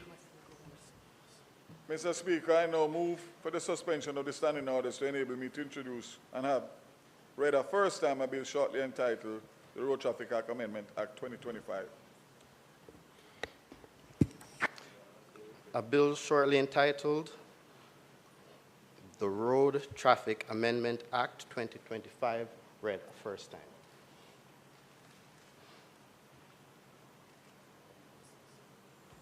Public business.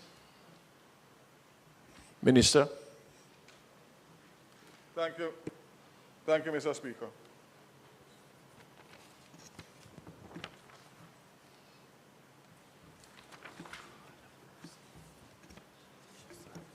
So, as I said, Mr. Speaker, the key objective of the bills are as follows: to create new periods of validity of the fitness and registration certificate for all categories of motor vehicle, to enhance administrative efficiency and modernize road user management by applying Section 129 of the Act.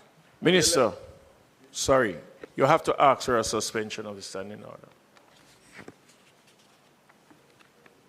And remember, once you ask for the suspension, you will start from the beginning.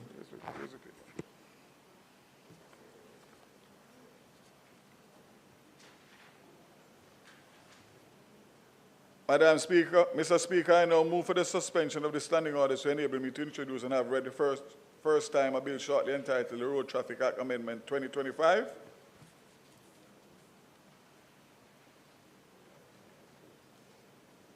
The question is that the standing order be suspended to allow the minister to take a second reading of the bill shortly entitled the Road Traffic Amendment Act 2025. Those in favor? Those against? Ayes have it. Minister, you can start the debate.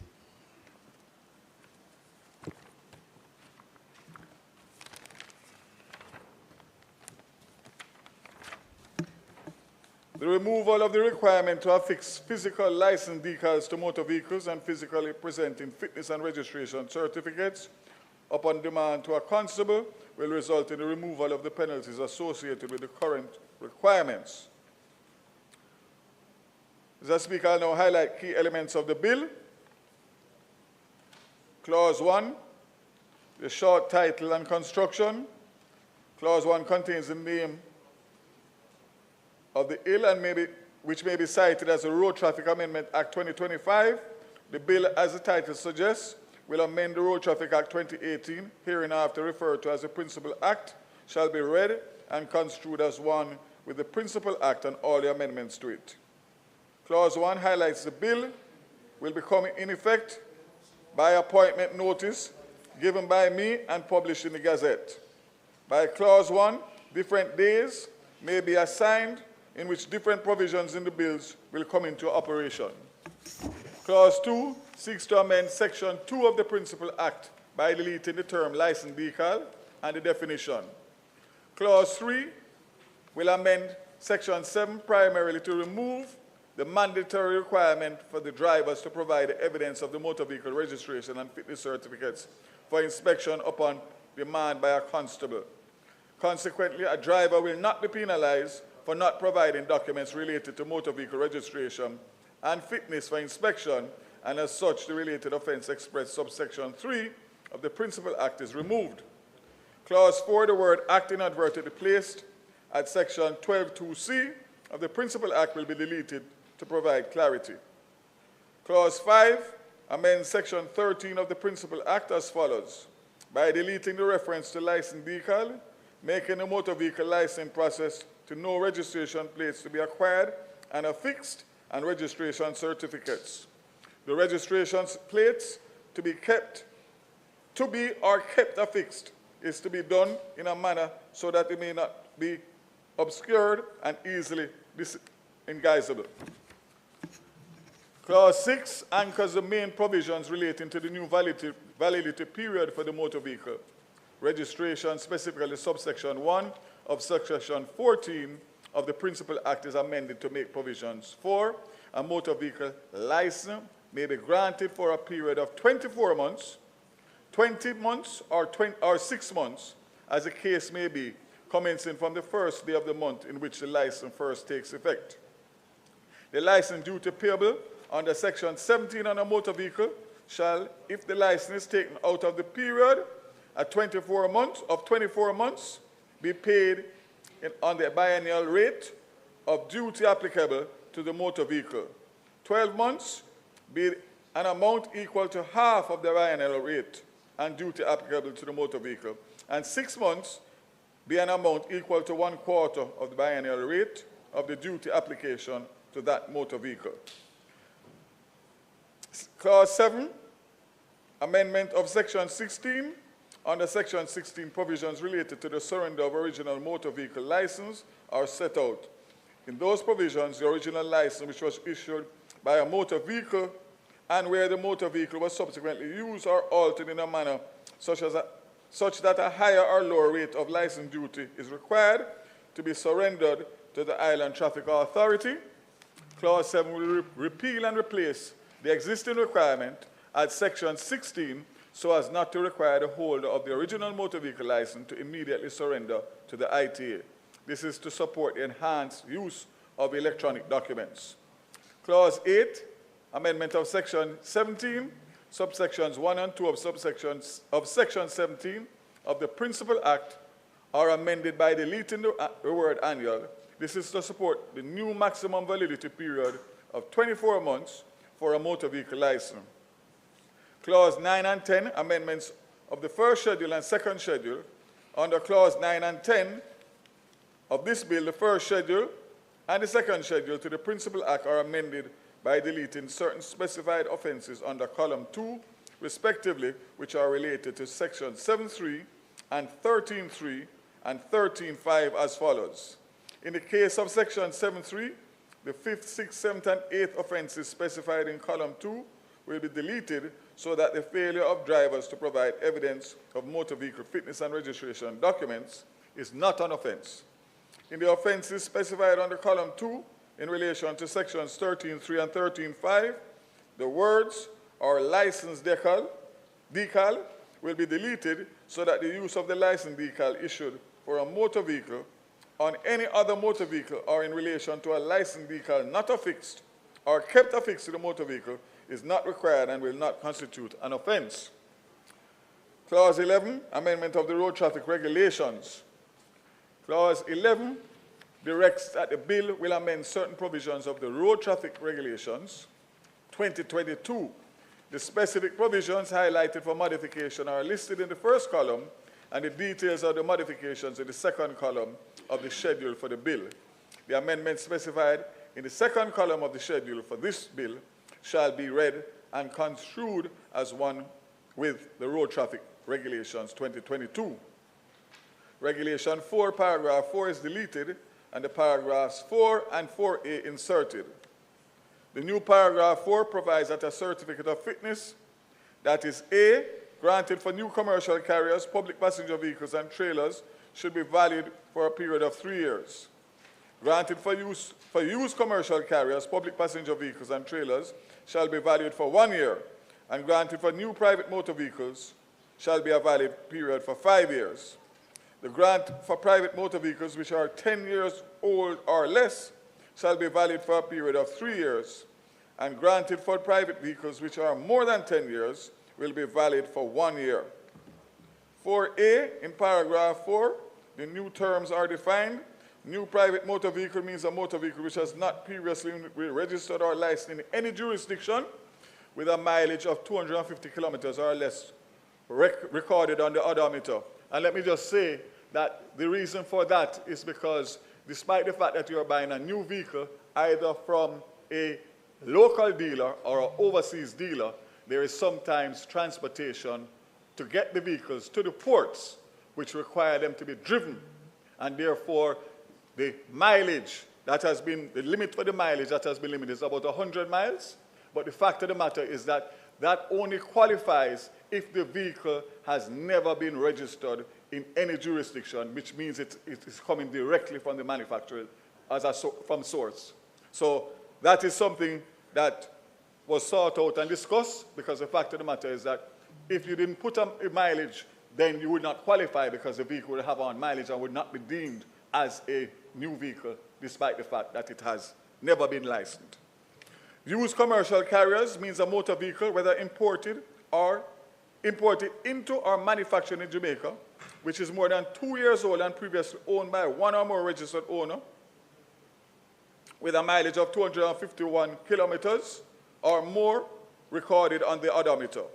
Regulation 7, in Regulation 7, paragraph 7, 5 is deleted.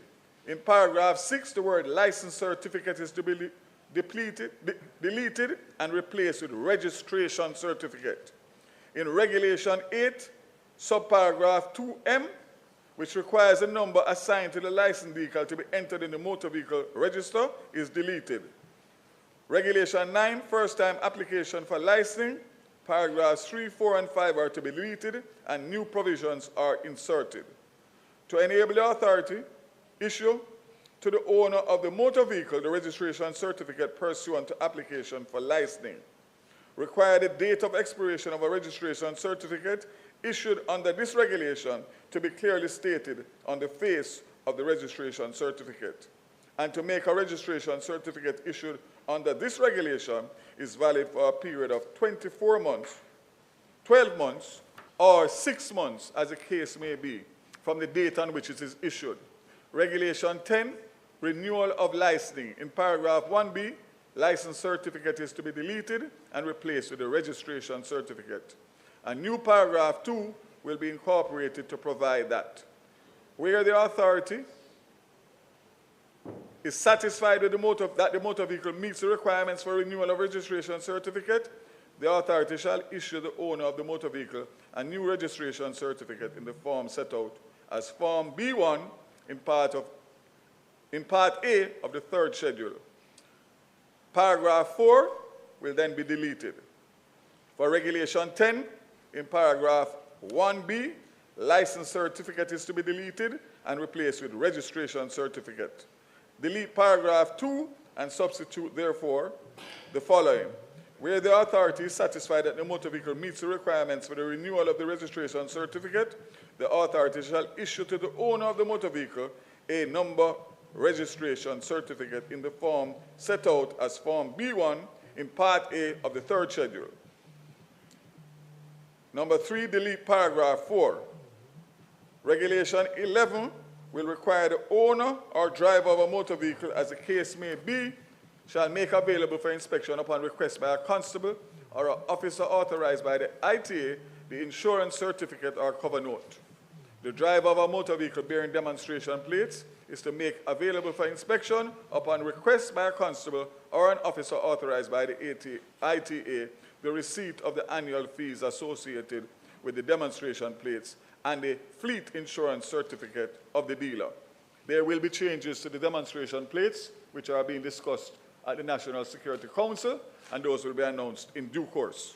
That will be the new regulations for demonstration plates for new and used car dealers. Regulation 12 will be amended to provide that the owner of a driver of a motor vehicle that is registered and licensed shall ensure the registration plates are affixed to the front and back of the motor vehicle so that the characters on the registration plates are upright and in a conspicuous position and are clearly visible from a distance of at least 20 meters. In the case of motorcycle, the owner or driver of the motorcycle shall ensure that the registration plates are affixed to the front and back of the motorcycle as close to centrally positioned as is practicable, so that the characters on the registration plates are upright and in a conspicuous position and clearly visible from a distance of at least 5 meters. In the case of a truck or a trailer, the owner or person in charge of the truck or trailer shall ensure that the registration plates are affixed to the truck on the front and rear thereof, and in the case of the trailer, at the rear only on the vehicle, so that the characters of the registration plates are upright and in a conspicuous position and are clearly visible for a distance of at least 20 meters. A person is prohibited from covering a registration plate or otherwise placing anything over or on such registration plate which obscures the characters of the registration plate or otherwise obscures a registration plate. Under Section 15, In paragraph 1 and 3, license certificate is to be deleted and replaced with registration certificate. Regarding regulation 17, in paragraph 1, the words license certificate will be deleted and substituted with the words registration certificate, and the word original will also be deleted. In paragraph 2, the words license certificate, wherever they occur, will be deleted and substituted in each case with the words registration certificate. At subparagraph 6, the word original will be deleted. At regulation 18, paragraph 1 is amended in the following manner. A, to delete the words license certificate wherever they occur and substitute in each case with the words registration certificate, and delete the words license decal where they occur. Section 20, the marginal note is updated to delete the words license decal, the words license certificate wherever they occur, and substituted in each case with the words registration certificate. Paragraph 2 and the marginal notes are deleted.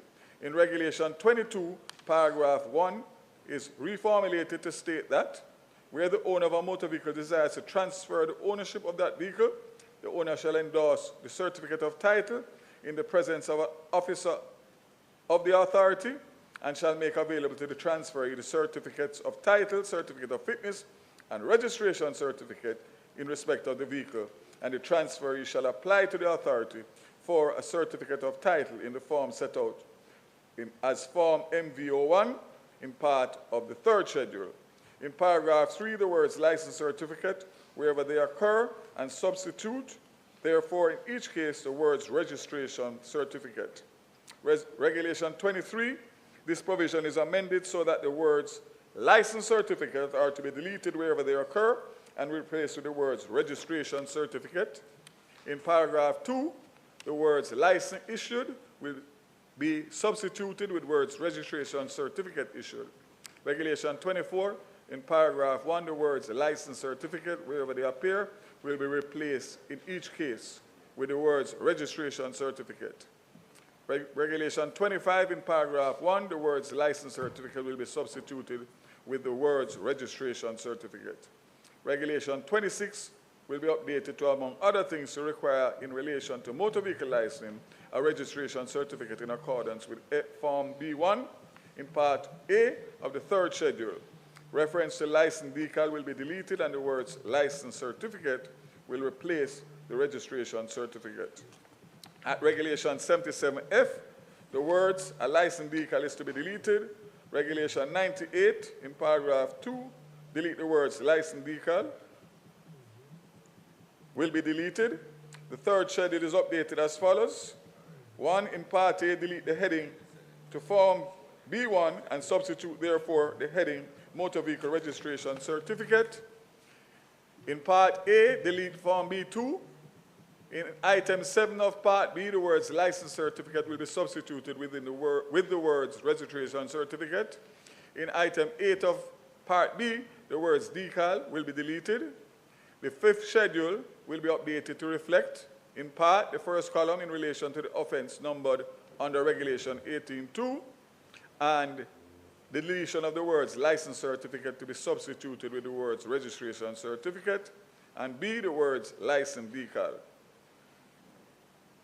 Mr. Speaker, this bill represents a portion of a comprehensive set of matters under consideration for revision of the Road Traffic Act and regulations. The bill represents one element of the steps being taken by the government to improve efficiency, not only with respect to the road matters, but also road traffic and safety generally. I therefore seek the approval of the House for these amendments.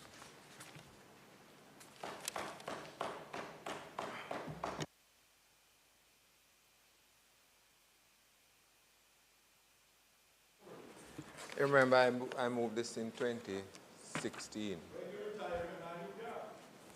That too. Thank you very much, Mr. Speaker.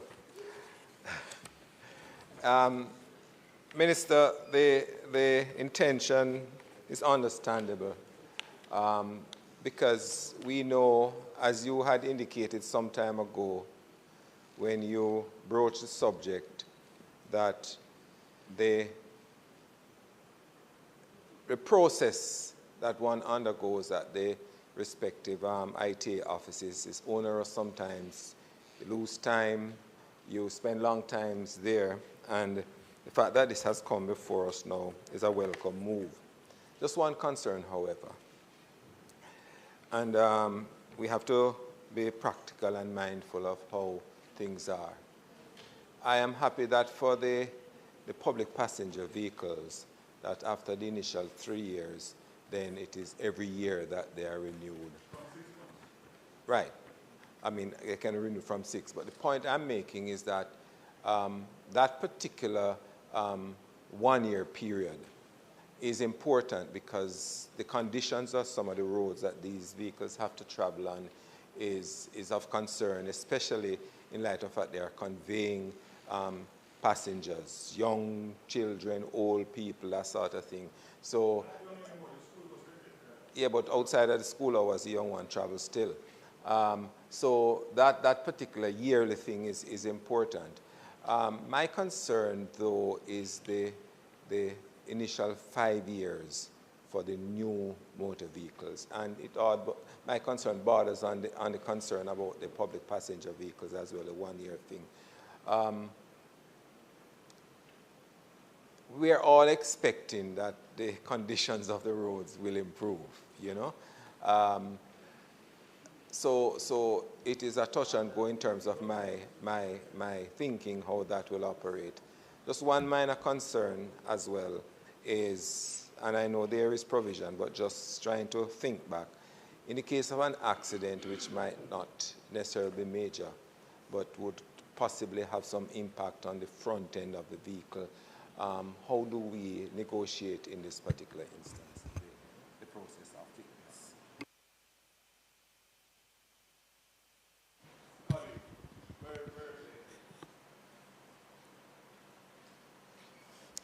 Permission to speak from a seat other than my own.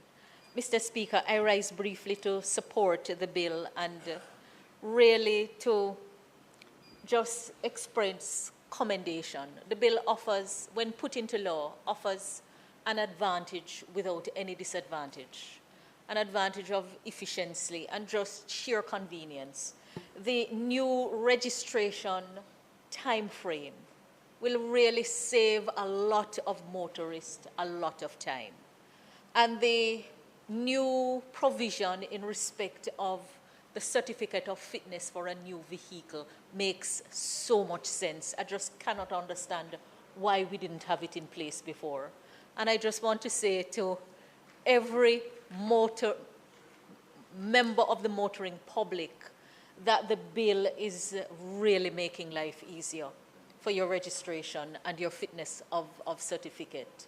And I support it, and I know that it will bring a lot of ease for those who will take advantage of it without any disadvantage to those who will continue on the system that currently exists. Minister, I commend you for moving with haste to address a situation that so many members of the public have asked, why can we not have a longer period for the certificate of fitness for a new motor vehicle? And also, why can we not have a longer registration period for the motor vehicles for those who can take advantage of it? So it's a good day. I wholeheartedly support the amendments being made. Thank you very much, colleague. So, colleague from Central St. Mary, let's start with the public passenger vehicles from 6 months to a year. Take your point 100% in terms of the fact that they are public passenger vehicles. They are traveling much more miles per day with precious cargo of all sorts of Jamaicans. So the ITA and the Transport Authority will still have their part to play, because if they stop a vehicle and they don't deem the vehicle in the condition that they think, they can order it off the road and it has to be inspected and pass. So there's a safeguard for that, and we will be vigilant because of the fact that it is a fact that with the road conditions and everything that goes with it, and the overloading, etc., etc. So you can rest assured that that has been something that has been thought out. So let's go to the new cars. 5 years for certificate of fitness, despite the fact that currently everything is every year. So basically, you're still going to pay the yearly fee for one time that will last you for the 5 years. So you will not be asked to pay for 5 years one time. And the reason for that is very simple. You are only getting a service once. So it would not be fair and equitable to charge 5 years when you really only are buying a receipt on the first time. So I know that my colleague, Minister of Finance, I see her holding her head there. She's not very happy about that, but so may it be. And the second thing is that I want to mention to you is that on the market now, with the competition that is there are vehicles with 8-year warranty. So before, when I was a youngster, it used to be 2-year warranty. As a matter of fact, I think it started from 1-year warranty and X amount of miles.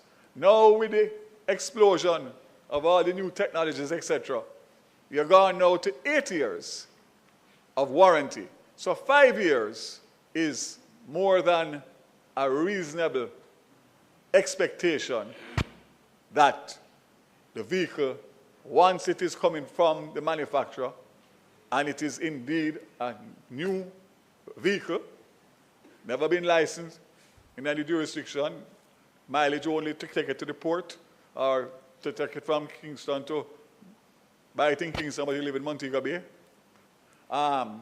So the 5 years I'm not concerned about. Again, if it meets an accident or whatever, there are safeguards with the insurance company, with the ITA, that you stop the car, you always have the right to order it for inspection. So I take your point, and as I said before, especially with the public passenger, the 1 year was a discussion, but we figured in terms of doing everything, it would be not equitable to at least make an adjustment so that all sectors and all classifications of vehicles benefit from this new innovative system. Minister, I support what you're doing, but you turned to your colleague in front of me. You said she was holding her head. It obviously has revenue implications for the ITA, which I believe is a self-financing entity. So the question is there going to be a requirement from the central budget to supplement the income that the ITA will lose from the annual revenues that it would collect from the registration of vehicles? And from your estimation, to what would that figure look like? Some rough calculations. We have asked for all the data to come in. As far as new cars are concerned, the last 2 years, about 10,000 new cars between dealers and individual importers of new cars. So you multiply 4 years, $18,000 for 4 years, times it in about 180 million over 4 years. So there is a gap there, but as I said, based on the preliminaries, it's not something that will cause us to have any major issue. Thank you. Minister, you want to conclude the debate?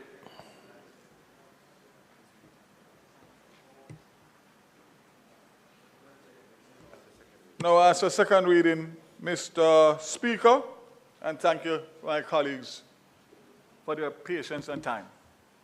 The question is that the bill be read a second time. Those in favor? Those against, the ayes have it.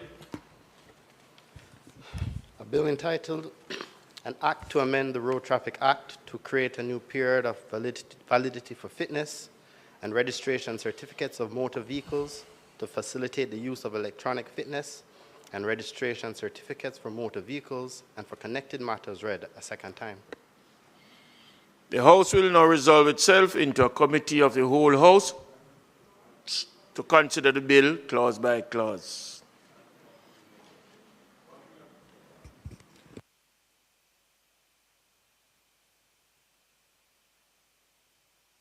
Clauses 1 to 11.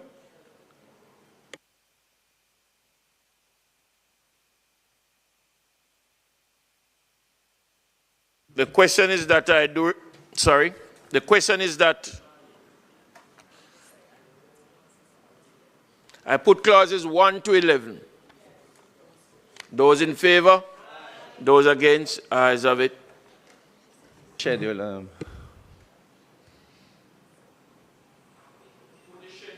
Yeah. Chairman, I just have a slight change to the definition of new private motor vehicle. An amendment. Colleagues, just listen to this. It says a new motor vehicle means a motor vehicle which has not been previously registered or licensed with a mileage of 250 kilometers or less recorded on the odometer. One of the understanding is that what I would like to propose is that the definition should means a motor vehicle which is being registered or licensed in the year of its manufacture. So I would like the definition for new. That's the point. No. No. I did confer, you know. What it is saying, you see, my proposal is that a new private motor vehicle means a motor vehicle which is being registered or licensed in the year of its manufacture. And the basis. If motor vehicles sometimes come out a year before, so if that definition will cause a problem, if in 2025 you can have a 2026 model and it is being registered in 2025, so that alone would make that definition problematic.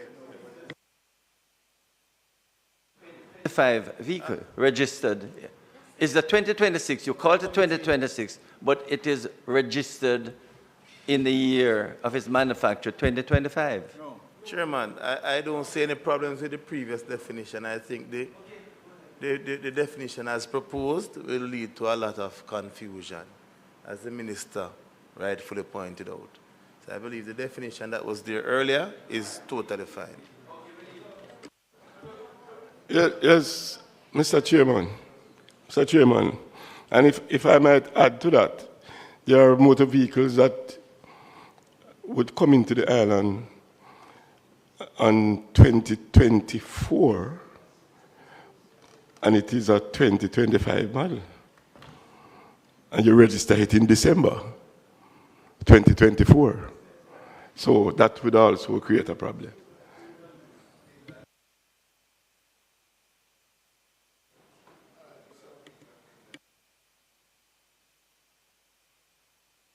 Chairman, we put the schedule. What's the next clause? I put the schedule. Those in favor? Those against? Ayes have it. I put the title and enacting clause. Those in favor? Those against? Ayes have it.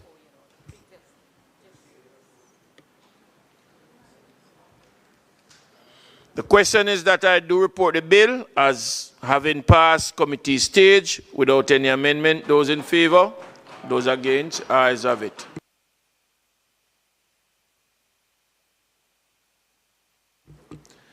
I do report the bill as having passed committee stage without any amendment. Minister.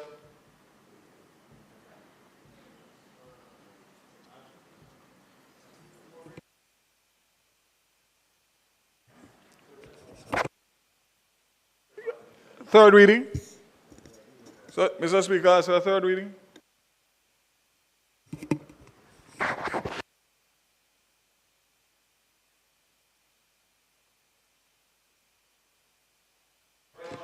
The question is that the bill be read a third time. Those in favor? Those against? An act to amend the Road Traffic Act to create a new period of validity for fitness and registration certificates of motor vehicles to facilitate the use of electronic fitness and registration certificates for motor vehicles and for connected matters read a third time and passed.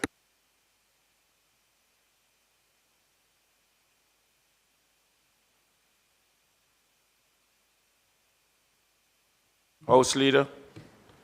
Mr. Speaker, I beg to move for the recommittal of announcements, reports from committees, and notices of motions given orally to facilitate the PAC's report and subsequent debate of the first supplementary estimate, PAAC.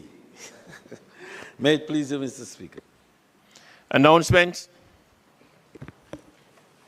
Also laid on the table of the House is the report of the Public Administration and Appropriations Committee on its deliberations on the first supplementary estimates of expenditure for the financial year ending March 31, 2026.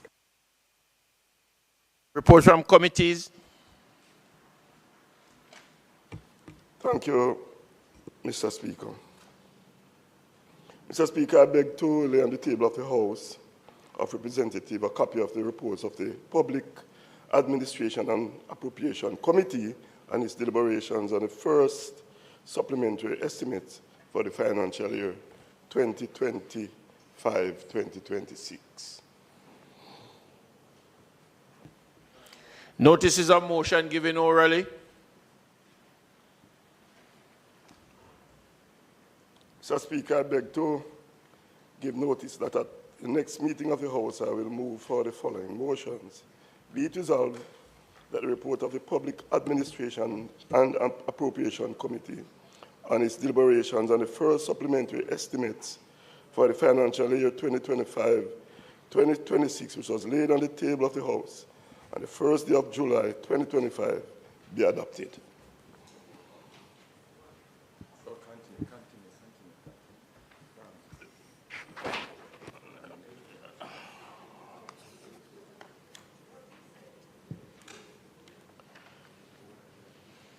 Mr. Speaker, I further beg to give notice that at a later stage today, I will move for the suspension of standing orders to enable me to take this motion.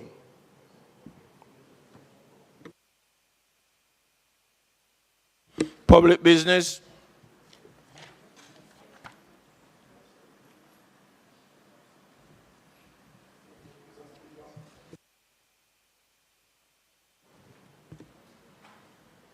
Thank you, Mr. Speaker. Mr. Speaker, I now move for the suspension of the standing orders to enable me to take the motion, notice of which I gave earlier.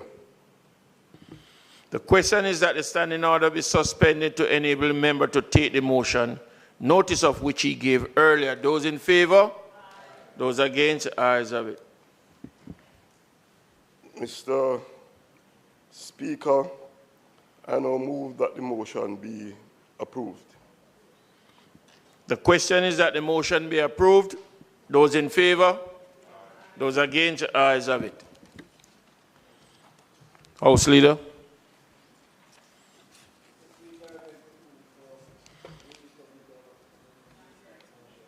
Orally, please, Mike. Mr. Speaker, I beg to move for the recommittal of the item notices of motions given orally. Notices of motion given orally. Mr. Speaker, I beg to give notice that at the next meeting of the House, I will move, be it resolved that the first supplementary estimates for the financial year 2025-2026, which was laid on the table of the House on the first day of July 2025, be referred to the Standing Finance Committee of the whole House of Representatives, consisting of all the members of the House for consideration and report. And to be it further resolved that the committee, during its deliberations, take into account the recommendations contained in the report of the report of the Public Administration and Appropriations Committee on its deliberations on the first supplementary estimates for the financial year 2025-2026, which was laid on the table of the House on the first day of July 2025. Mr. Speaker, I further beg to give notice that at a later stage today, I will move for the suspension of the standing orders to enable me to take this motion. Public business.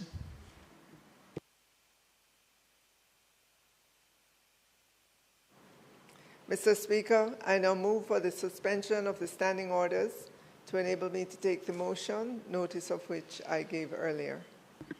The question is that the standing order be suspended to enable the minister to take the motion, notice of which he gave earlier. Those in favor? Those against? The ayes have it.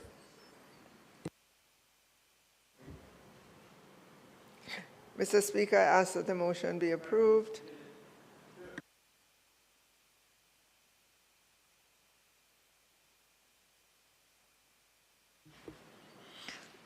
The question is that the motion be approved. Those in favor? Aye.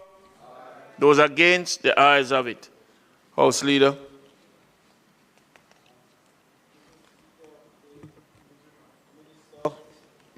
Of Agriculture and Fisheries. No? But they make the motion. This is where we are. Yes. This is where we are. Yes. Mr. Speaker, I beg for suspension of the sitting to allow for the Standing Finance Committee to be convened. May it please you, Mr. Speaker. The question is that the meeting of the House be suspended for the Standing Finance Committee to meet to consider the first supplementary estimate for the financial year 2025-2026. Those in favor? Those against? The ayes have it.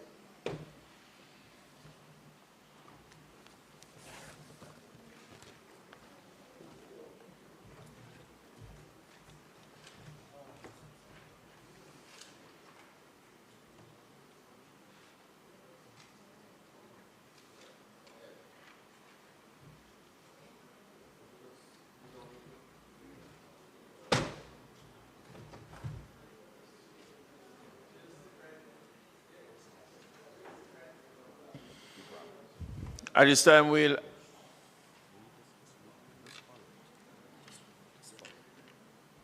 the Standing Finance of the House of Representatives, consisting of all members of the House, is now convened. We will ask Member Robert Miller, St. Catherine Southeast member, to pray.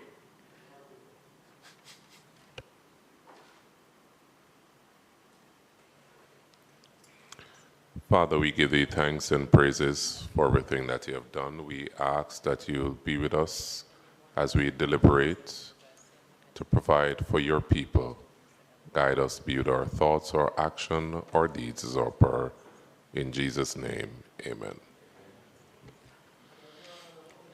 Members, you would have remembered that on the first day of July 2025, the House of Representatives by resolution referred the first supplementary estimates for the financial year 2025-2026 to the Public Administration and Appropriations Committee of the House for consideration and report.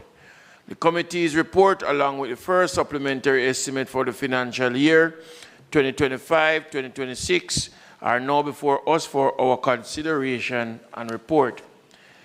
This committee is now ready to start its deliberations, and I ask the House Leader to inform us how we will proceed.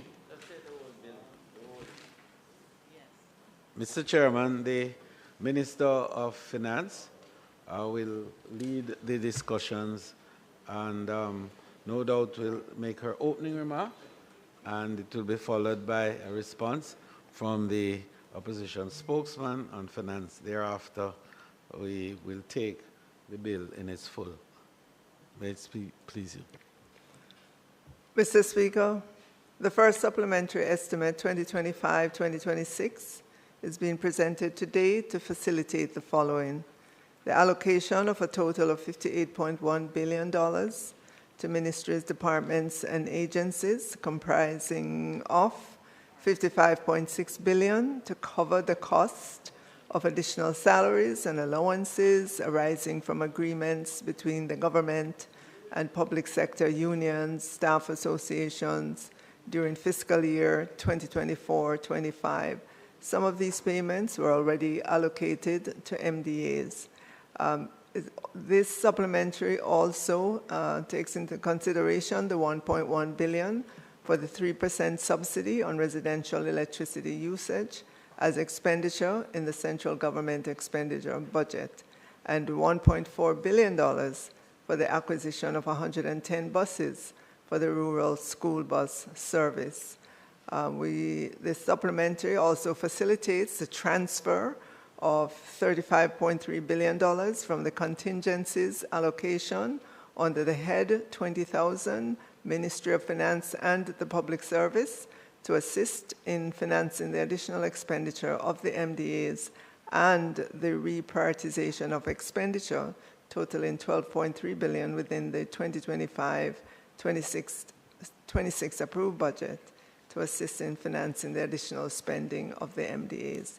Mr. Speaker, of the amounts mentioned, approximately $48.1 billion of the commitments is accounted for under the spending category compensation of employees and includes $23.6 billion advancement along the substantive salary bands for eligible central government employees with effect from April 1, 2025 under agreement reached with the Jamaica Confederation of Trade Unions, JCTU. It is called in the the employees general, the central government employees refer to it as movement along the salary band. And it's also called the increments, and the workers will be getting anywhere from 1 to 3 increments. There's also in this, Mr. Speaker, $16.3 billion for extra hours worked, and that's arrears and new rates payable for employees who perform approved hours of work beyond their scheduled weekly work time with effect from August 1, 2024. Of this $16.3 billion being requested, approximately $5.8 billion relates to the Ministry of Health and Wellness, including the Bellevue Hospital. $2.5 billion represents new rate only for the fire brigade under the Ministry of Local Government, and $5.3 billion for the police department based on current levels of spending. There's also $5.6 billion of salary arrears. $3.6 billion of that was due to the medical consultants. And as I said earlier on, some of these have already been paid. $195 million to paramedics and psychiatric nurse aides, and $1.7 billion to correctional officers. There's also $2.3 billion for uniform allowance, and that includes arrears and new rate payable under the new uniform policy and applicable with effect from April 1, 2024, to all public sector employees who are required to be uniformed as determined by the ministries, department, agencies, and public bodies. And these employees will be assigned to one of 4 categories with allowances ranging from $135,000 to $145,000 per year. There's also $2.3 billion going to the Ministry of Health and Wellness, and it is noted that the Ministry of Health and Wellness employees who are entitled to uniform allowance account for 12 of the 16 groups that make up the 2 largest categories of employees covered by the union policy. Additionally, Mr. Speaker, there's another $10 billion that has been allocated. 4.7 of that goes to UHWI, of which $2.8 billion relates to arrears and new rates for medical consultants. Again, some of this has already been paid. $1.1 billion for arrears and new rates for extra hours worked. $625 million for salary advancement, and $136 million for arrears and new rates for uniforms. UTEC, $1.4 billion, representing the second tranche payment under the parity agreement that implemented new salary arrangements at the institution.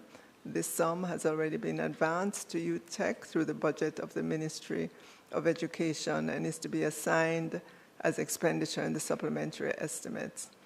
There are other commitments I mentioned earlier, the $1.145 billion subsidy on residential electricity. This was initially intended to be deducted from the GCT payments due from JPS. However, that way of doing it is not possible. Therefore, we had to do it. We have to ask JPS to make the full payment of GCT, and then through the expenditure, reimburse them for the subsidy. And then, of course, the $1.4 billion acquisition of the 110 buses for the rural school bus service, and this was based on cabinet decision dated June 2, 2025. And you know, Mr. Speaker, that those buses are coming. Many of them are here already, and more are on the way. There's also $534 million mileage and taxi allowance, and that is for arrears and new rates based on agreement reached in fiscal 2024-25. So those are the some of the major numbers in the supplementary. There will be a redirection of funds in order to continue to have the balanced budget for this supplementary. Thank you, Mr. Speaker. Minister, I just have a couple of questions. I'm going to deal with the first set.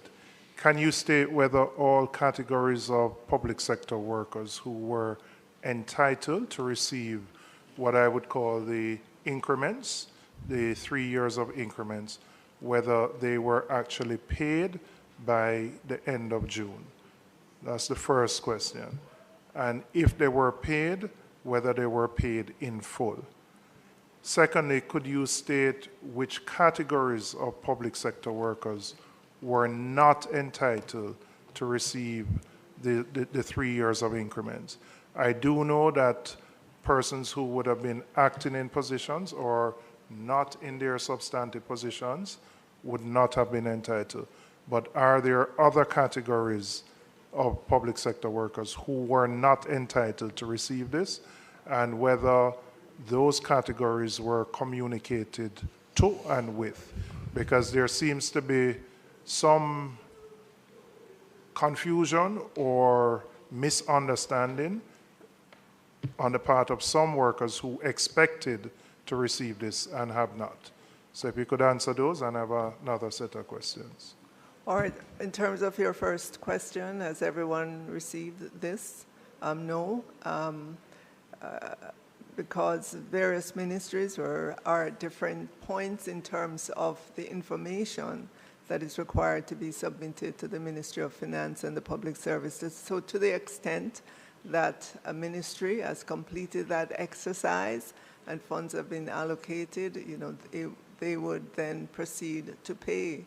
If they've not completed putting together the information on the employees or eligible for this, because remember there are 3 categories for these increments, depending on when you entered the service and how long you've been there. Right? There are 3 different categories for that. So can I just follow up on that then?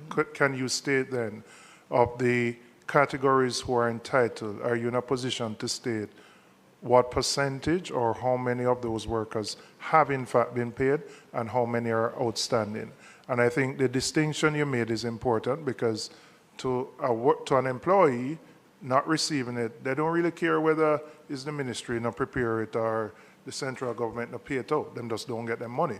And I think it's important for that communication to be there, because I know there is some unease among people who expected to get by the end of June as per the agreement with the unions, and they are yet to receive. Well, I know that the bulk of persons would have received based on the warrants that were given to the MDAs. Again, as I said earlier on, the ministries are at different levels in terms of their information, their HR information. There are some ministries that are on the My HR Plus system, and they were able to submit their information right away. Persons were paid. There are others who, despite their efforts over the years, they're not there yet. So it takes them a lot more time to compile this information.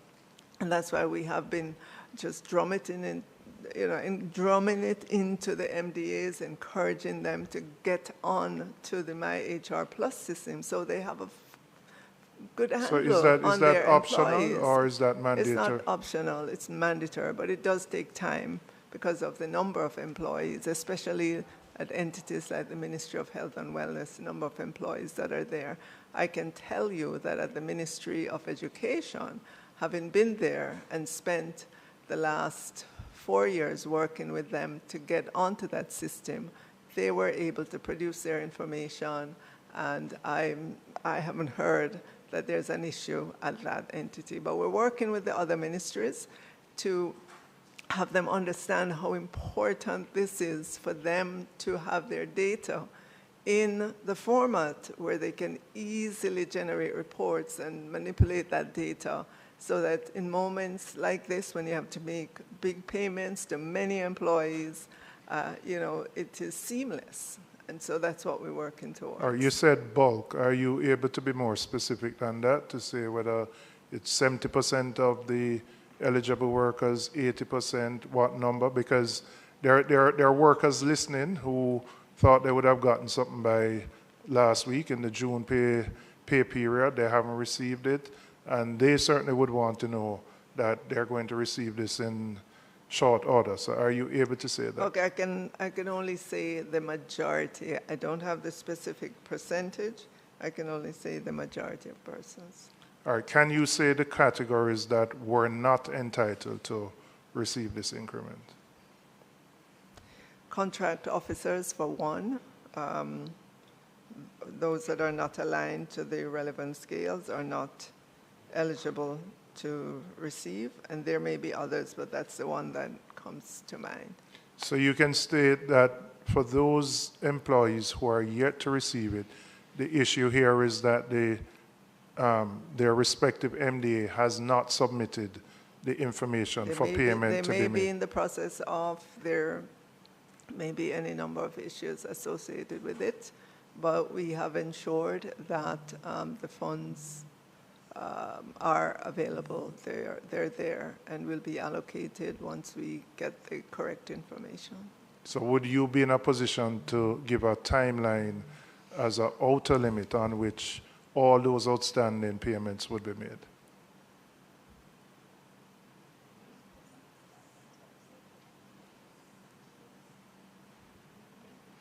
I'll just wait a word from the Financial Secretary.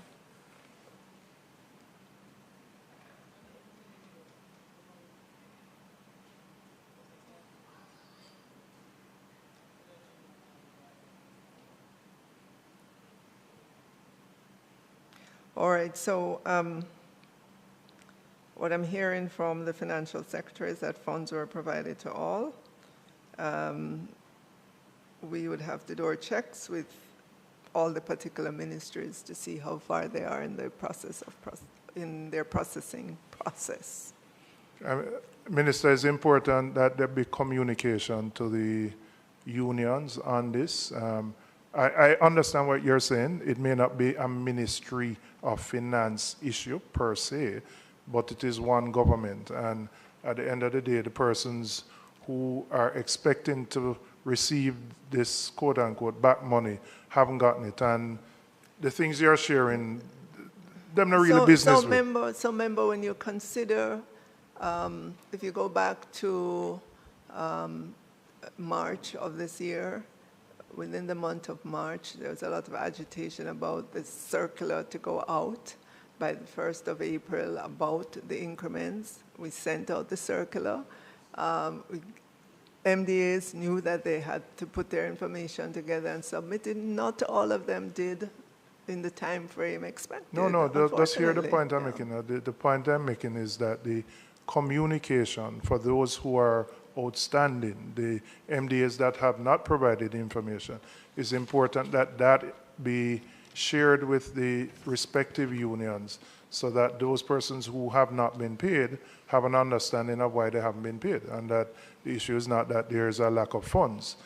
But as I said, it is one government, and at the end of the day, they need to at least have a time frame by which they believe the outstanding payments would be made.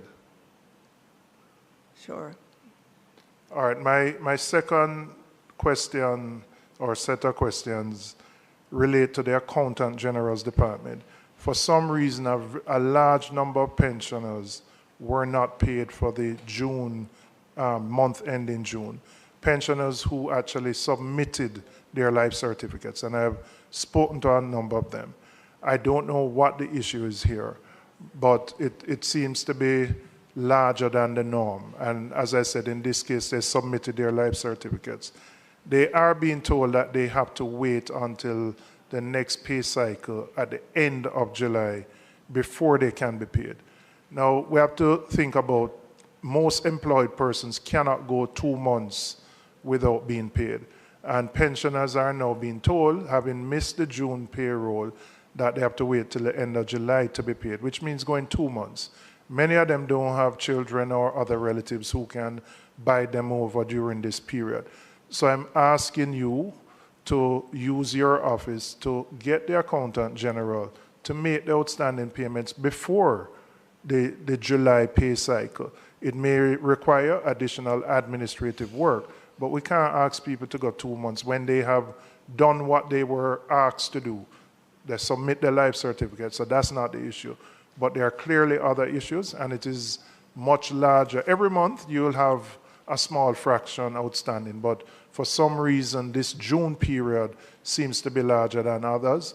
I don't believe the issue here is lack of funding to the Accountant General's Department, but whatever it is, a lot of pensioners have not been paid. There hasn't been communication, and being told to wait to the end of July is really not satisfactory, a satisfactory response to that particular issue. Member, I agree with you that if that's the case, then it's not satisfactory for our pensioners to wait until the next pay cycle. To be honest, I had not heard of this en masse until you mentioned it, so this is something I'll jump on and investigate. Yes, every month I may get a WhatsApp from 1 or 2 persons saying I have not received my pension payment, and of course I ensure that the respective department or entity respond to it. But it sounds as if you're saying more than the norm, and so I will definitely I mean, get on top of that. There was something on TVJ News last night, I believe on radio earlier. As I said, it is beyond the norm. You always operate with a very small fraction who may have issues, but I have spoken to a couple who submitted, got their receipts, so they have the receipts of their life certificate in hand, and for whatever reason they haven't been paid, and they simply don't have the funds to wait till the end of July to be paid. I agree, member, it's unacceptable. Those are my questions. I don't know if colleagues have. Yes, colleagues have. Yes, Chairman, I just wanted to understand the Minister in relation to the JPSCO. You said that they collected the GCT and paid it over to the government, and then you reimburse them the 3% rebate. So where would the consumer fit in this? Because would JPSCO have collected from them this 7% in their bills? Because I thought what would have occurred is that as of the 1st of May, they would be getting a 3% benefit rather than being taxed the 7% GCT. So the subsidy that the customers are getting would have been paid on the JPS system, so they would see it reflected in their bills. JPS in turn would have deducted it from whatever their remittance is to the government. That was how initially we thought it was going to work. But since then, we recognize that it cannot be done that way. So in fact, whatever GCT JPS collects on bills, it has to remit 100% of that, and then in turn, we will reimburse them for the subsidy. And this amount is to take us to the end of the financial year? Yes.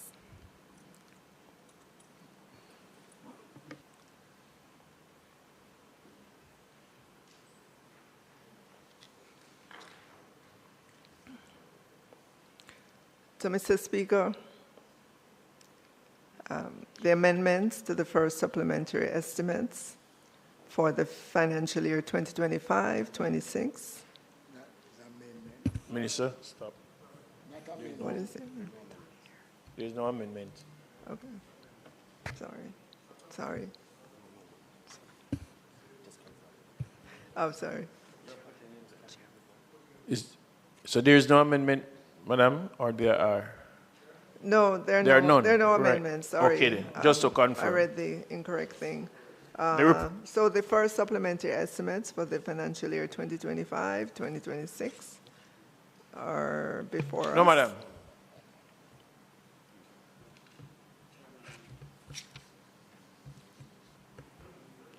The report of the Standing Finance Committee of the whole House of Representatives, consisting of all members of the House on the first supplementary estimates for the financial year 2025-2026, is before me.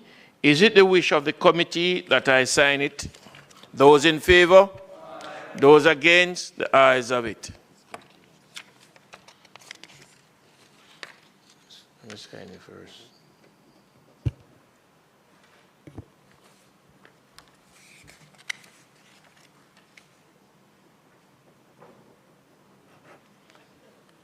This committee now stands adjourned.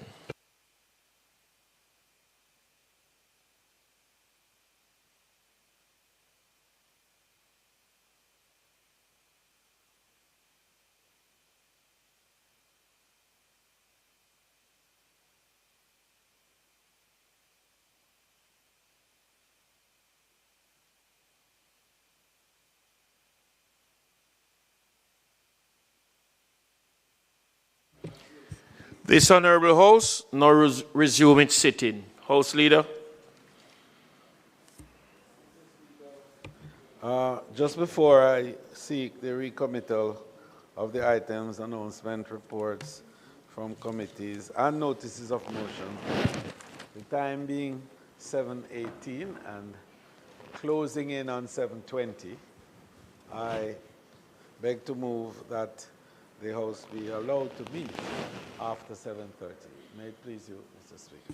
The question is that the time being 7:20, almost 7:20 p.m., I put that the House be allowed to sit beyond 7:30 p.m. to complete the business of the day. Those in favor?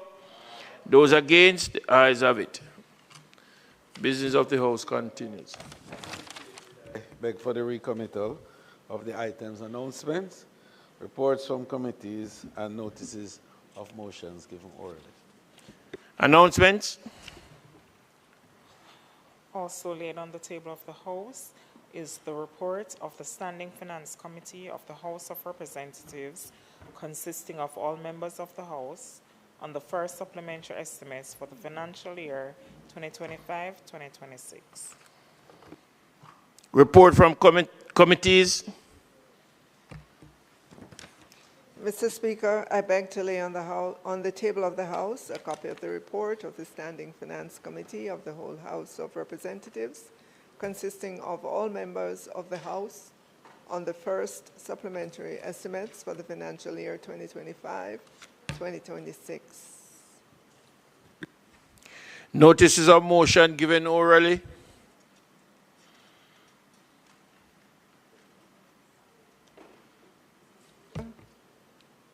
Mr. Speaker, I beg to give notice that at the next meeting of the House, I will move, be it resolved that the report of the Standing Finance Committee of the whole House of Representatives, consisting of all members of the House, on the first supplementary estimates for the financial year 2025-26, which was laid on the table of the House on the first day of July 2025, be adopted.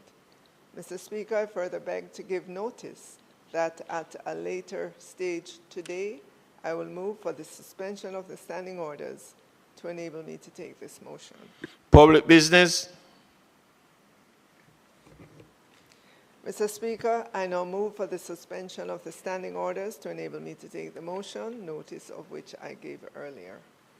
The question is that the standing order be suspended to enable the minister to take the motion, notice of which he gave earlier. Those in favor? Those against? The ayes have it.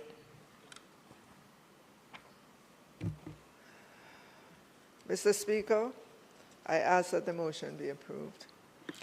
The question is that the motion be approved. Those in favor? Those against? The ayes have it.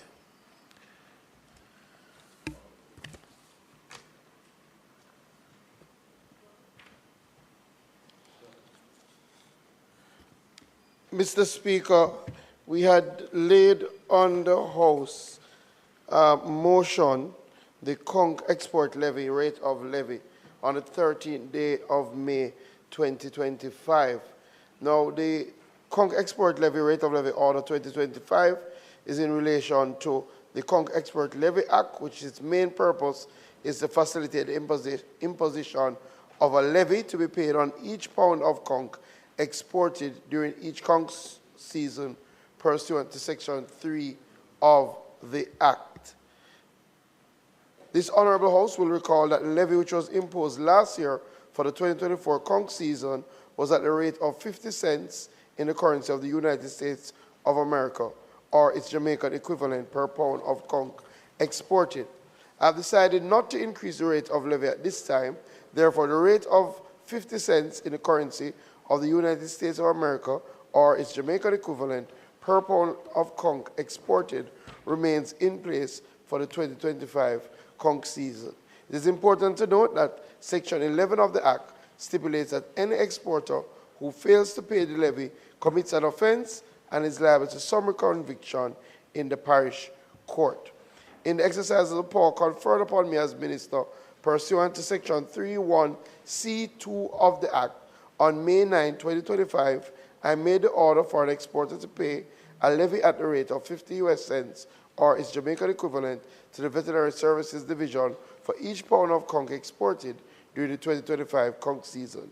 The object of the order pursuant to Section 3 of the Act is to legally require a person who proposes to export or who exports conch to pay to the Veterinary Services Division a levy of 50 cents in the currency of the United States of America, or the equivalent in Jamaican currency, for each pound of conch exported during the 2025 conch fishing season. In the circumstances, given the matters highlighted, I ask that this Honourable House for its full support in affirming by resolution the conch export levy, rate of levy order. I now ask that the motion, notice of which was given on the 13th day of May 2025, be approved. The question is that the motion be approved. Those in favor? Those against? Ayes have it. House Leader. Mr. Speaker, it's not intended to do any further business today. I therefore move that the House be adjourned for a date to be fixed. The question is that the House do adjourn now for a date to be fixed. Those in favor? Those against? Ayes have it. The House now stands adjourned.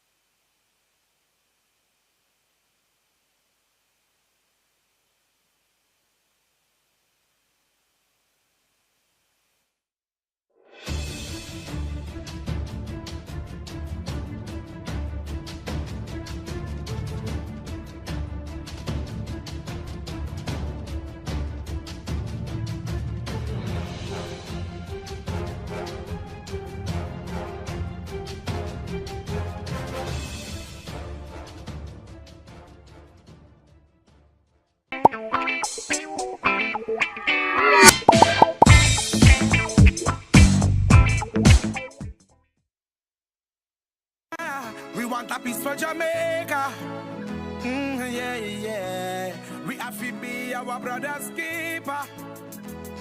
Yeah, yeah, yeah. Jamaica.